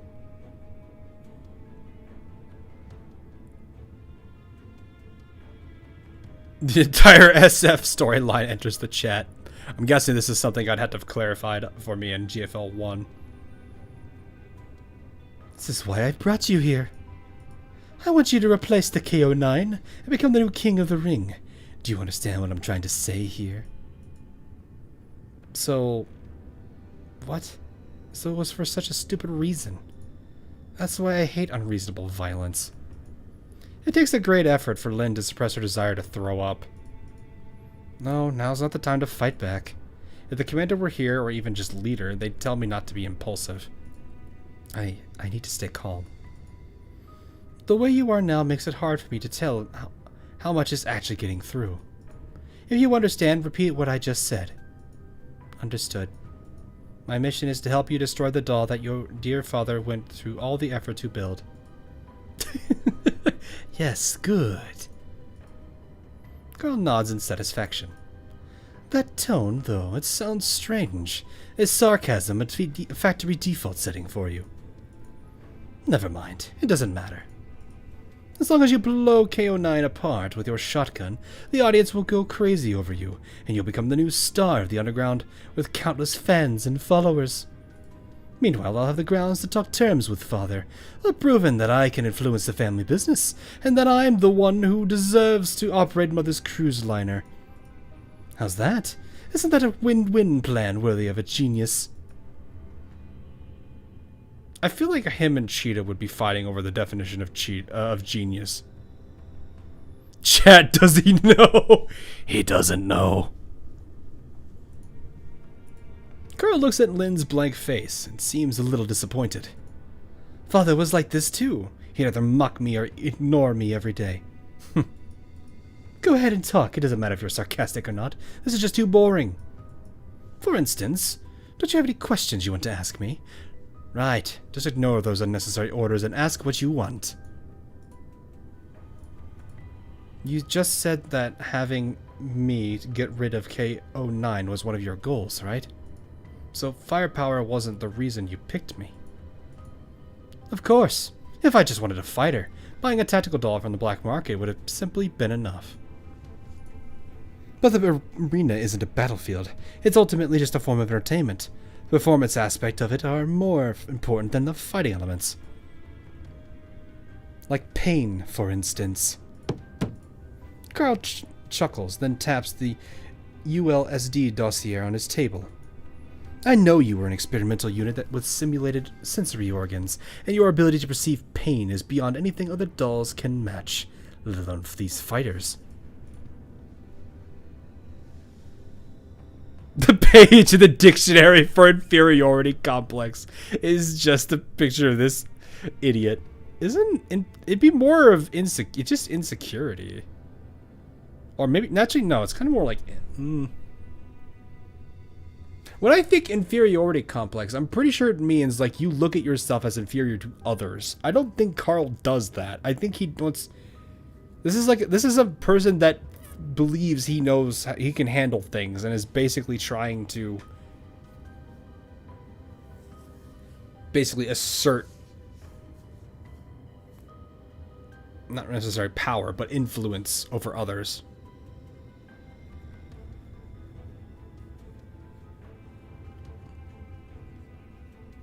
When I think of, like, inferiority complex, I'm thinking, like, characters that have no confidence in themselves whatsoever. It's basically a picture of a failed Nepo baby.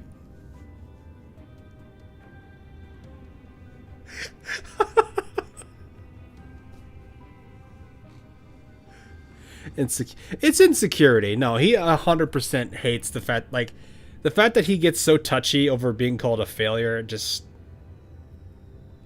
you know, really, you could tell it really gets to him, so it is definitely something that gets under him. But it's not like he is a failure, like, he isn't a complete failure, because it sounded like like, at the beginning with under his mother, like, when his mother was around, and he was making those toys and stuff, it sounded like one of his toys really took off. Even at the age of 6.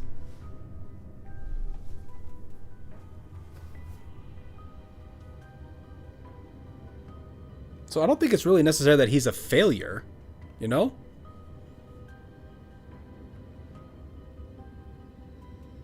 It's just probably what he wants to do is not what his father, I guess, decided. I think that he just wants power or something here at this point. I'm trying to understand his goals completely.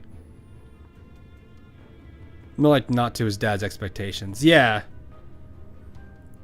Because it's like his dad has his own goals that he wants to pursue, and I don't know if it's because he doesn't want to have anything to do with it, or if it's something else, but clearly he just wants to have some kind of authority over him or some kind of thing to do it.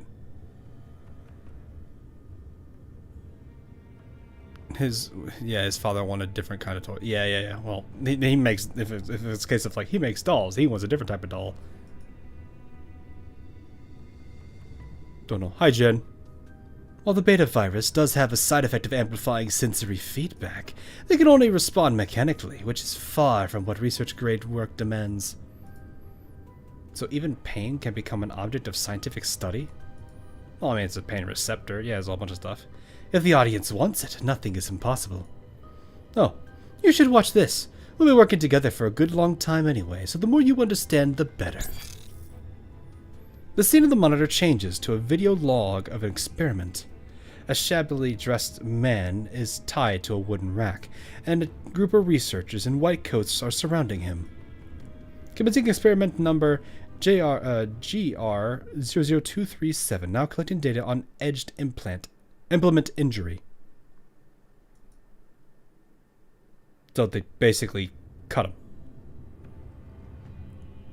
The researcher raises his scalpel and jabs it into the test subject. Blood sprays out and covers the screen. The test subject's screams echo through the chamber, while the researchers look down at their clipboards and scribble notes, as though all this was just a footnote to completing their experiment. Experiment number GR00237, Control Group. Begin procedure. The scene shifts. The test subject is now a doll. A researcher jabs his scalp into the doll's arms once, twice, over and over again, until he has produced suffering like what that human endured. What? What? Why? Why are they doing this? Lynn feels her neurocloud temperature spiking. If what she saw before was merely nauseating, what she's looking at now, it fills her with utter boiling rage. The image of the test subject doll defocuses, disintegrates, then comes back together before her eyes over and over again. Yeah, that sound effect is horrible. It fits it, but ugh. The lingering pain from the virus awakens, traveling through her frame until it converges on her right arm. Though it's as though the scalpel has passed through the screen and is stabbing through her synth skin. Ow, that hurts. The last time I felt that was when... Oh, is it her that's on the table? Lynn squeezes her eyes shut. Memories pour in like a tide. Those days and nights laced with the scent of antiseptics and all the helplessness and misery suddenly feel exceptionally real to her. She remembers the blindingly bright surgical lights, the ice-cold slab, the aloof looks on the researchers' faces, and the way she curled up from the pain. She remembers the questions she used to ponder back then. What did I feel back then when I was chosen as a test subject? Was this despair? Fear? Discontent? No. Back then I wasn't even self-aware enough to ask myself these things. I even thought that my pain was the whole reason I existed. Just like these test subjects and these arena fighters, they're being treated as tools to be used and discarded by their masters, and they think it's perfectly natural. But I know better now. I know this isn't right. I met people who showed me the truth, giving their all with correct words and correct actions in order to show that what was done to me was wrong.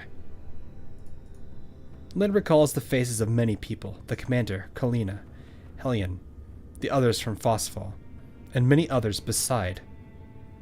All friends that she had the privilege of sharing her life with.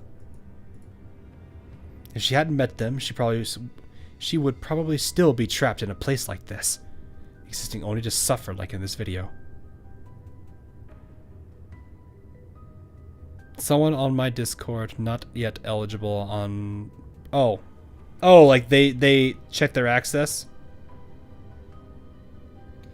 Like I said, just because they don't get it today doesn't mean they're out. They've done this in waves. They've done it in batches. So just keep trying and keep checking until they actually announce that they've stopped distribution.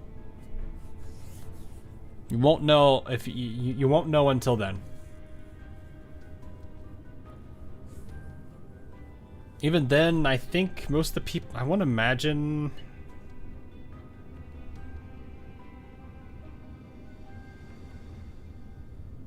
I want to imagine they're probably not giving it to that many people yet.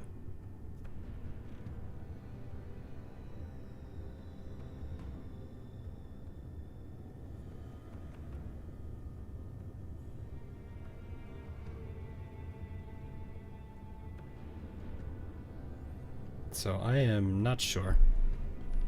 Getting a bunch of messages being like, I didn't get in. And I'm like, no, you didn't. Give it time. Speaking of the infield thing, it's more like the old Conclave, if anyone remembers that the... Oh yeah, didn't they... I wasn't around at that time. Didn't they use like some kind of roulette system back then or something? I remember hearing about that a long time ago.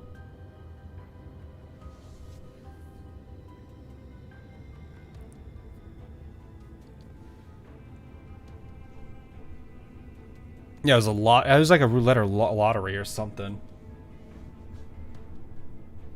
You had to win access. Oh, I see. I was not around for that. Then again, I didn't really know about this game until a bit later. Then a couple years later, the anime came out, and I enjoyed it.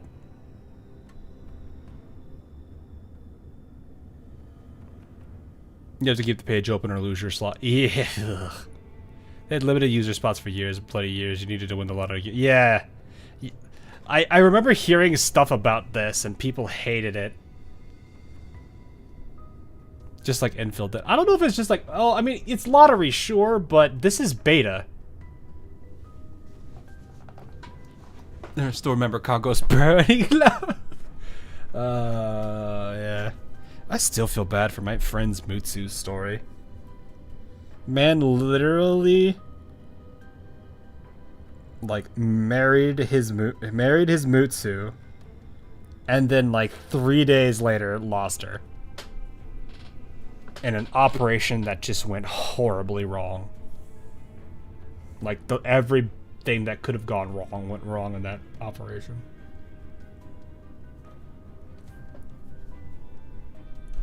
I think he did not touch the game for like a week.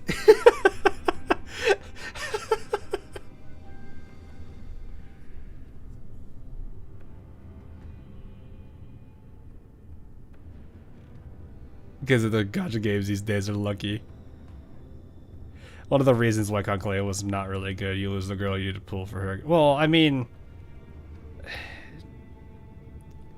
I don't. I'm like sitting here like trying to remember.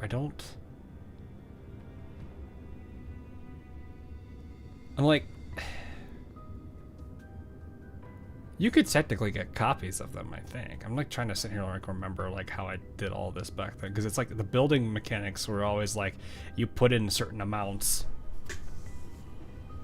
Because I'm like sitting here like I'm remembering all the memes about, what was it, Soryu eating all of your bauxite. Is that video still around? Hang on, I gotta see it. Is that video still around? That's like a super old video. It's literally just like the chibi version of, I think it was it Soryu? I don't actually remember.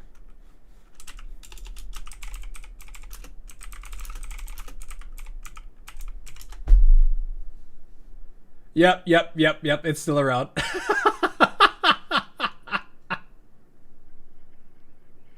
No, there's literally a video of it.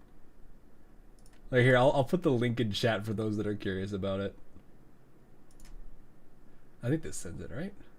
Let me see. Ah! Add. Yeah, here, I'll put it in both chats for those that are curious. If you wanted to see that. It was a really goofy little animation I saw a while back ago, and I remember kind of chuckling at it. I was literally just...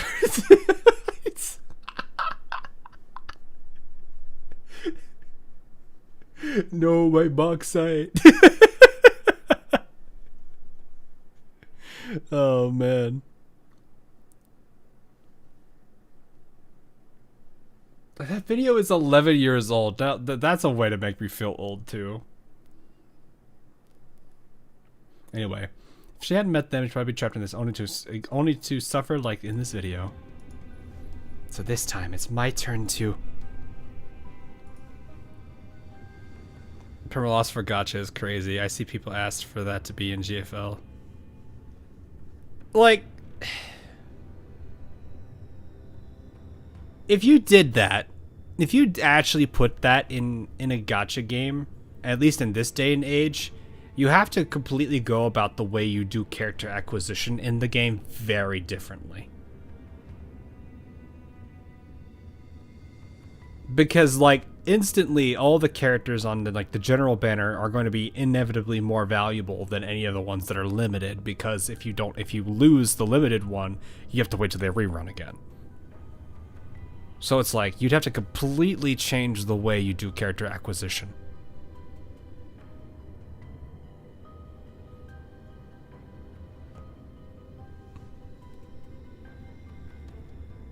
One would make sense since you can chug in resources. Yeah. Like, modern day gacha systems just would not work with, like, the, what is that called? I forget what they call that mechanic all the time. Like, a lot of people call it, it's like, it's not lockout.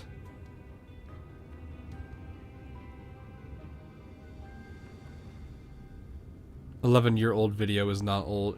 For a video game, it's like going to, no. It's like going to, like, being a Team Fortress 2 player and going back and watching, like, all of the Meet the Character trailers.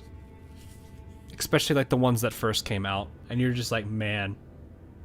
Like, seeing the old styling for, some of the items and stuff in there, it's just different.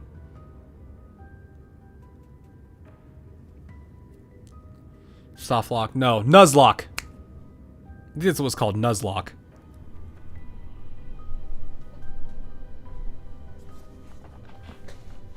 It's even considered retro. I wouldn't necessarily call it retro. I would just say it's just on the older end. Do not make me feel like an old man. Jen, Hark Knight's released 5 years ago. Almost 6.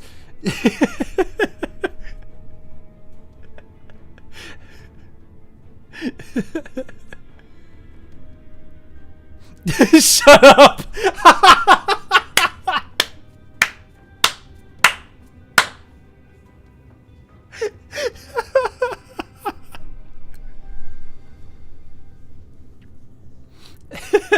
We are all speedrunning to be an Unk, really. KW. I mean, I technically already am an Unk. I don't get a choice in the matter. I am an actual Unk.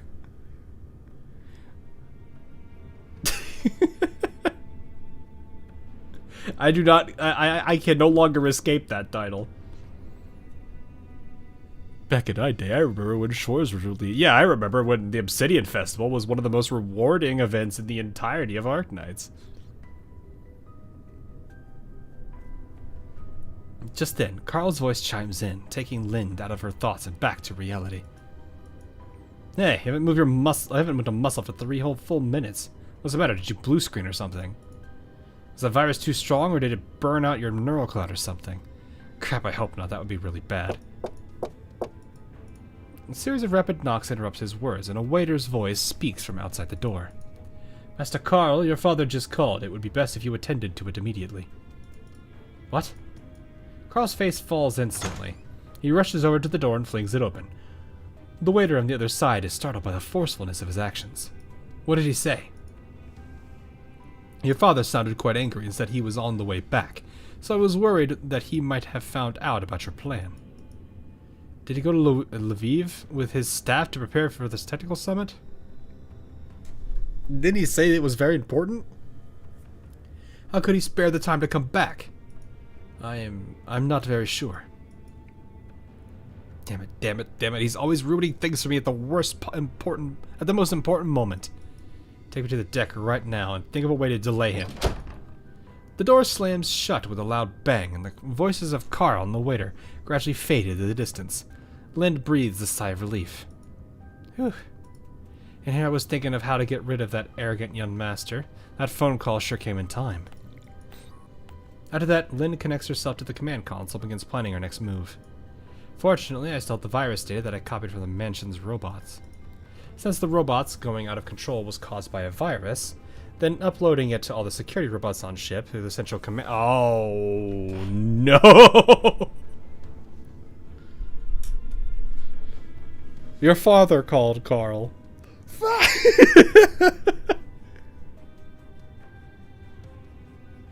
You have 3 nieces and 2 nephews. Oh, that's not bad. Hope you're enjoying your time with them whenever you get to see them. And, of course, the rest of your family.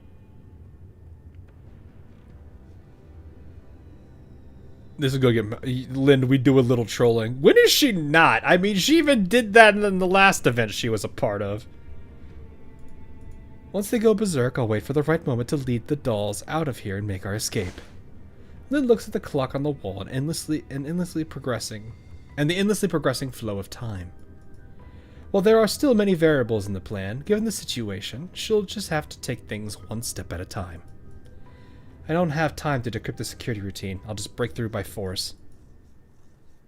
Alright, we're about to go to a map stage, aren't we? Oh. Well, hey, look who's back. Back again. It's Devin the Dude's, Lind.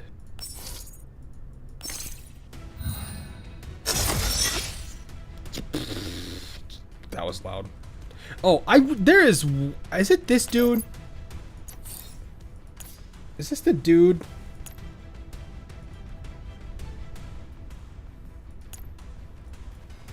There's one of these flying elites that I absolutely hate. Because it was basically like, if you did damage to him, you took a percentage, like, it was like a pain split. And not only would he take damage, but the character who did damage to him takes damage. So, like, in order for me to clear that stage, I just instantly annihilated that thing and basically traded Macchiato with him. The bloodfly thing. Yeah! I forgot what it was called, though, but I hated that thing. Also, I just realized this technically could be used as, like, a second turn.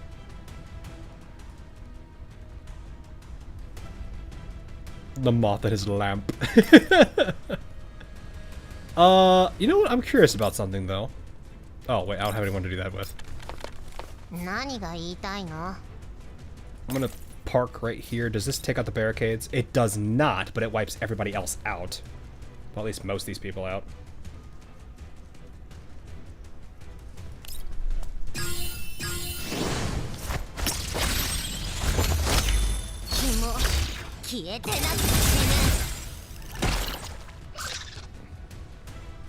We just have to interact with the target. I don't have to do anything else. What's your movement tile? Not very high. Do you have what's your attack range? Oh, you just walk up and explode. That's what you do.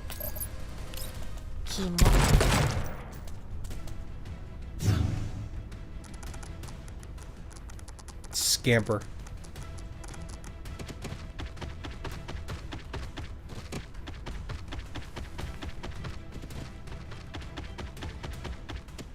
I'm trying to remember where I last did that. Was it a, I think it was one of the challenge stages that refreshes every now and then. I was gonna say, I don't think I can stand here, because I think that... Oh no, wow, that's the closest I can get without getting hit by that. Nice.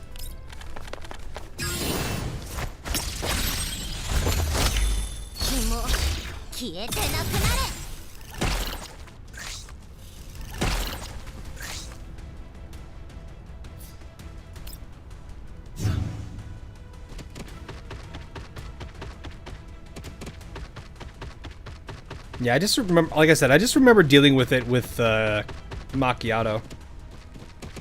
Because it just made it easier for me to not have to deal with it. The fact that I could just... This is disgusting for V6, though. The fact that I could just do this every turn. And just nuke the entire stage. Really just kind of shows how nasty that caliber is. Oh yeah, that stuff spreads.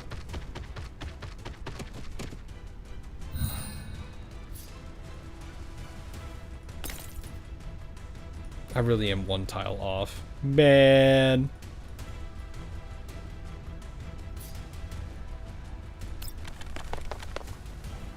I hate that I had to stand there.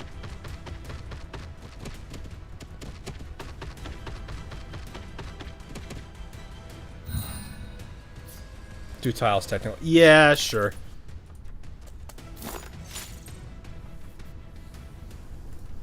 If only Leader and the others were here. Doing this by myself is a pain. Fortunately, the virus is already doing its thing. A few more minutes and the ship's defense systems will be completely paralyzed. We can use this time to find the exact locations of the imprisoned dolls. Let's see. The database should be here, right? Ah, I found it. It's a blueprint of the ship's internal layout. What are these next to it? Encrypted documents? I can't open them. Meh. I'll just copy them all and worry about them later. The hour hand on the room's clock has traveled quite some distance. The sound of hard leather shoes on metal passes is audible through the door, accompanied by Carl's cursing. Okay. You useless bastard! Why did you make such a big fuss even though nothing happened? As the master of the novelist, I order you to bring my match forward right now. But no buts, and I don't care what the back-end people have to say about it either. You will begin the match before Father returns. Crap, that Carl guy's back. Copy progress at 97, 98. Lynn's finger fly across the keyboard, her eyes darting between the monitor and the door faster and faster. Just a little more. The progress bar fills up with a beep. Lynn quickly closes the control terminal and then takes a deep breath before quickly returning to her previous position. Carl storms in, then quickly glances around the room several times but finds nothing amiss. Then he glares at Lind. Are you awake? Protocol activated. Target identification module successfully loaded. Seeing Lind wake up from offline status soothes Carl's frazzled nerves somewhat. Seriously, screw that old fart. He keeps messing up my plans.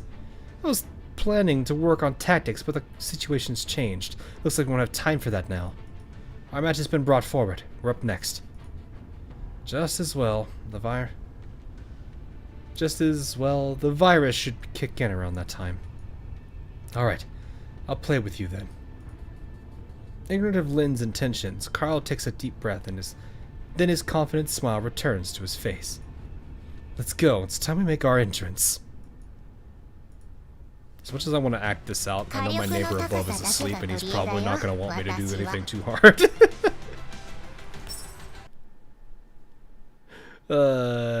Sharing a wall with a neighbor is not the best.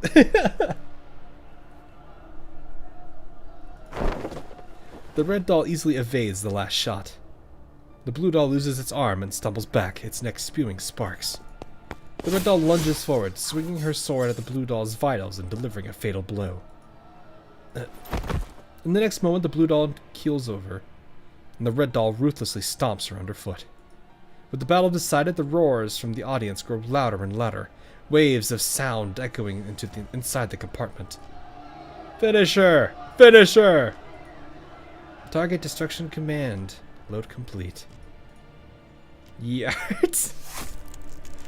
The red doll drives her hand into the blue doll's chest, and with a burst of strength, she rips out her opponent's still glowing heart. There is a crunch of electronic components splintering, and then the arena is filled with deafening screams. I don't even need to do that one. In response to the audience's cries, the red doll raises the fragments of her opponent's heart into the air. Then she turns and vanishes backstage. Leader, was the purpose of bringing all of those dolls aboard this ship just so they could be thrown into this underground arena? I can't accept this. This is too much. How could something like this happen? I didn't expect the people behind the doll arenas to still be going strong. Looks like that crackdown operation from back then didn't get rid of them. What do you mean by crackdown operation? Were there places like this before?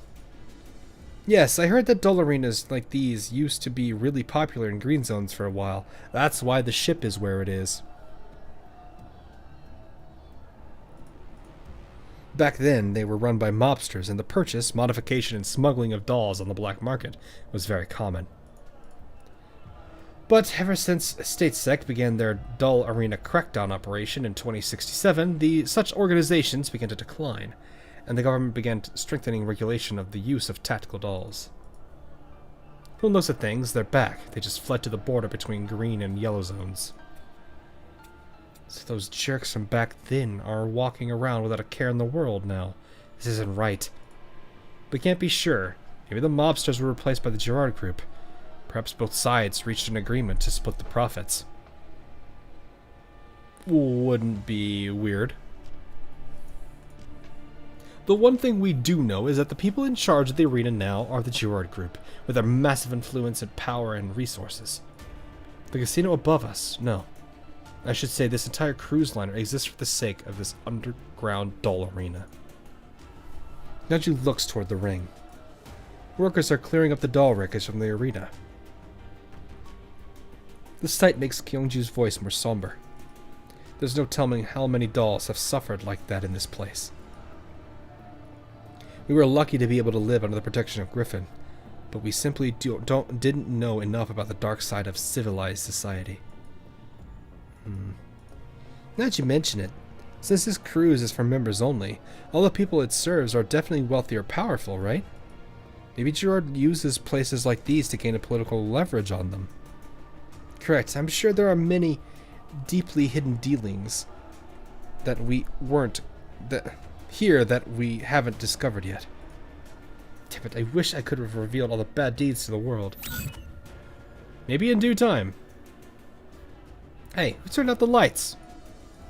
Suddenly the lights above the audience seats go out one after another, from the outside inwards. In the darkness, a shaft of blinding light descends from above, illuminating the host. Ladies and gentlemen, welcome to the MV Novelist. Novelist? I don't know if I'm saying it right. Our Queen of the Ring, KO9, will be taking a short rest, and she will return to give you an exciting show later on. To all our guests who wish to wager on the outcome, please proceed to the right side of the ring within 10 minutes, and place your bets with your gold chips on hand. It's no wonder you need gold chips to get into this place, so that's what they're for. I'm sure many of our honored guests have lost their dolls during the course of tonight's arena matches, and as such, we have a special offer for you. All guests who have fielded contenders against KO9 tonight are entitled to a free trial of the group's latest batch of prototypes, codenamed G&L Beta, and enjoy the highest possible discounts tonight should they decide to purchase them. The host claps, and a carefully crafted advertisement trailer appears on the big screen. Rows of specially modified dolls walk into frame, ranging from domestic models to entertainment types, and everything else in between. Each of them different make and appearance. The only thing these dolls have in common is that they all have the same empty eyes as KO9 does. As you can see, the dolls from the G&L Beta batch have blank neural clouds, and the default beta programming makes them completely obedient to your instructions. That means they won't complain, won't refuse orders, and definitely won't betray you. Considering the virus, this is actually really funny. You can customize them to suit your personal preference and needs, or allow them to be freely used. Of course, domestic models will have all combat functionality removed, so you can be rest assured that your product is absolutely safe. Oh, does that mean they won't even try to fight back? Of course! The host's voice slowly fades away, only to be replaced by twisted cheers and shouts from the audience. Some people are already planning how to make full use of their new acquisitions. All kinds of deviant discussions filter through the air and make their way to Kyungju and Cheetah's ears. Holy crap, all of these people on purpose! I can't take that anymore! What does used mean here?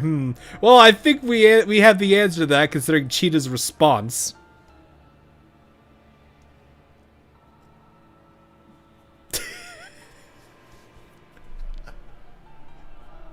Damn, it doesn't need to call it the player base like that. Well, she kinda has to. Remember, whenever you think about getting any of that type of stuff, remember this one picture from Cheetah. Know you are being silently judged by a certain candy-loving, bomb-throwing genius.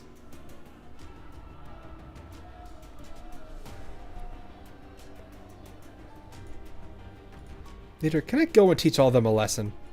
Calm down, Cheetah. We haven't found Lind yet. That's not very A of you.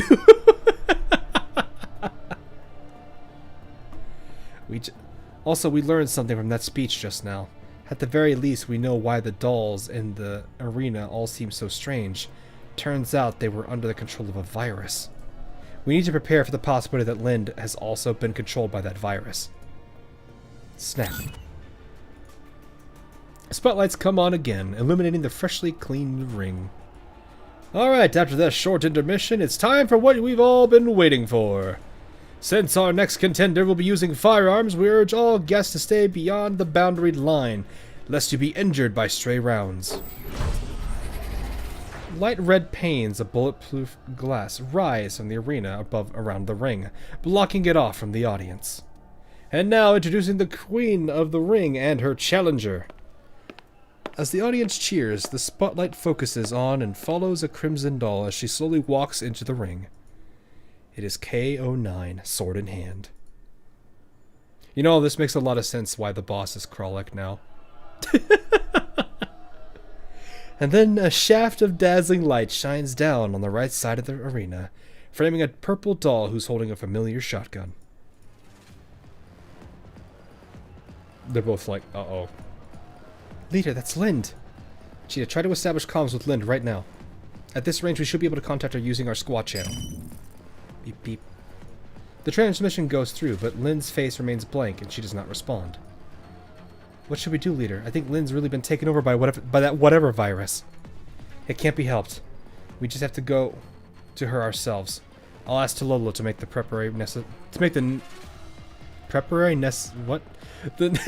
I switched these words. The necessary preparations. My brain. What was that? Cheetah, get ready to back me up. Lind's safety is our top priority.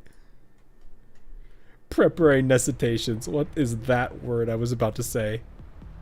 No. It wasn't even preparations necessary. It was take the first half of prep and move it to necessary. So it becomes precessary.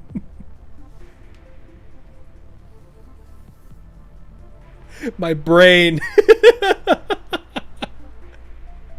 Hello, leader. I'm not getting a reply from Lind's communicator. Not good, they're about to attack.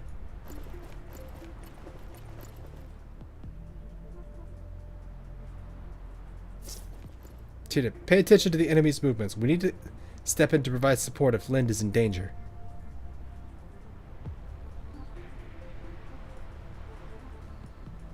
Eliminate the boss.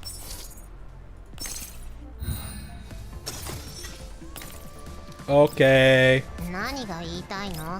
Goodbye.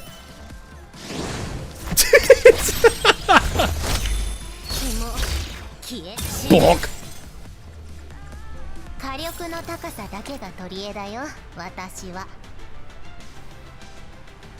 And that was easy. There will be blood.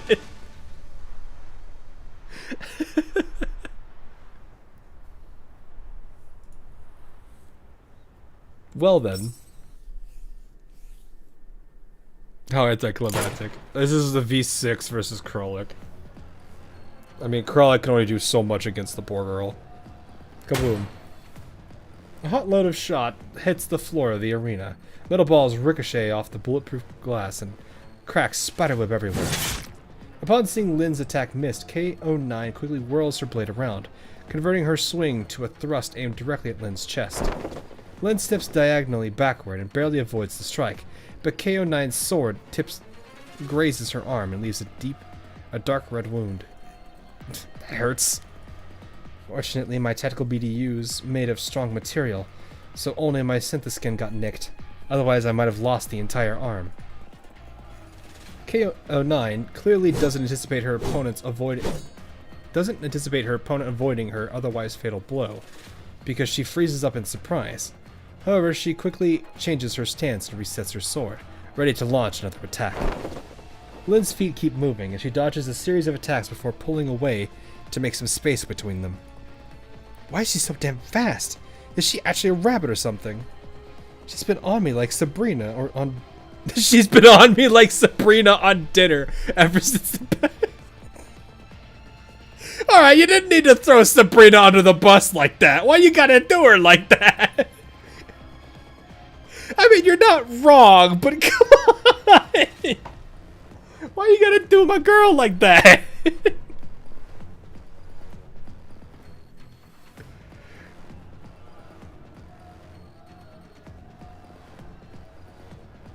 I haven't had the chance to counterattack at all, and even if it's because of the beta virus, that kind of tenacity is just scary. Lynn carefully studies KO9's every move as she works to get her breathing under control while shifting her center of balance and keeping her finger on the trigger. Don't panic, leader and cheater are in the audience. All I need to do is draw this out until the robots go berserk. I'll open fire the next time she rushes me. Should be able to find an opening then. Yart! Now! She sees K9... K9? Yeah, it's her name's K9. Which is funny because she's got a bunny's like outfit on. Raise her sword. Lynn pulls the trigger without hesitation. A wall of shots spews from her gun's barrel and slams into KO9's weapon with a crisp sound of metal on metal. Although KO9 evades most of the metal balls with preternatural speed, one of them manages to punch through her shoulder.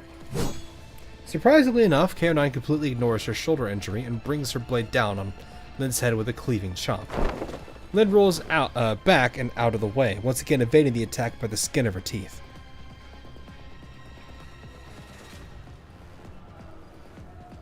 Purple Queen of throwing shape, basically. No wonder Carl said something about wanting to improve the beta virus's sensory side effects. She's clearly nowhere as sensitive to pain as I am. How is that even fair? Can't be helped. Time to go full auto on her. I'll just have to fix your frame once we get out of here. Lynn takes a deep breath and then decides to max out her power output. A curtain of red-hot lead instantly blocks off the way ahead of her. KO9 steps aside and dodges each and every pellet headed her way. Then she reverses her grip on her sword and rushes Lynn.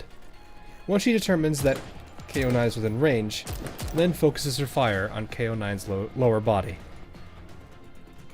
And loses her balance and takes a hit to her right leg, which supports her frame. Lynn jumps over, pressing the off-balance KO9 to the ground with her elbow, and pressing the muzzle of their gun against KO9's head with her other hand. That'll settle her now. However, KO9 chooses this moment to erupt with tremendous force. She punches up with the back of her blade, knocking the gun on her head, knocking away the gun on her head before slamming her right knee into Lynn's chest and taking her by surprise. Pain radiates through Lynn's chest as she staggers back while panting heavily. Damn, it hurts so bad I can't see straight. Although her vision is blurry now, Lynn still strives to right her balance while opening fire in KO9's direction.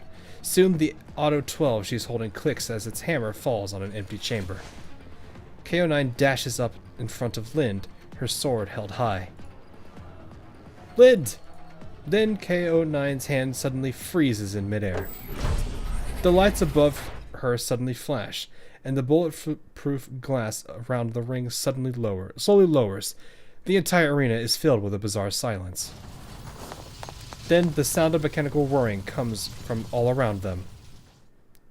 Cheetah, now support Lynn. Their guns... okay.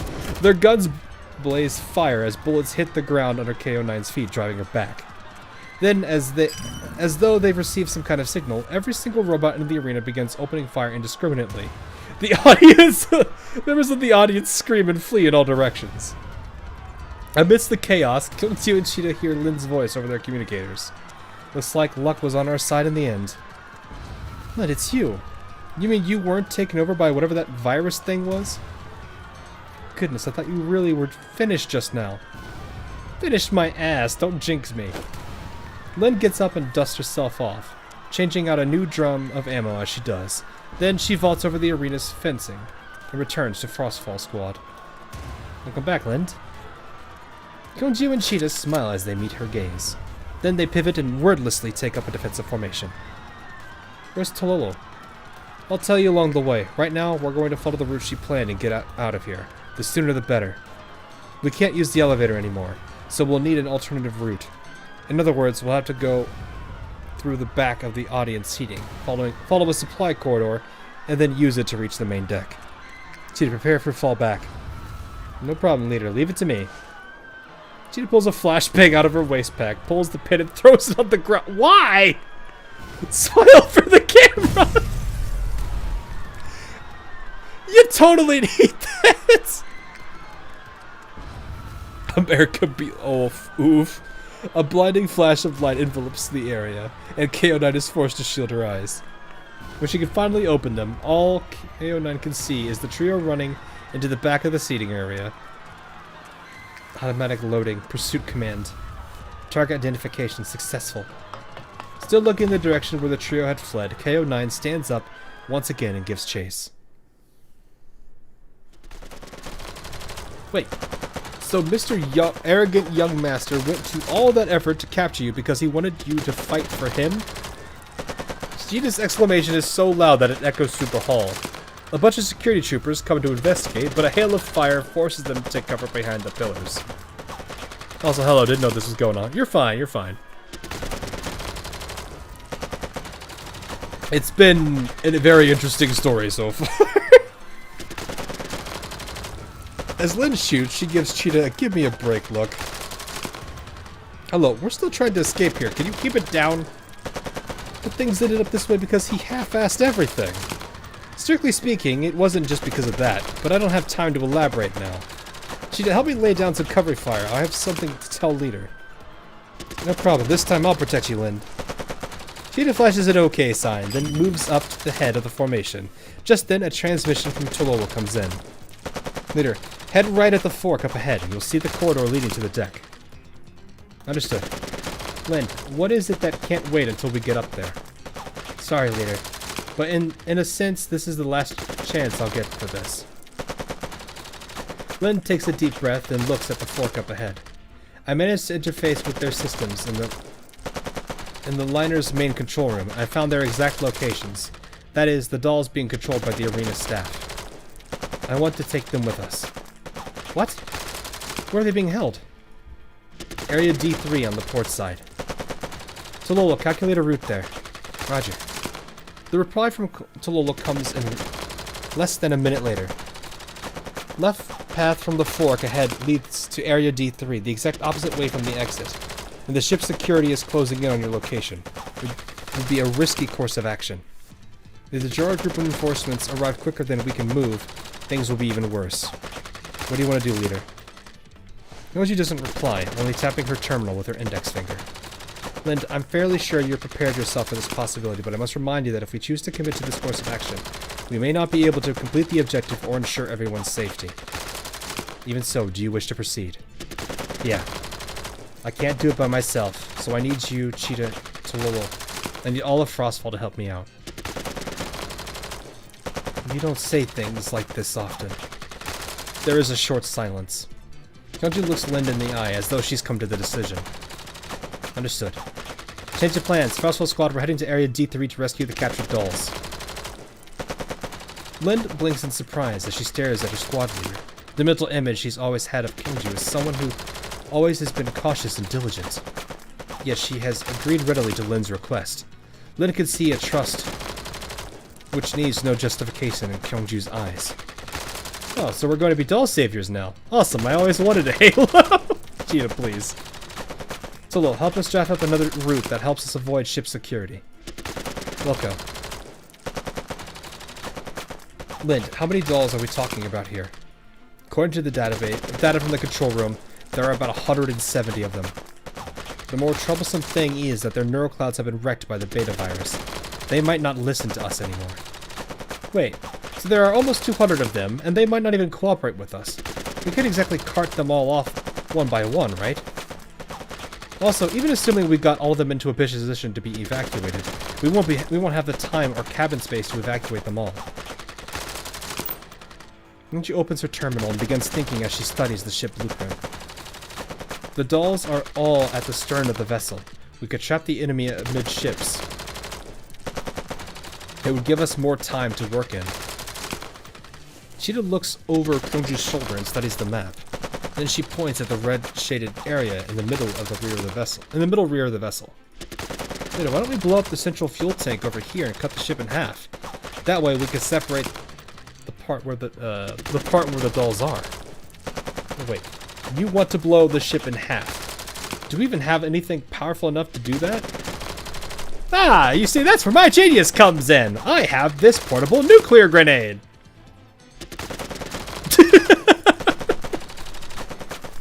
Lind, where did you get that? Throws it into the water.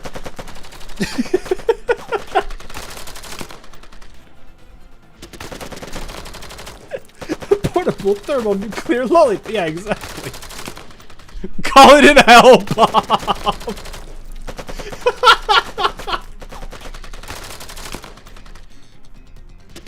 Hell bomb arm, clear the area.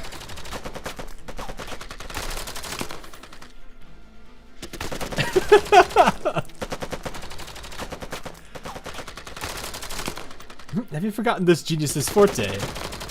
Cheetah produces a little ball out of nowhere and tosses it up, a wicked glint in her eyes.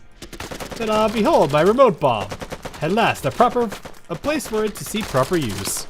Anyway, give the order, leader. That bunny-eared doll is coming after us. Roji's gaze hardens as she focuses on the incoming figure in red. She quickly judges the feasibility of the mission and makes a decision.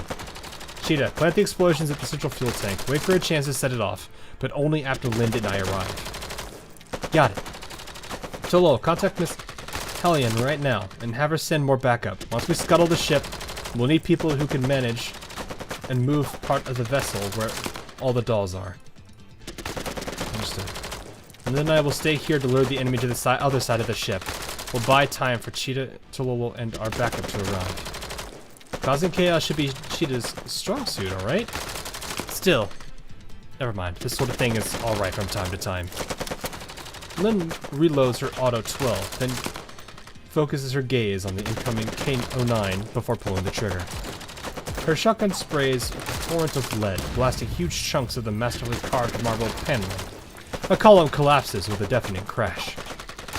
K-09 is forced to stop as the fallen pillar blocks her path and throws up a huge cloud of dust. Aren't you good at running? Come catch us then. Down, up, left, down, up, right, down, up, what? Are they basically Android? They basically are, yes.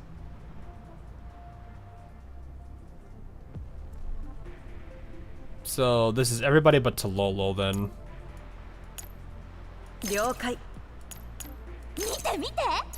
I'm actually gonna switch her key. I think I can do that, right?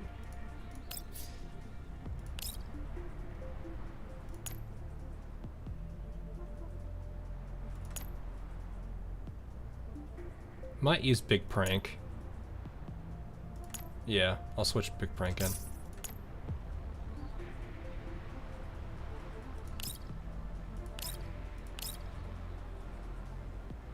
Wait, no.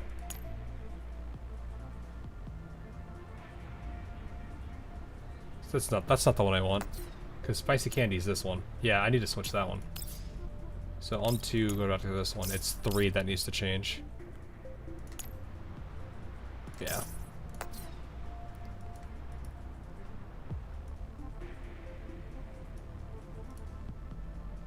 Okay.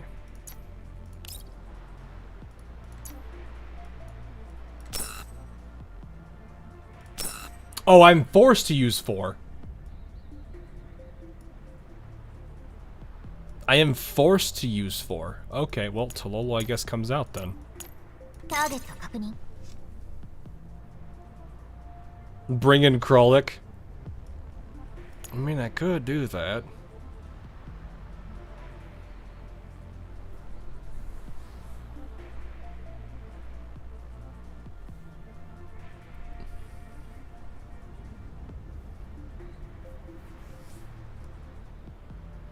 What are the levels of her? Oh yeah, that would not go very. You know what? Sure, let's do it. And in fact, you two switch.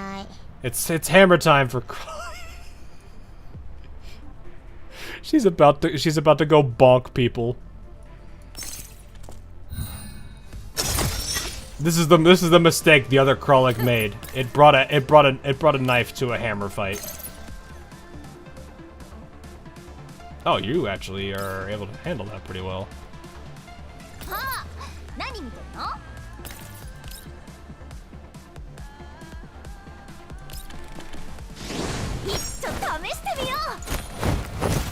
There's also a hidden package on this map, by the way. Oh, really? Alright, let's see if I can find it before anyone tells me. I think it's... Yep, it's right here. Okay. That wasn't hard.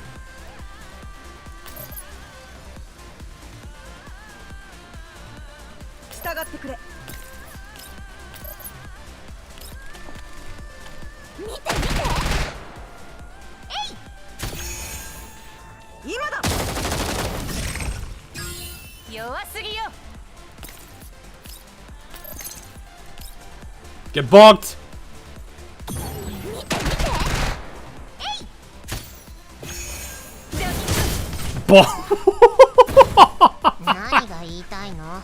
Yeah, the boss cog is actually tough. She gets a double turn.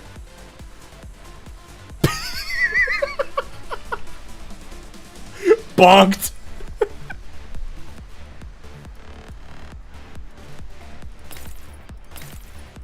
Oh, I can't hit. Oh, this is Lind. Right. In that case, I just need to focus everybody in an area then. We're not doing anybody for this target. And we're just going to obliterate as much as I can.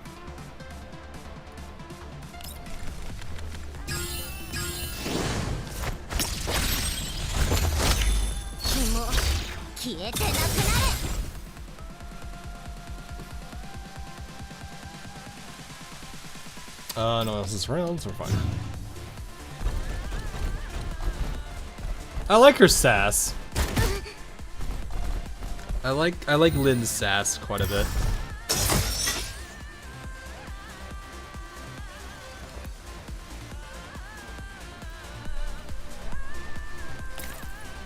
Well, in that case, let's just hit this grouping here.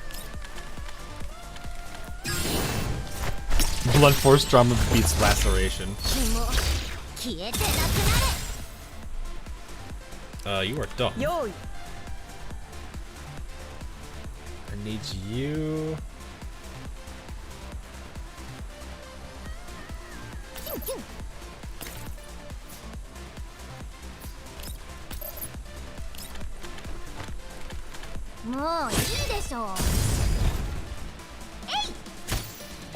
She said it. She said the word.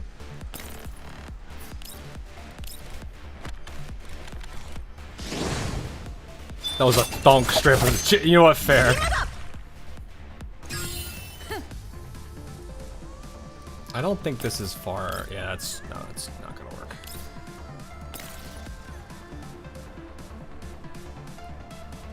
I mean, he can move over there, but that feels like a stupid idea. This is actually somewhat decent Kralik. I haven't actually worked on her much since I think the last time I really worked on her kit. Wait, can't they just like walk right? Wait, this is gonna be? Yeah, I was gonna say it's iron fence. I had to think about that for a second. I was like, wait, that's an iron fence. That's not gonna work the way I was hoping for it to.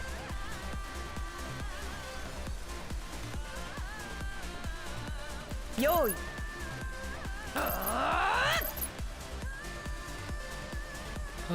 We can do this, I guess, and then just keep pushing. Yeah,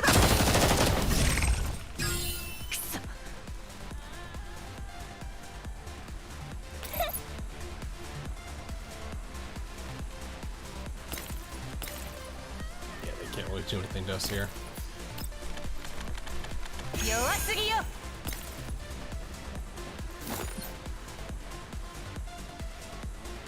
I'm actually gonna keep her here. Actually, let's put her here. I don't. How fast are these dudes? Oh, they're very slow. He's the only one that's gonna be able to do anything because he's got what, 5? Yeah, he's 5. He's 7, I think, after his first turn. Or does he not have that ability? He doesn't. Okay, no, he's just the standard level 1, so he doesn't get that buff.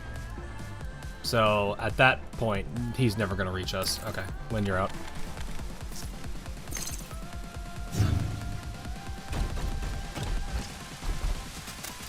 These guys are just too slow.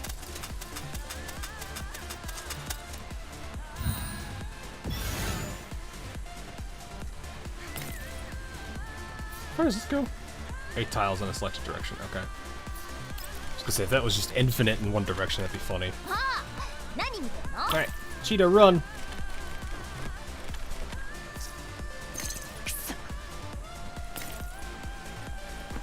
I love this, the fact that I've got the stick and the hammer.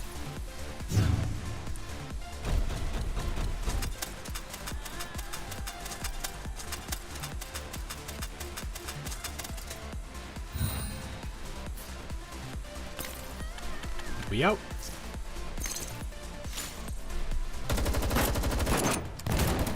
Hyunjoo and Lin used the terrain to mount a hit-and-run attacks on KO9 and their pursuers. They managed to strand them on the B1 deck and get to the main deck on time. Pants heavily, okay. It's almost time. Are Cheetah and Tolola ready yet? The plan's going smoothly and our backup is in place. Head to the pickup point now. The pair run towards the center of the ship, where they find Cheetah waving to them happily. Over here, over here! This time I was faster than you and Lin. Aren't you going to praise me? Tolo, bring the chopper in. Prepare for extraction. Hyunjoo pulls Cheetah behind her and looks up. Tolo pilots the chopper toward the three of them. It comes to a halt at the last moment, the rotors churning up waves at the surface of the water below. The cabin slides open and Tolo pokes her head out to throw a rope ladder down to the three of them. Come on! Just then there was a loud crash and KO9 burst out from the nearby hatch, her eyes aglow with crimson rage. She tightens her grip on her sword and immediately lunges at the three dolls. Now, Cheetah, blow the charges! Just in time. Cheetah squeezes the button on her detonator and the bombs detonate the central fuel tank. A massive column of flame shoots into the sky and dyes the darkened sky a dull red. Can't cut through iron. Have another joke. What type of bad? No. I already knew we were going with that one. What's his bad nicks back? What? Bad nicks. The ship lurches heavily as it is cut in two. Fragments fly everywhere as the two halves keel over and begin sinking into the sea. K9's frame is set flying with the shockwaves, and she lands heavily on the stern of the vessel, while Frostfall uses this opportunity to scramble aboard the ladder. The helicopter climbs rapidly, rising high into the night sky. We did it! Lin can see Hylian's backup arriving by the light of the burning deck. The familiar, formerly dust-gathering tugboat is now towing away at the stern of the vessel where the captured dolls are. Looks like we managed to rescue all those dolls, as well as KO9. Things went better than expected.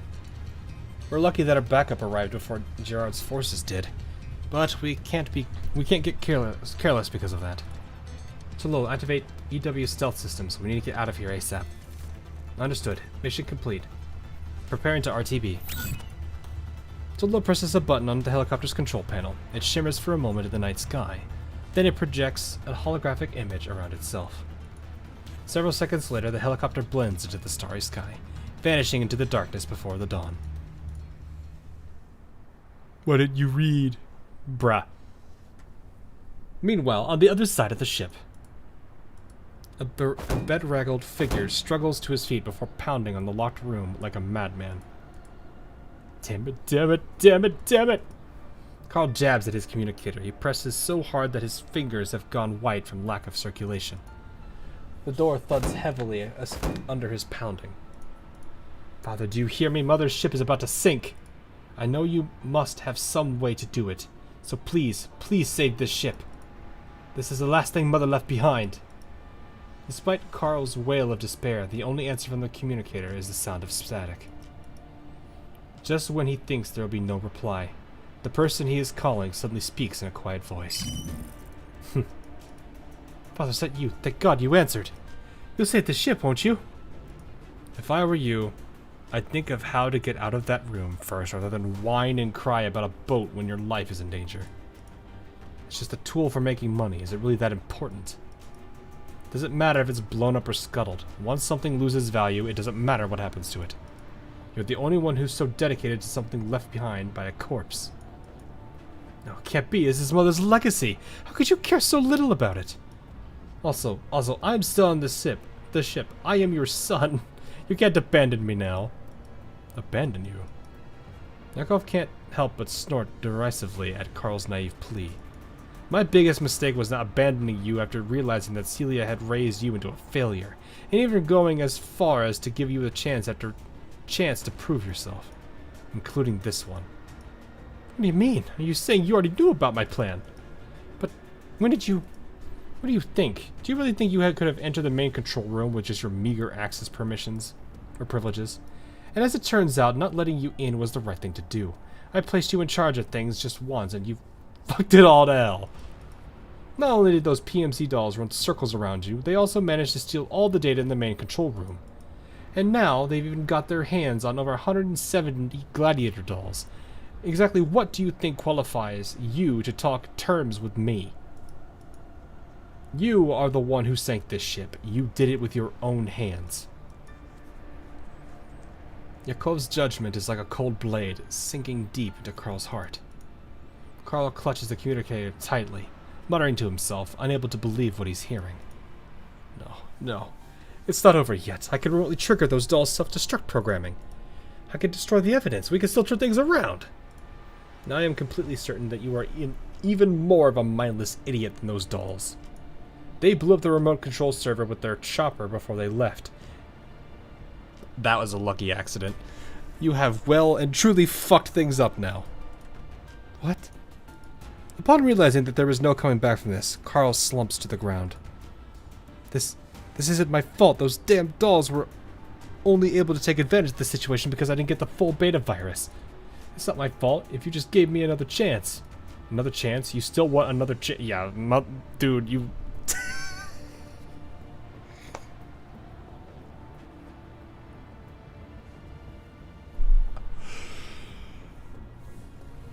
Is Gina the genius she claims to be? That was lucky. Well, I diagnosed bro with the beta male by rip.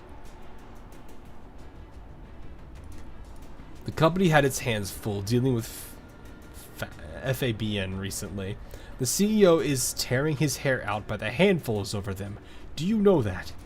And you choose now of all times to pull off a stunt like this, there will be no more chances for you. Carl's mouth hangs open as he looks at the door that will not open for him. He does not even have the words to deny his father's words. As a child, you fooled around with high-grade parts like they were toys. It was like watching a monkey with a Kalashnikov. After all these years, you're still the same as when Celia was around. You haven't grown a bit. You don't even qualify to be an obstacle for me, let alone my successor. So once something loses its value, it doesn't matter what happens to it. That includes me too, right? If you were smart, if you were this smart each time, you wouldn't have ended up like this. Yakov's words are casual, but they hit Carl like a punch to the gut. In Carl's memory, this is the first time his father has ever praised him. But it seems it will also be his last. No, you're my father. You wouldn't do this, right? You wouldn't do this to me, right? Everything I did was to make you proud. Ever since Mother died, I've been working hard all this time. Don't bring up that mother of yours. Yakov suddenly explodes with rage. His resentment that has festered for so many years is finally pouring out. I wouldn't even have married that dumb bitch if she wasn't from the Orlog conglomerate.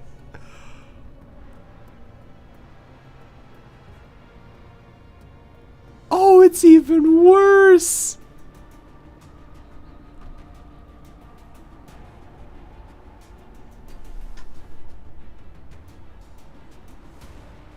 Man really just got incredibly unlucky.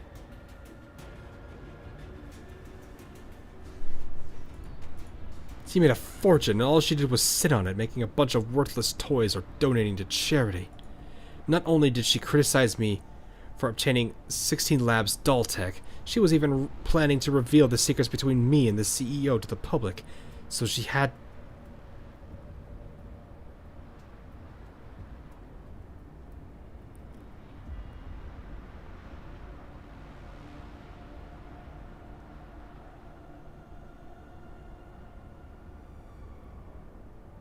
Oh.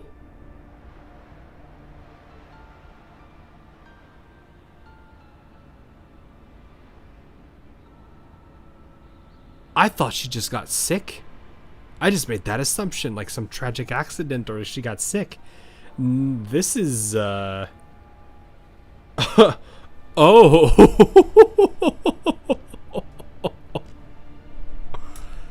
And so she had to die, and good fucking riddance to her. Even after her death, she still left someone like you behind. I've been living in her shadow for far too long. You should have died along with Celia. What? So you're saying you killed Mother? Crack. The nearby portholes collapse under the force of the explosion, and glass rains down like hail. Carl's communicator falls to the ground, emitting a shrill error tone. Carl screams at it, but it will never answer him again, and the roiling flames consume his final words. You extinguished the sparks Mother left behind. 火力の高さだけが取り柄だよ、私は。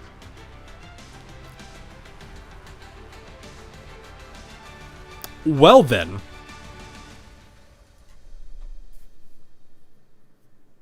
Led to a case of lead poisoning. Yeah, basically. Wow. Interesting. Whew.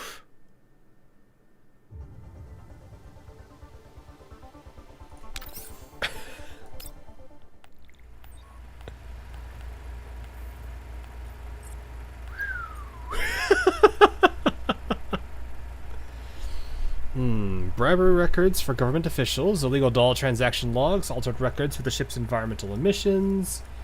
The JR Group has quite a litany of sins to its name. Roswell Squad is going through the data Lind copied from the main control room. It's certainly quite impressive. There's a breakdown for the MV Novalis' income and expenditure here too. Let me see. Wow, this is actually kind of scary. They make more in one day than our squad does in 1 month.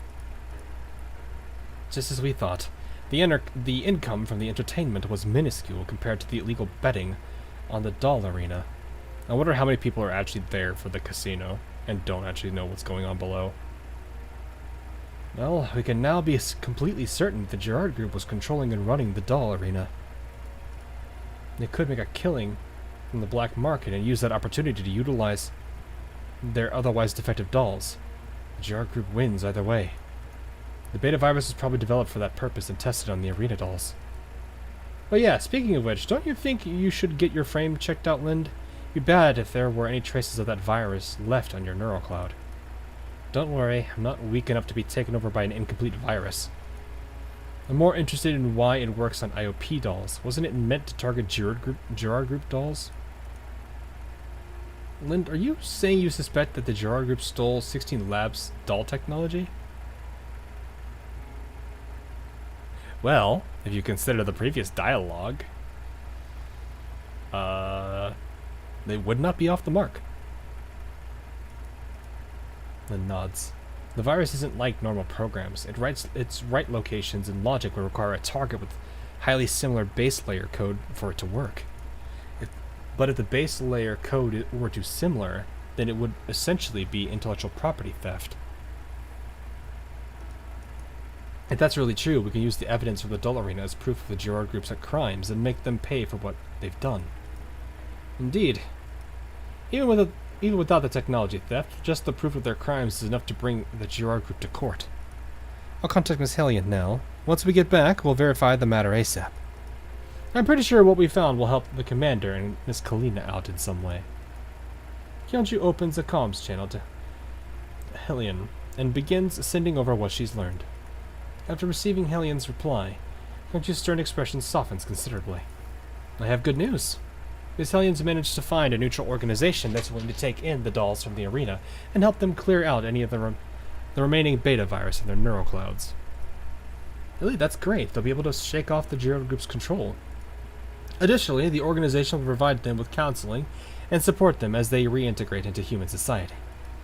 Not only will they be able to remove the Gerard Group's influence, these dolls will also receive a chance to make a fresh start. You did very well, Lind. Lynn doesn't answer, only leaning against the cabin wall in silence. The scorching pain from the virus infection still aches in her body, and a sense of survivor's guilt envelops her. Lynn reflexively looks down at her trembling hands. Oh, she's crying. I'm sorry. Lynn, leader was praising you. Why are you apologizing? I mean, all this happened because I went off without permission and acted alone, right? Even if I asked to change the plan at the last minute for selfish reasons, if anything happened to you all because of that, then I... Lynn swallows the rest of her words. The three of them quickly exchange glances, then head over to Lynn's side as one. What happened to the crawler clone? She probably got trapped on the same side of the boat as the rest of them. Sleepo is the best Beepo. Mekti is your favorite, Kiro?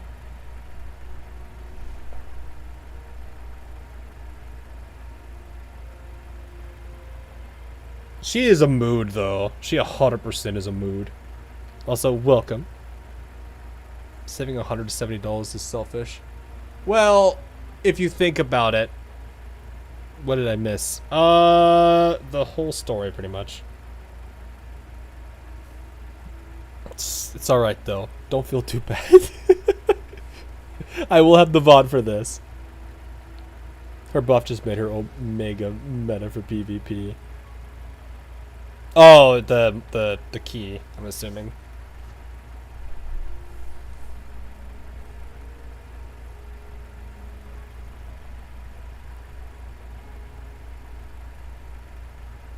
Your own reason, so I guess. Well, I mean, like, she did a lot of things without the approval of her leader. Like, for example, her and Cheetah both went to go get the card, and that card led them down that whole path.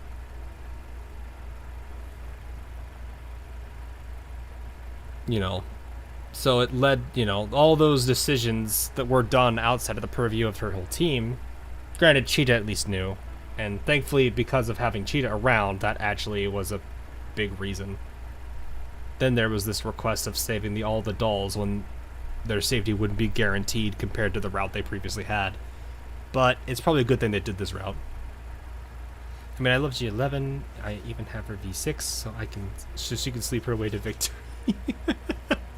I only have her at V0. I mostly am just this basic collector. I'm not going for like high copies unless the game has decided to give that to me, which is what the case is with Mosin. But I do like the Mosin, so this works out well. She's not my first pick, but she's definitely up there. Anyway. What's this, Lind? Are you actually worried about us? Relax, we're all okay, right? We of our squad exists to support each other, understand each other, and to encourage each other. And in the end, your plan turned out fine. Yes, Cheetah and Tallulah are correct. I know what kind of feelings must have motivated you, Lind. Your unwillingness to let Griffin wither away, the anger that drove you to save your fellow dolls, the pain you felt when you thought you had involved us in your trouble. I don't blame you. I have been loyal to the Beepo since GFL1. Nice. You've been loyal to the Mekti, or to the, yeah, G11 is her actual name, or the actual designation, yeah. The truth is, we're all the same. The same? Correct. Kyungju gently pats Lind on the shoulder and smiles tenderly. As members of Frostfall Squad, we all have the same goal. We simply see things from different perspectives. Ultimately, I am partially responsible for this. I didn't communicate my thoughts clearly with you, which led to you feeling like you had to take everything on by yourself. So don't blame yourself anymore and relax a little. Okay. Lin looks up, her eyes filled with gratitude. It is then that Kyungju notices the wound K9 made on Lin's arm. Here, I'll help take care of that for you. Kyungju takes out the repair kit and patches up the cut with a gentle touch and practiced skill. The pain from the wound makes Lind wince. Oh, why don't you try off your pain modules, Lind? Patching wounds up hurts, you know. The truth is, I can't disable my frame's pain modules. Why not? Doesn't that mean you've been enduring all the pain during each battle?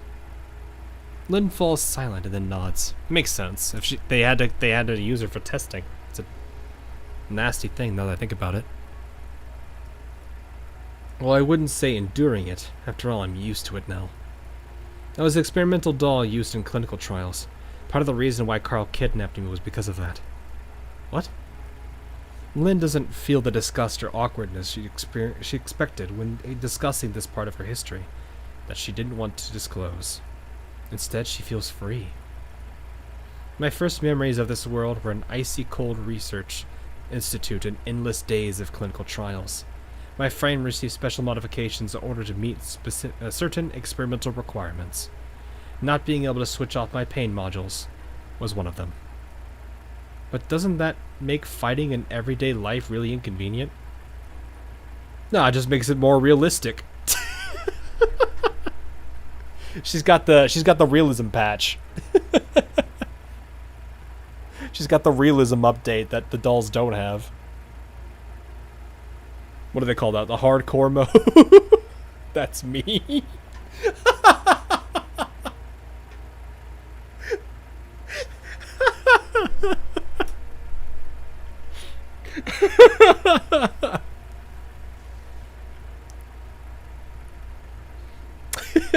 Difficulty setting.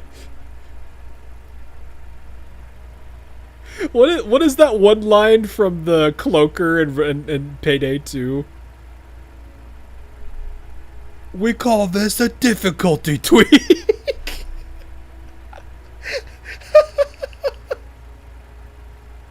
She's doing an Iron Man. Yeah, basically. Hardcore mode is wild.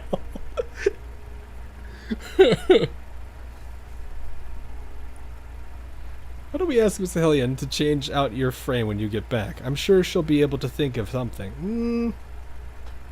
All right, there's an answer that will gain my respect, a lot more of my respect for Lind here, and it would be that she stays in it to remind herself of all the stuff that she's been through. Lind shakes her head. One of Griffin's researchers asked me the same question when I came to Griffin. He said that human sensory feedback would affect my performance in battle, and recommended that I change to a more convenient body. But I refused. Wasn't that a good chance to do it? Why'd you say no? I didn't know why I did it back then. I just did it out of reflex. Same with my name.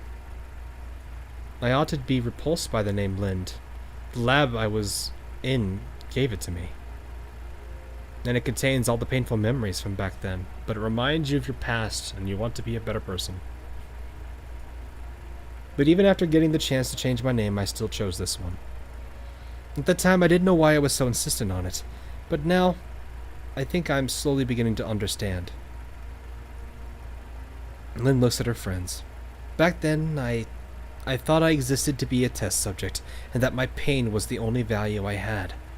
To deny this pain would be to deny my entire life, and the reason I had for existing. It was in Griffin that I came to understand the true worth of a doll. It was that my bonds with everyone that helped me realize that I could keep going forward, even while carrying the pain of my past, and that I could fight to protect others. I mean, the first step of accepting your past is being able to look it in the eye, right? Alright, yep, that's what I was hoping for. Nice. That's why I won't change my body. I won't change my name. Frostfall Squad made me feel like I belonged, and you helped me understand my reason for existing. Thank you all for that. A can of cool fruit juice suddenly presses itself against Lynn's cheek. Lynn looks back and sees Cheetah grinning at her, waving a pack of snacks she squirreled away for a moment like this. Don't be so gloomy, Lynn. Frostfall's home for Floor, which means we're all essential to it. Makes perfect sense, right? Just like how you can't leave us, we can't leave you either. That's right, we're only able to handle difficult missions because we have you around. Whether in the past, present, or future, we'll always fight side by side. Yep. In order to celebrate yet another perfectly completed mission, let's throw a party when we get back to base. Correction, it will be an after-crisis review meeting. Fortunately, the gold chip that Leader and Cheetah brought back is worth quite some money. Oh, they kept the chip! Nice! Indeed. Not only have we solved our current financial emergency, I've also managed to come up with a promising action plan for the future. With Tolo's observation skills, the support from Cheetah's items, Lynn's combat power, and my planning ability, we have managed to demonstrate exceptional results in rescuing the hostages, and have proven that we can handle similar tasks of the same kind in the future. I believe that Frostfall Squad's reputation will soon spread far and wide. There are no shades of red to indicate how much in debt we are in. I don't think I need to tell you how screwed we are right now. I suddenly feel very guilty with how many times she was destroyed when I have her in my GFL. Oh no!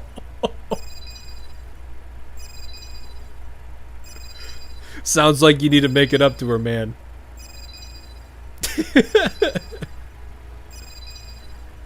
The communicator rings. Upon seeing the name on it, Kyungju smiles. Mr. Miss Hel- Oh, I was gonna say, was this a commander call? That would be kinda cool, actually. Mr. Miss Hellion, let's take it together. The 4 members of Frostfall Squad look at each other and smile. Then as one, they press the receive button. As the helicopter rises through the last of the collapsed particle clouds, the warm light of dawn shines on their faces. This is Frostfall Squad. Mission complete. We're heading home.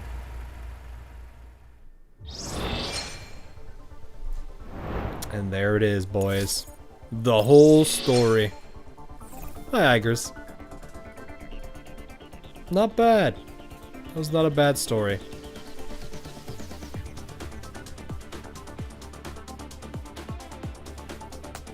I was under the impression Lind was gonna say something about having to remembering her past and always being conscious of it. That was the answer I was hoping for with her, and that was the answer that I got.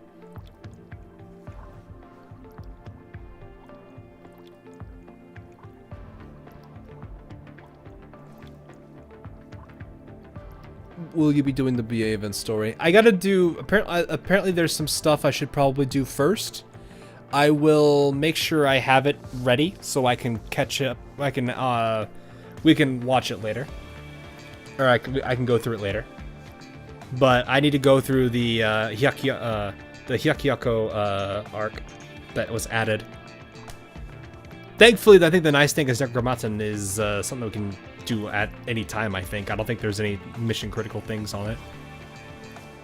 Too bad the UMP sisters are so near. I want it. I know.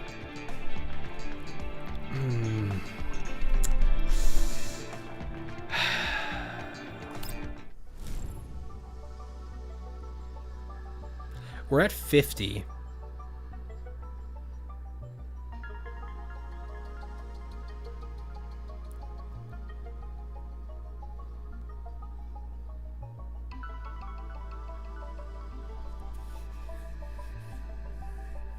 I actually like her as a character too. I do feel bad for her because of like the stuff that she had to go through as like a test subject, but still.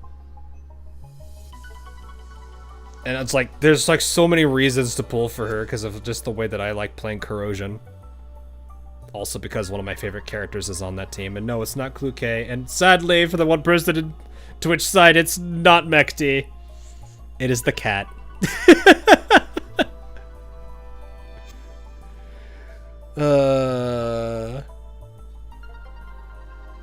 7.5k if you don't get her early. Yeah, I know. The likelihood is probably three multis.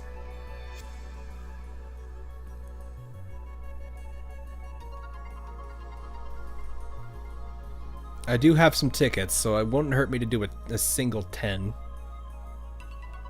Not Sleepo people. Well, no, okay. Alright, look. The Corrosion team, I do like them. I mentioned the thing about all of Hyde 404 having their flaws, and that they all have their charms with them too. I have nothing against any of the 4 of them. In fact, actually, having them all actually makes me kind of happy. I have nothing against the group. Even for the Corrosion team with Mekti and Clue K. Or, what is it? 416 and G11. Actually, now that I think about it, I think I've shot something like this before. I have to remind myself, was that one of the ones I shot back then? I know I've fired so many different weapons. We have a family friend who repairs, who cleans, repairs, and does a whole bunch of work on guns, and he has quite the extensive reach, and I think he has the right permissions and licenses and stuff, so he fixes everything. And usually, I think I've mentioned this in chat before. Usually, we go out when we're going out to one of his ranges. He has us test fire a lot of weapons. I'm pretty sure it was the G11 he was shot back then. This is like 12, 13 years ago, so I'm like trying to remember if that was that one. It might have been another one that had like that box feel, like one of the suitcase guns. But no, I think the craziest gun I ever fired, I think was the fully, it was a, I think was it the RPD? Let me actually make sure. I have to look at the image of it again. Pretty sure it was the RPD. Yeah, RPD. And it was, he has the ability to work with those, so that was a crazy one. Nothing was more fun than that. He made sure he had a big, he had an old car, like wrecked car that he had on the range, and that was what we used for that. Like the main target for that. Oh my goodness. Also, he had like the little mixes that if you shot them, they basically like explode. Those are cool.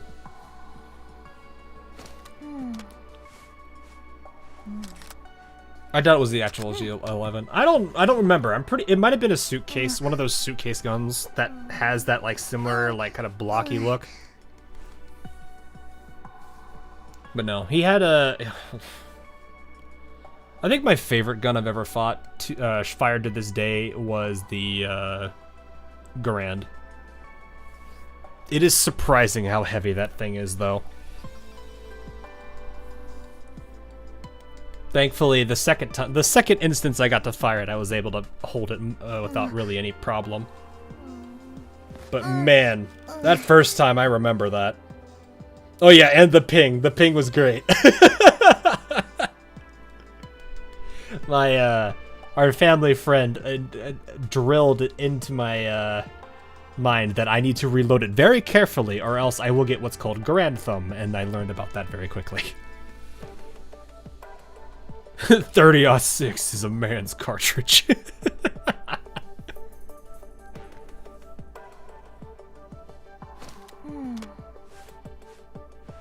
FMG 9, that might be it. Let me look at that one.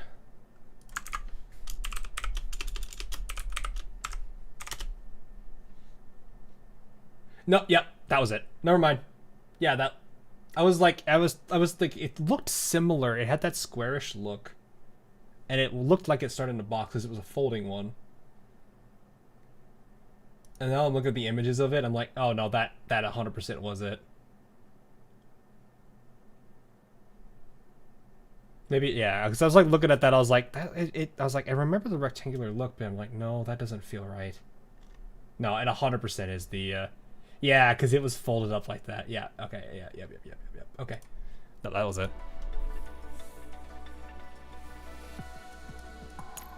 It's been a bit. I did get to fire an M10 for M1014 on types. Whatever they're called. What's the actual naming for those things? The Benelli M4. Yeah, the Benelli M4. I was like, it's M1014 I've heard from other places. I think it's usually just referred to as the no. Yeah, the Brunelli M4 is the civilian grade. I think the M1014 is the military one, isn't it? I think.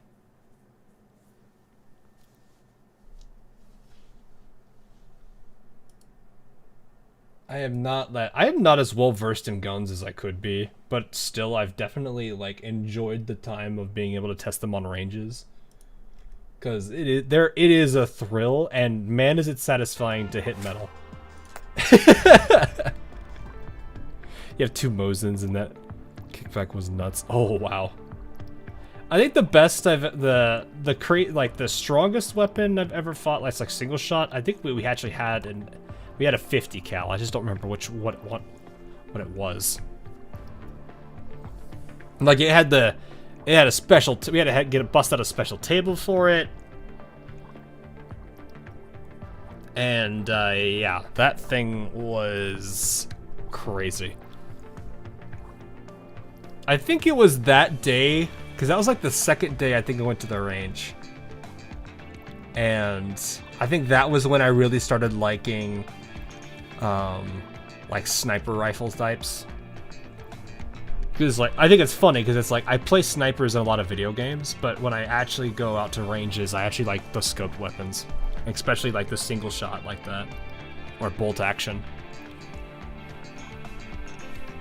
So it's like, maybe it really was just the style I like. But no. Alright. We'll see what happens with this. Maybe we'll get lucky. I'll at least go for her here. We'll try a couple. If we lose, we don't go any further. Then we will simply wait for Lena. You guys remember that one time when I was like, hey, you guys think I'm ever gonna get a spook again? And then I got a spook on stream. What character was that? Do you guys remember what character that was? Because I don't. I know I had Cluque's, I have Cluque's recorded. But the stream one, I don't remember whose it was.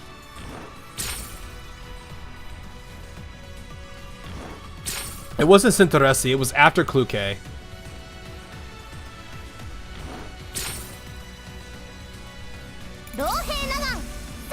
Oh, get ready, we're about to get yelled at. Fanfare! And now we're yelled at.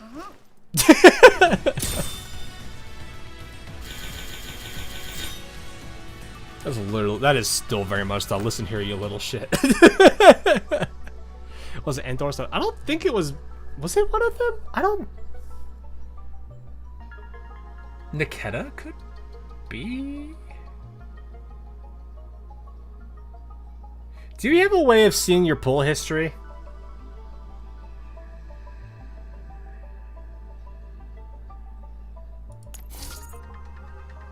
Records? Oh. You can access records for the past 6 months on this page. Okay, let's see. This is literally going to be... We would need to see two very close to each other. I know it has to be within the last 6.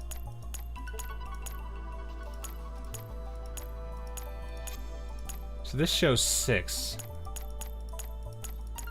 So Kuiha...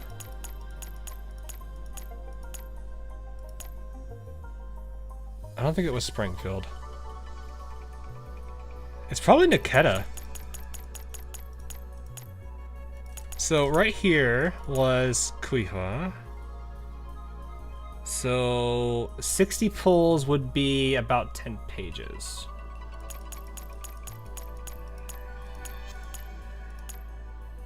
There's Nikita.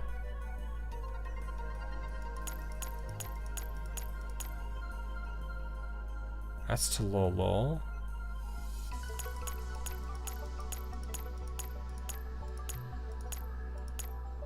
And Doris was very far.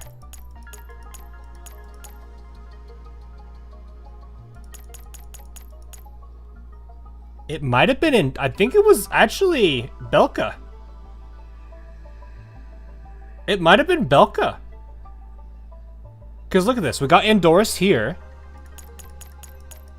And then 6 of these pages in, which would be around mid-30s on pulls. It was Belka.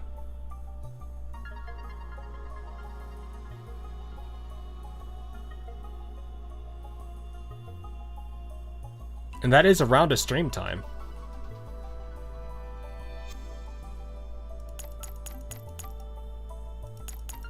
So yeah, it might have been, I think it could have been Belka, guys. I knew it was fairly recent because, like I said, my birthday was Kluke's, and sometime after that and before now was when that spook happened on stream. 6 months ago is May. And I know I'm fairly certain it was after Springfield because I didn't really do much on that. So I'm fairly certain I want to say it was Belka. All right, let's see. Is it going to be this one or the next one? All right, probably the next one. If we're really unlucky, it's 2 more pulls from now.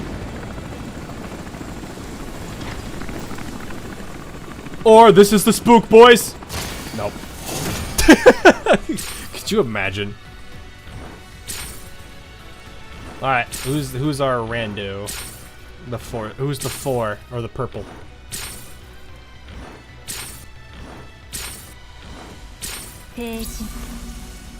Nemesis. I would clip it so quick. I don't think I was streaming this at that time.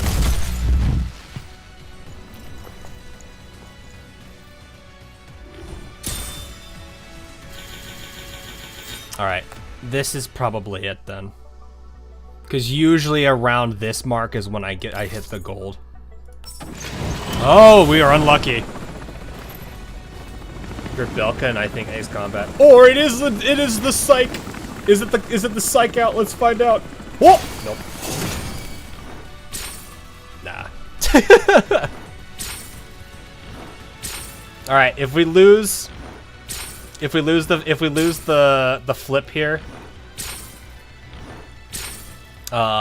it is an unfortunate, but I am not gonna try for her if I lose it. I would like to save as much as I can for Lena and Leva. All right. This is more than likely it. There it is, boys. Give us that peace sign. Yeah. Bam! Let's see, did we win or did we lose? Did we win or did we lose? If you lose, that means you win Leva or... Yeah, exactly.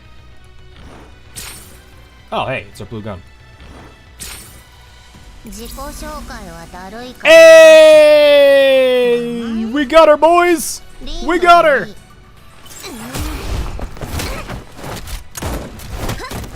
We win these! And that man totally had a bad time. And just when you think it was only 1, it's actually 2! I'm kidding.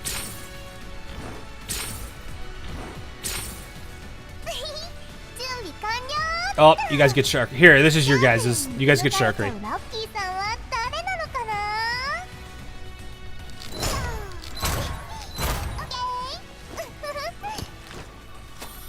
This pool sponsored by Sharkery Gang. The Sharkery stands are happy. That should be really funny if that was voiced by Teo.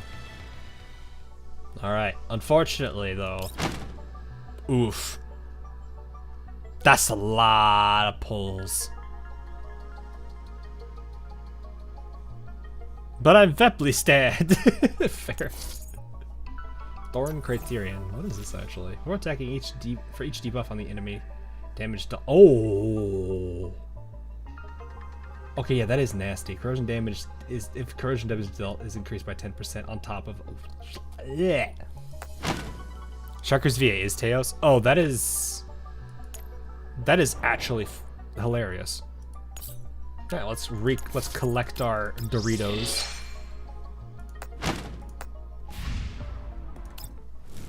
We've acquired ourselves a Lind. So I have Mr. Pizza in my hands as we go over to Lind here.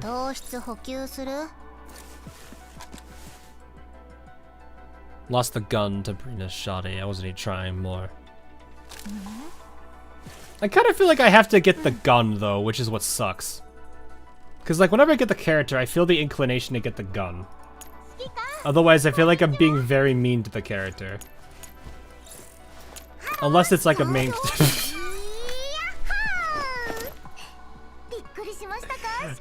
Every time the banana makes me laugh. Every time the stupid banana makes me laugh. Are you getting Kuke's gotcha skin? You can't get that right now, can you? Where? I never actually figured out where you get that. That's not a thing I can pull for. Like, where do you pull? What?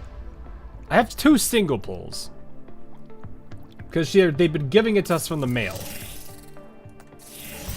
Comes with the crew deck. Oh, so it's just not out yet. Okay, yeah, gotcha. I was gonna say, I was like, they're giving it to us, but I didn't see anything for it. So I was like, I don't see what I need there. All right, you know what? We'll do it. I'm gonna go for the gun. Please don't hurt me too bad, game. Don't hurt me too bad.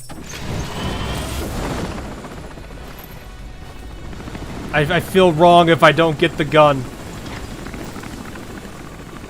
I feel horribly wrong if I...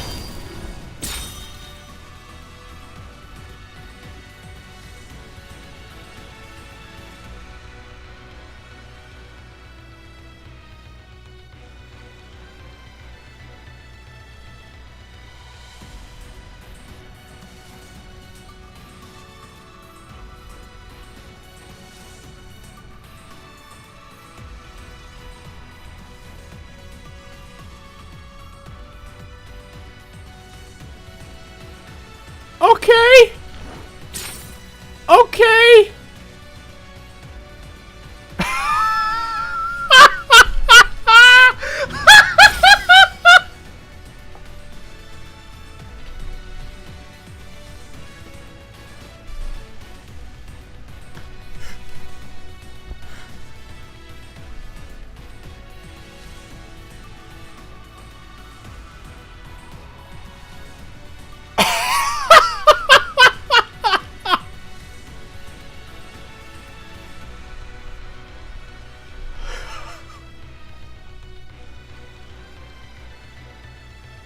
We had 6. Can somebody go back and check the pull counter? Like, how many pulls was going to be needed before the guarantee? Was it 61? Because that would mean this was the 12th pull. This was 12 pity. Because I'm pretty sure we had 3 weapons before this. Or 2 weapons before this. I don't actually know. I've lost count.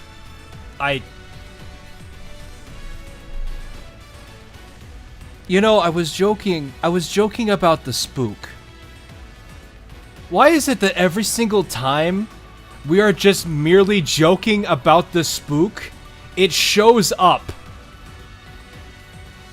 Because I remember we were joking about the spook at the time too. And I didn't do it beforehand. And now the game is just like, you want a spook? Here. We do a little trolling. Okay. Can I get the purple gun too? Possibly. I'm happy with the gold, but if I wouldn't mind the purple.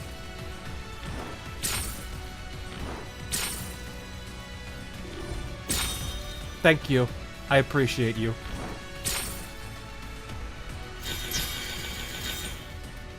That wasn't even the first purple.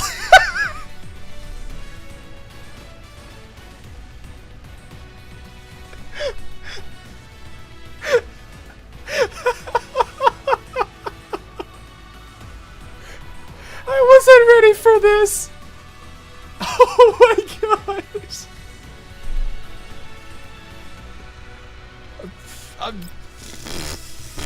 There you go, Platoon. Have it. 6. This number went up. The number went up. It went up by 2.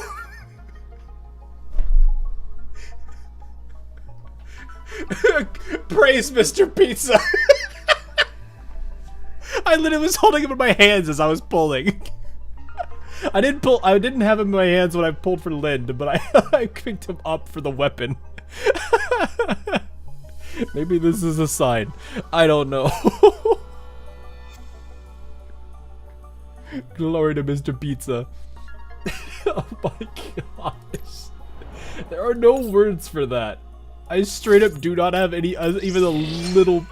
There is nothing to say. Well, I know what I need to do now. I've been saving resources for a while. This should be the easiest max I will do. Actually, I don't know. Well, no, I should. I've done the 2 times, or 3 times. I don't remember.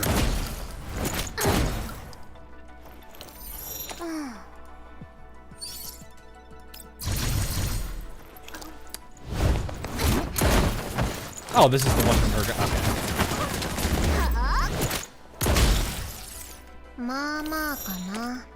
That was. I'm still processing that entire bit. Also, you can clearly see I have been hoarding. I guess I'll have to go spend. Like, look at this. This is how much of the XP I have right now. 1.6 million. I probably could have spent it on the other characters, but right now I've been like holding off for Lena Leva.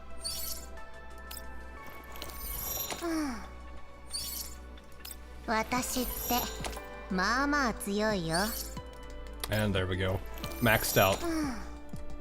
Lind is maxed. Now we go over here. Give her gun. Because of the way that oh, that's nice. Because of the way that I am, I usually like to replace it with the purple. Just because it looks nicer. I don't know. I don't hate the gold, these elite ones. It's just I like the original looks better. Oh, right. And then enhance. There we go. Instant 60. There we go.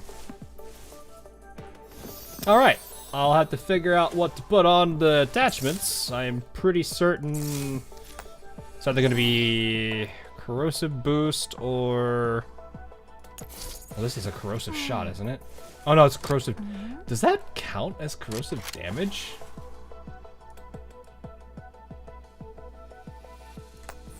I'm too good. They just... I don't know. I'm used to seeing like the actual firearms. PvP skin. Oh yeah, the this events one. I actually like the ones at the this looks sick. Can I look at this? I like this one.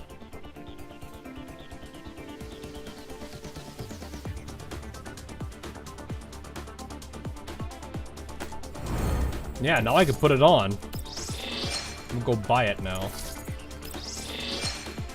Totally gonna put one of those, that sight on. What am I playing? Borderlands? Who puts that on that? Alright, where are you, Lind? There you are. I'm stuck on your Lind. Yeah, like it's so nice.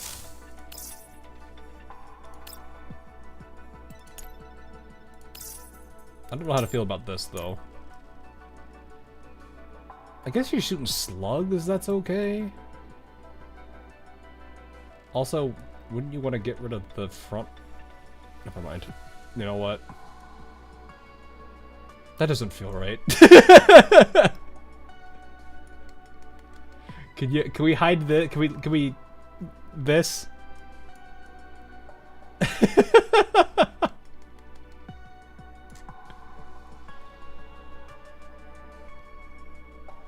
Alright, I'll put it on though. Do I have the? Oh yeah, I forgot. I have the. You have the. You have the cardboard gun. Where's the goofy one? This is cool. I found this thing is so sick looking.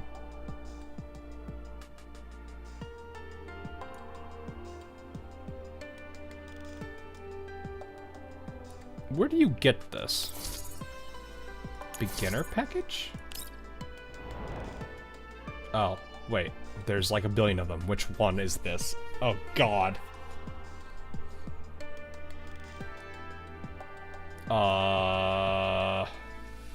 This? Oh, yeah, there it is. $50 for all of these? Holy crap. So that's where all of these come from. Oh, that looks cool. That feels like a sword. It is. I was like, is this a sniper or a sword? And then I looked at this here, I was like, that's a sword. They do look kind of cool, though. It's like a, yeah, it looks like a, they all look like Destiny guns. Like, this is the, I feel like this is the gun that was in D2 that shot slugs. And a lot of people that were, like, really dang good with accuracy on that would, was it D2? I think it was D2. I think it was a breach load.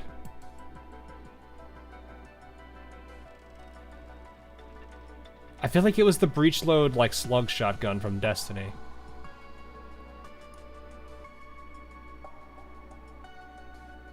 Because it was the one that people would use to, like, snipe people with it. I think. I don't remember. I've not played Destiny 2 since its first, like, year expansion. Like, that's how long it has been since I played it. Oh yeah, there's their I found these funny. You give the kid. Yeah. I mean, like, the that one store is hilarious. I love that. I like, as much as I do. Oh right, as much as I do. Hello, that's not what I wanted. Click on this first. As much as I want. Oh, I can get one of these. The thing is, like, I have both of these characters have a skin. Like, I've got sometimes Vivi hides her Molotovs, and then I have the cozy cat skin right now. So I'm like, I could get these, but I'm gonna be like fighting between these two, or I'm gonna basically be fighting with the skin that I actually bought and these. Meanwhile, you've got these goofy skins over here.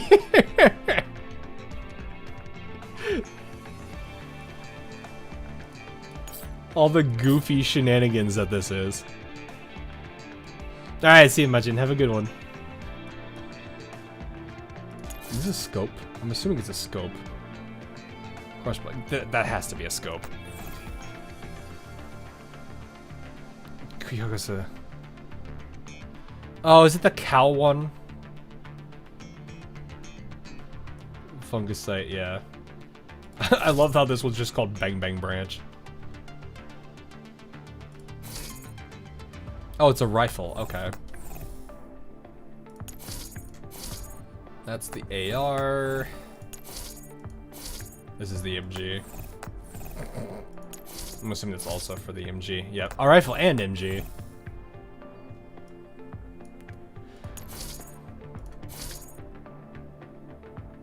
For a shot, who would?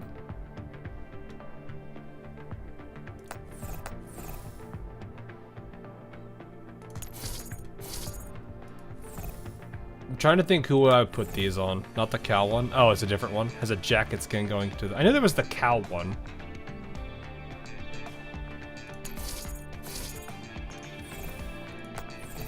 The jacket skin looks nice. Oh, okay, okay. I'll have to look at it when it comes out if I can. I think you can, because you can still see them in the refitting rooms, right?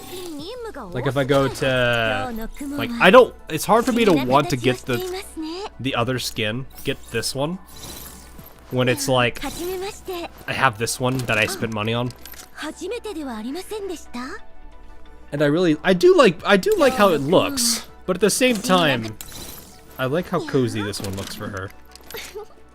Maybe it's one of those things where it's like it's a dorm one and this is like the combat one. But then I'm like, in the case of like Vector,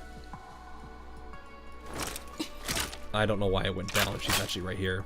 In the case of Vector, it's like this is the one I have on her right now.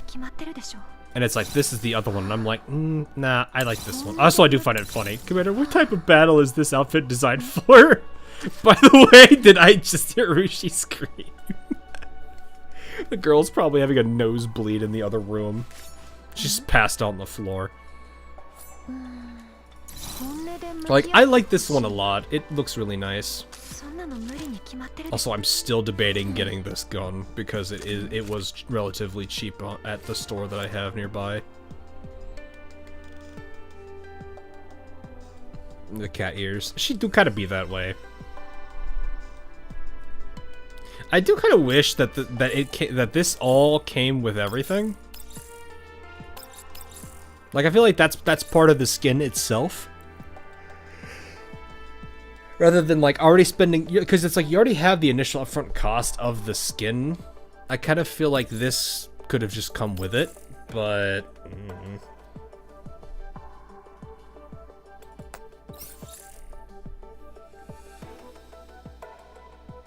Victor's cheap where you live. I don't know. It might just be on sale, though.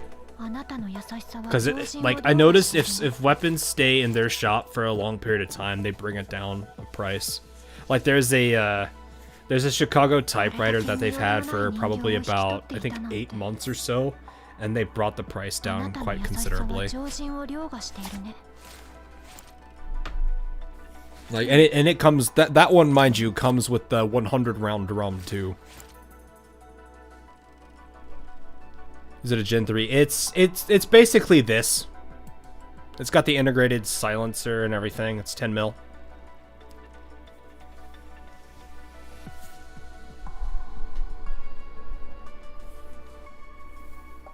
Like, when on their page, it's literally this with the integrated silencer and everything. The problem is, I'm like, I mean, where would I store it? I don't really have a place to store it. This shouldn't guess what we probably need to pay for the variants. Look, okay, you guys just can, you know. Yeah, I mean, like, I don't know. I'm always mixed on this kind of stuff. Cause like with skins, like on the character gacha, I understand. On the skin, the whole skin gacha, I find very odd. Like, personally, I like the option that other games have. I don't actually think there is another game that does this. I'm thinking about it now, I'm like, I don't think there is a game that does that. I like that they have this as just the options for them. Like, you can just straight buy them from the store. Granted, most of these I'm probably like, yeah, I'm good, I don't need these. This one's kinda cute though.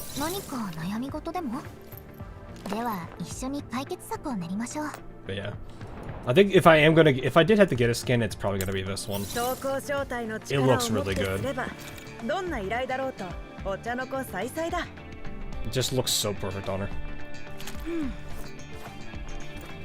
But yeah, I think most people prefer buying the skins outright, and I don't have a problem with that.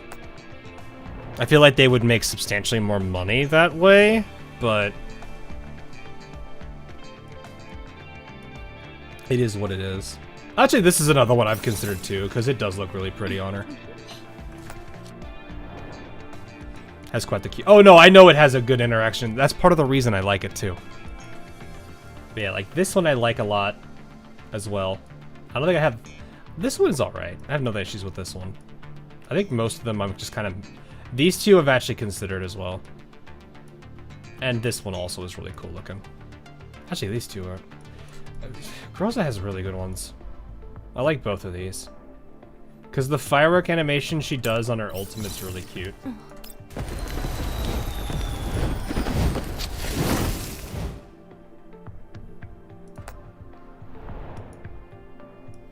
And then of course, Wawa is Wawa.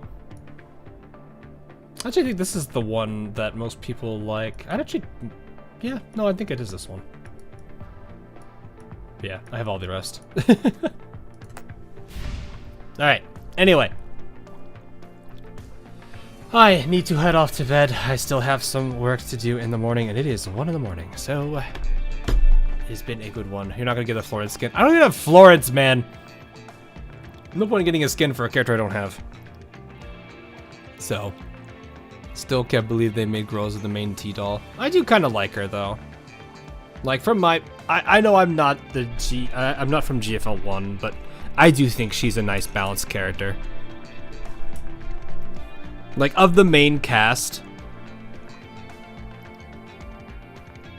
I think she's probably the nice balance. Because you've got, like, of the main cast you have Kralik, who is just, well, she's very aggressive, which isn't necessarily a bad thing. You have Nemesis, who's very cryptic. I love the dynamic between these two, between her and Kralik. But her mannerisms of speaking are kind of hard to really, really synergize with the doll at the beginning. So that's why, obviously they introduced Coffany later, which I like the way they did it, honestly, in the end. But no, I feel like Groza is a good balance on the character for, like, an introductory character. She does have some mysteries to her, but that's really about it. Outside of that, yeah, I guess you could have done a bunch of other characters, but I think that was partially just... I don't really know. GFL 1, yeah. I know there's a lot of characters, yeah. But I would say for the character they chose, I don't think Groza was a bad choice, just from my perspective, as just being a person that's new to GFL through GFL 2. Well, not necessarily 2. I played NeuroCloud, but I didn't get to know Groza till now.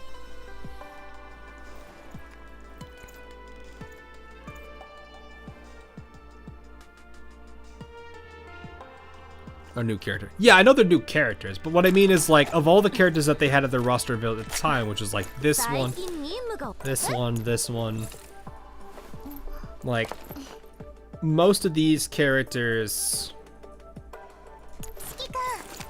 their personalities, I feel like, for being the very first character that you would be interacting with as the commander for GFL 2, would probably be a little too off. Like, okay, obviously Sharkry is going to be way off-putting, just because of her normal personality. The same thing would be said for Vepley.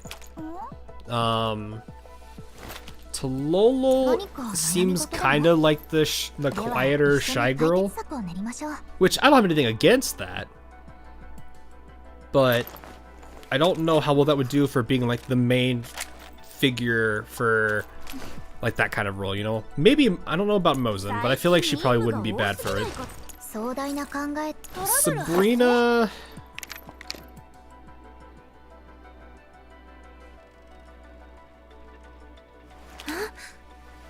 She's a goofball. I don't think I would have any problem with her either, but at the same time, I don't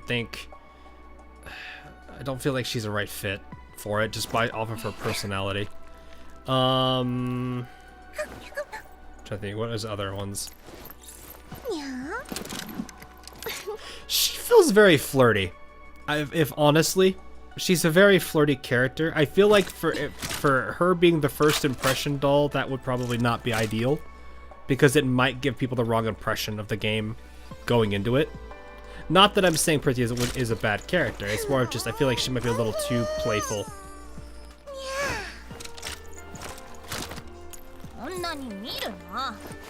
She's flirty a little bit. Maybe it's just from my experiences with this character, when you think about like this.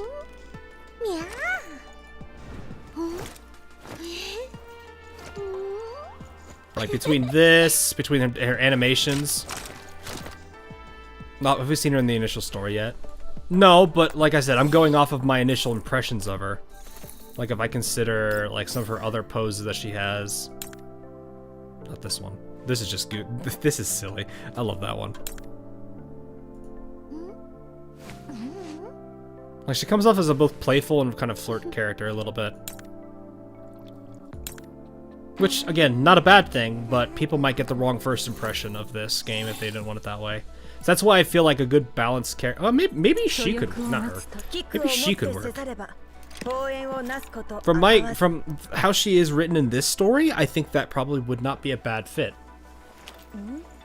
I don't think she would have been a bad one either.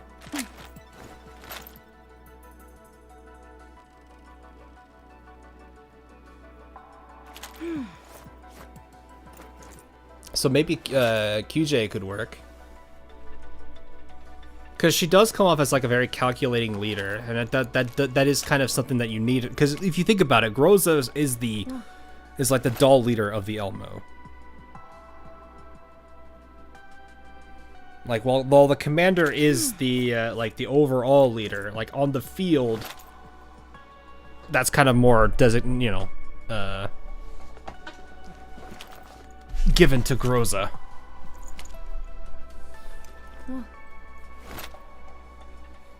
So, like, I do think QJ could fit that same role. I just don't know. I don't really have any negative for her not being there. I guess I'll put it that way. So her and Groza could be probably switched out. I guess the bigger question would be how would she interact with the rest of the cast? I mean, to be fair, she probably would treat Kralik closer to... The dynamic between these two... I don't know how she would approach these two. Be how they would do it. Let's see, who else is that? I think we're going down to like the the purples at this point. Which... Nah, she doesn't feel right at all. Going off of her personality. She's introduced later. I'm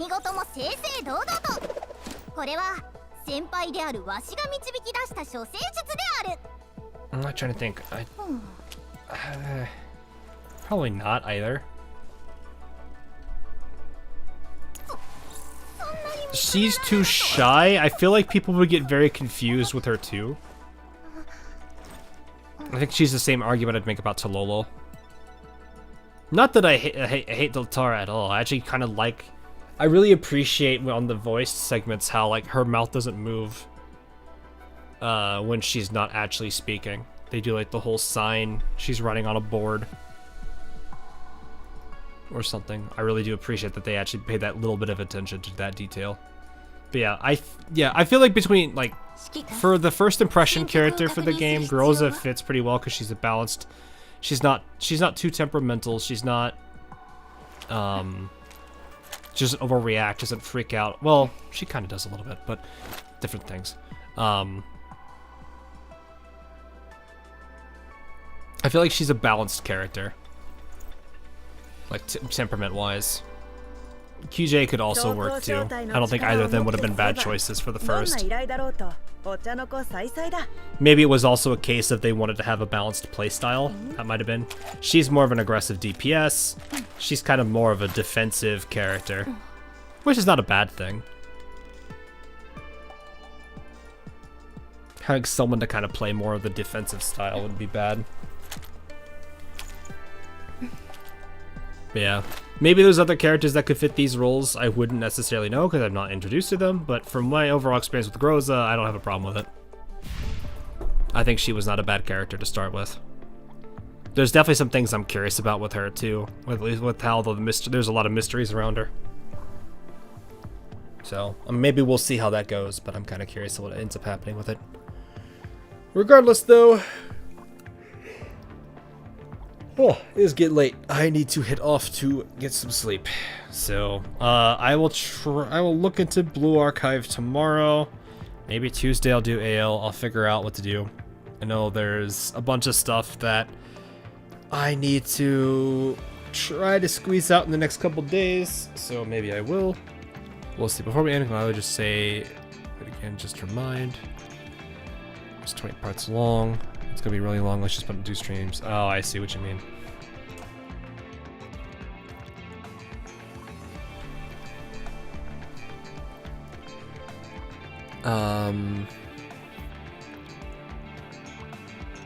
Then what I probably need to do is make sure I've got the, because I know if I don't cover it on Monday, I probably won't be able to cover it for like another week, because I've got holiday. Like I'm gonna be pretty much out from Monday to Friday. Because I've got our holidays coming up. I'm gonna be with family. So, and then I actually, you know what, we can check right now. I have a feeling that I probably will not know tonight, if I had to guess. Unless that changes in like the matter of 2 seconds that I click on this. Oh! Never mind.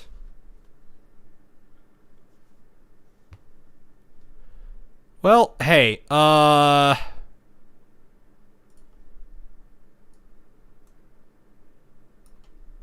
we go, boys. There we go.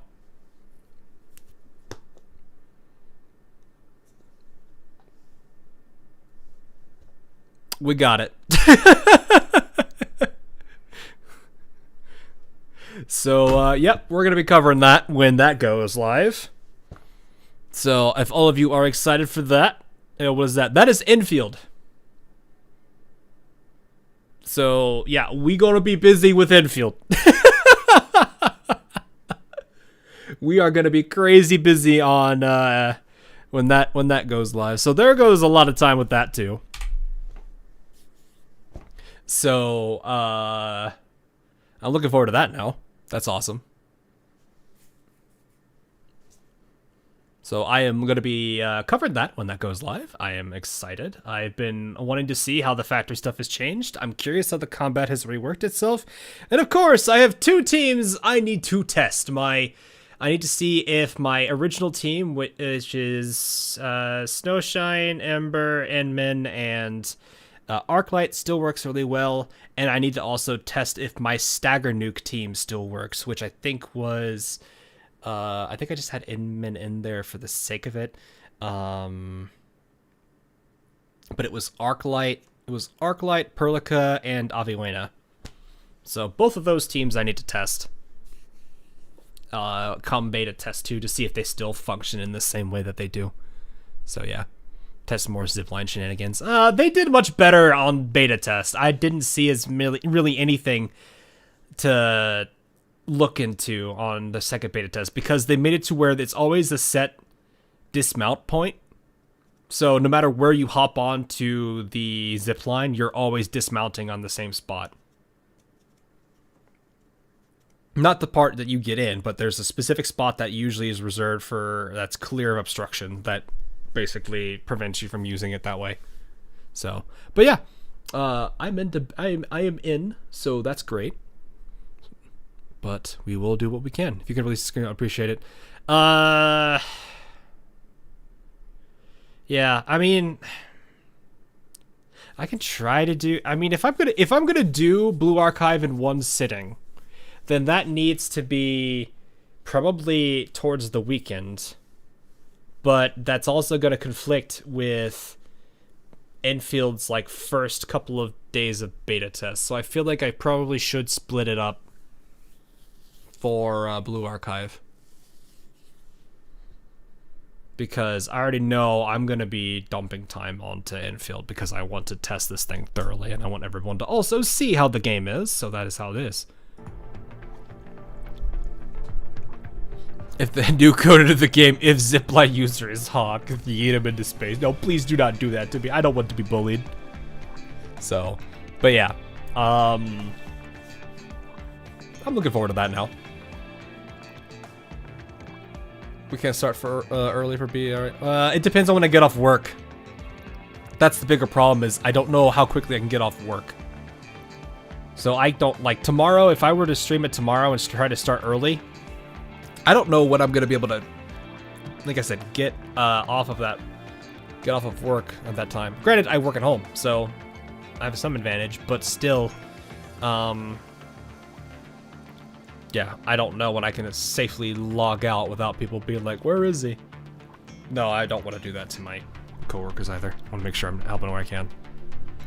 So what you're saying is you want to actually do beta testing like you should be. Yeah, well, no, that is basically what I need to do. That's part of the reason I wanted to get into this is I want to keep an eye on how this game is doing, and if there's any feedback I can give on certain systems like mechanics or factory setup, I can. I really do hope some of the input I gave in technical was in beta. I don't know if it was just me alone. I don't want to say that I'm the one that did it, but I was very happy to see a lot of the advice and feedback that I did give for factory-related things were in there for beta test 1.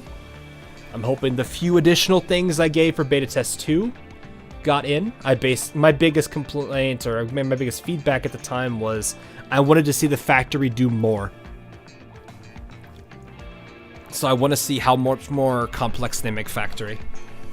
And not necessarily in the sense of mechanics, but make the Factory more worthwhile. Like, give it more engagement with the game. Not necessarily in the sense of making it to where players are going to be complex with it, but more in just like the resources you're producing. Give that stuff more impact in some way, shape, or form. Did you say pages of feedback? I did. I had like, I think 4 pages of feedback. It wasn't like crazy. I don't remember actually. Actually, you know what? I could check. You know what? Let's check that real quick. Because I think I still have that somewhere here. Because I think I put that as I think I have that document somewhere in here.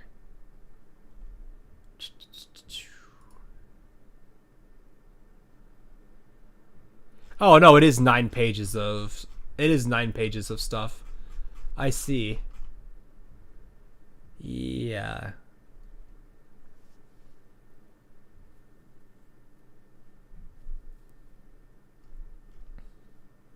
Yeah, there was a lot of general. It's just a lot of general notes. If people want, I can post this in my in the infield. I could post this in the infield channel.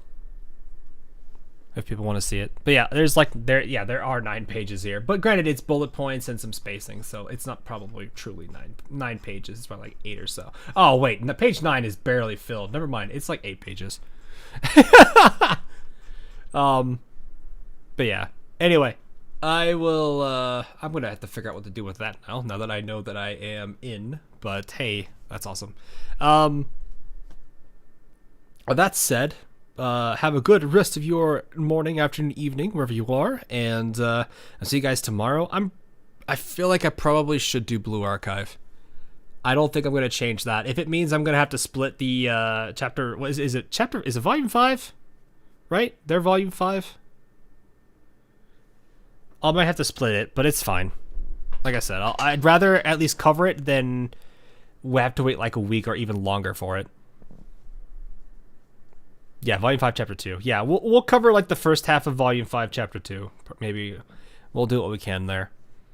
Maybe, who knows? Maybe I'll get off early and that'll be the case. I might play the stream time by ear. So I might put it as a. I don't know. I'm hesitant to say let's start at 7, and then if I start early, I start early. I think I could probably start 6. I might be able to start at 6, which is like an hour earlier than usual. So, but yeah. Anyway, I'm gonna hop off. I gotta get some sleep. So have a good rest of you guys' time, and I will see you guys all in the near future. Also, this cat will continue to stare at the fish. So, all right. Catch you all later.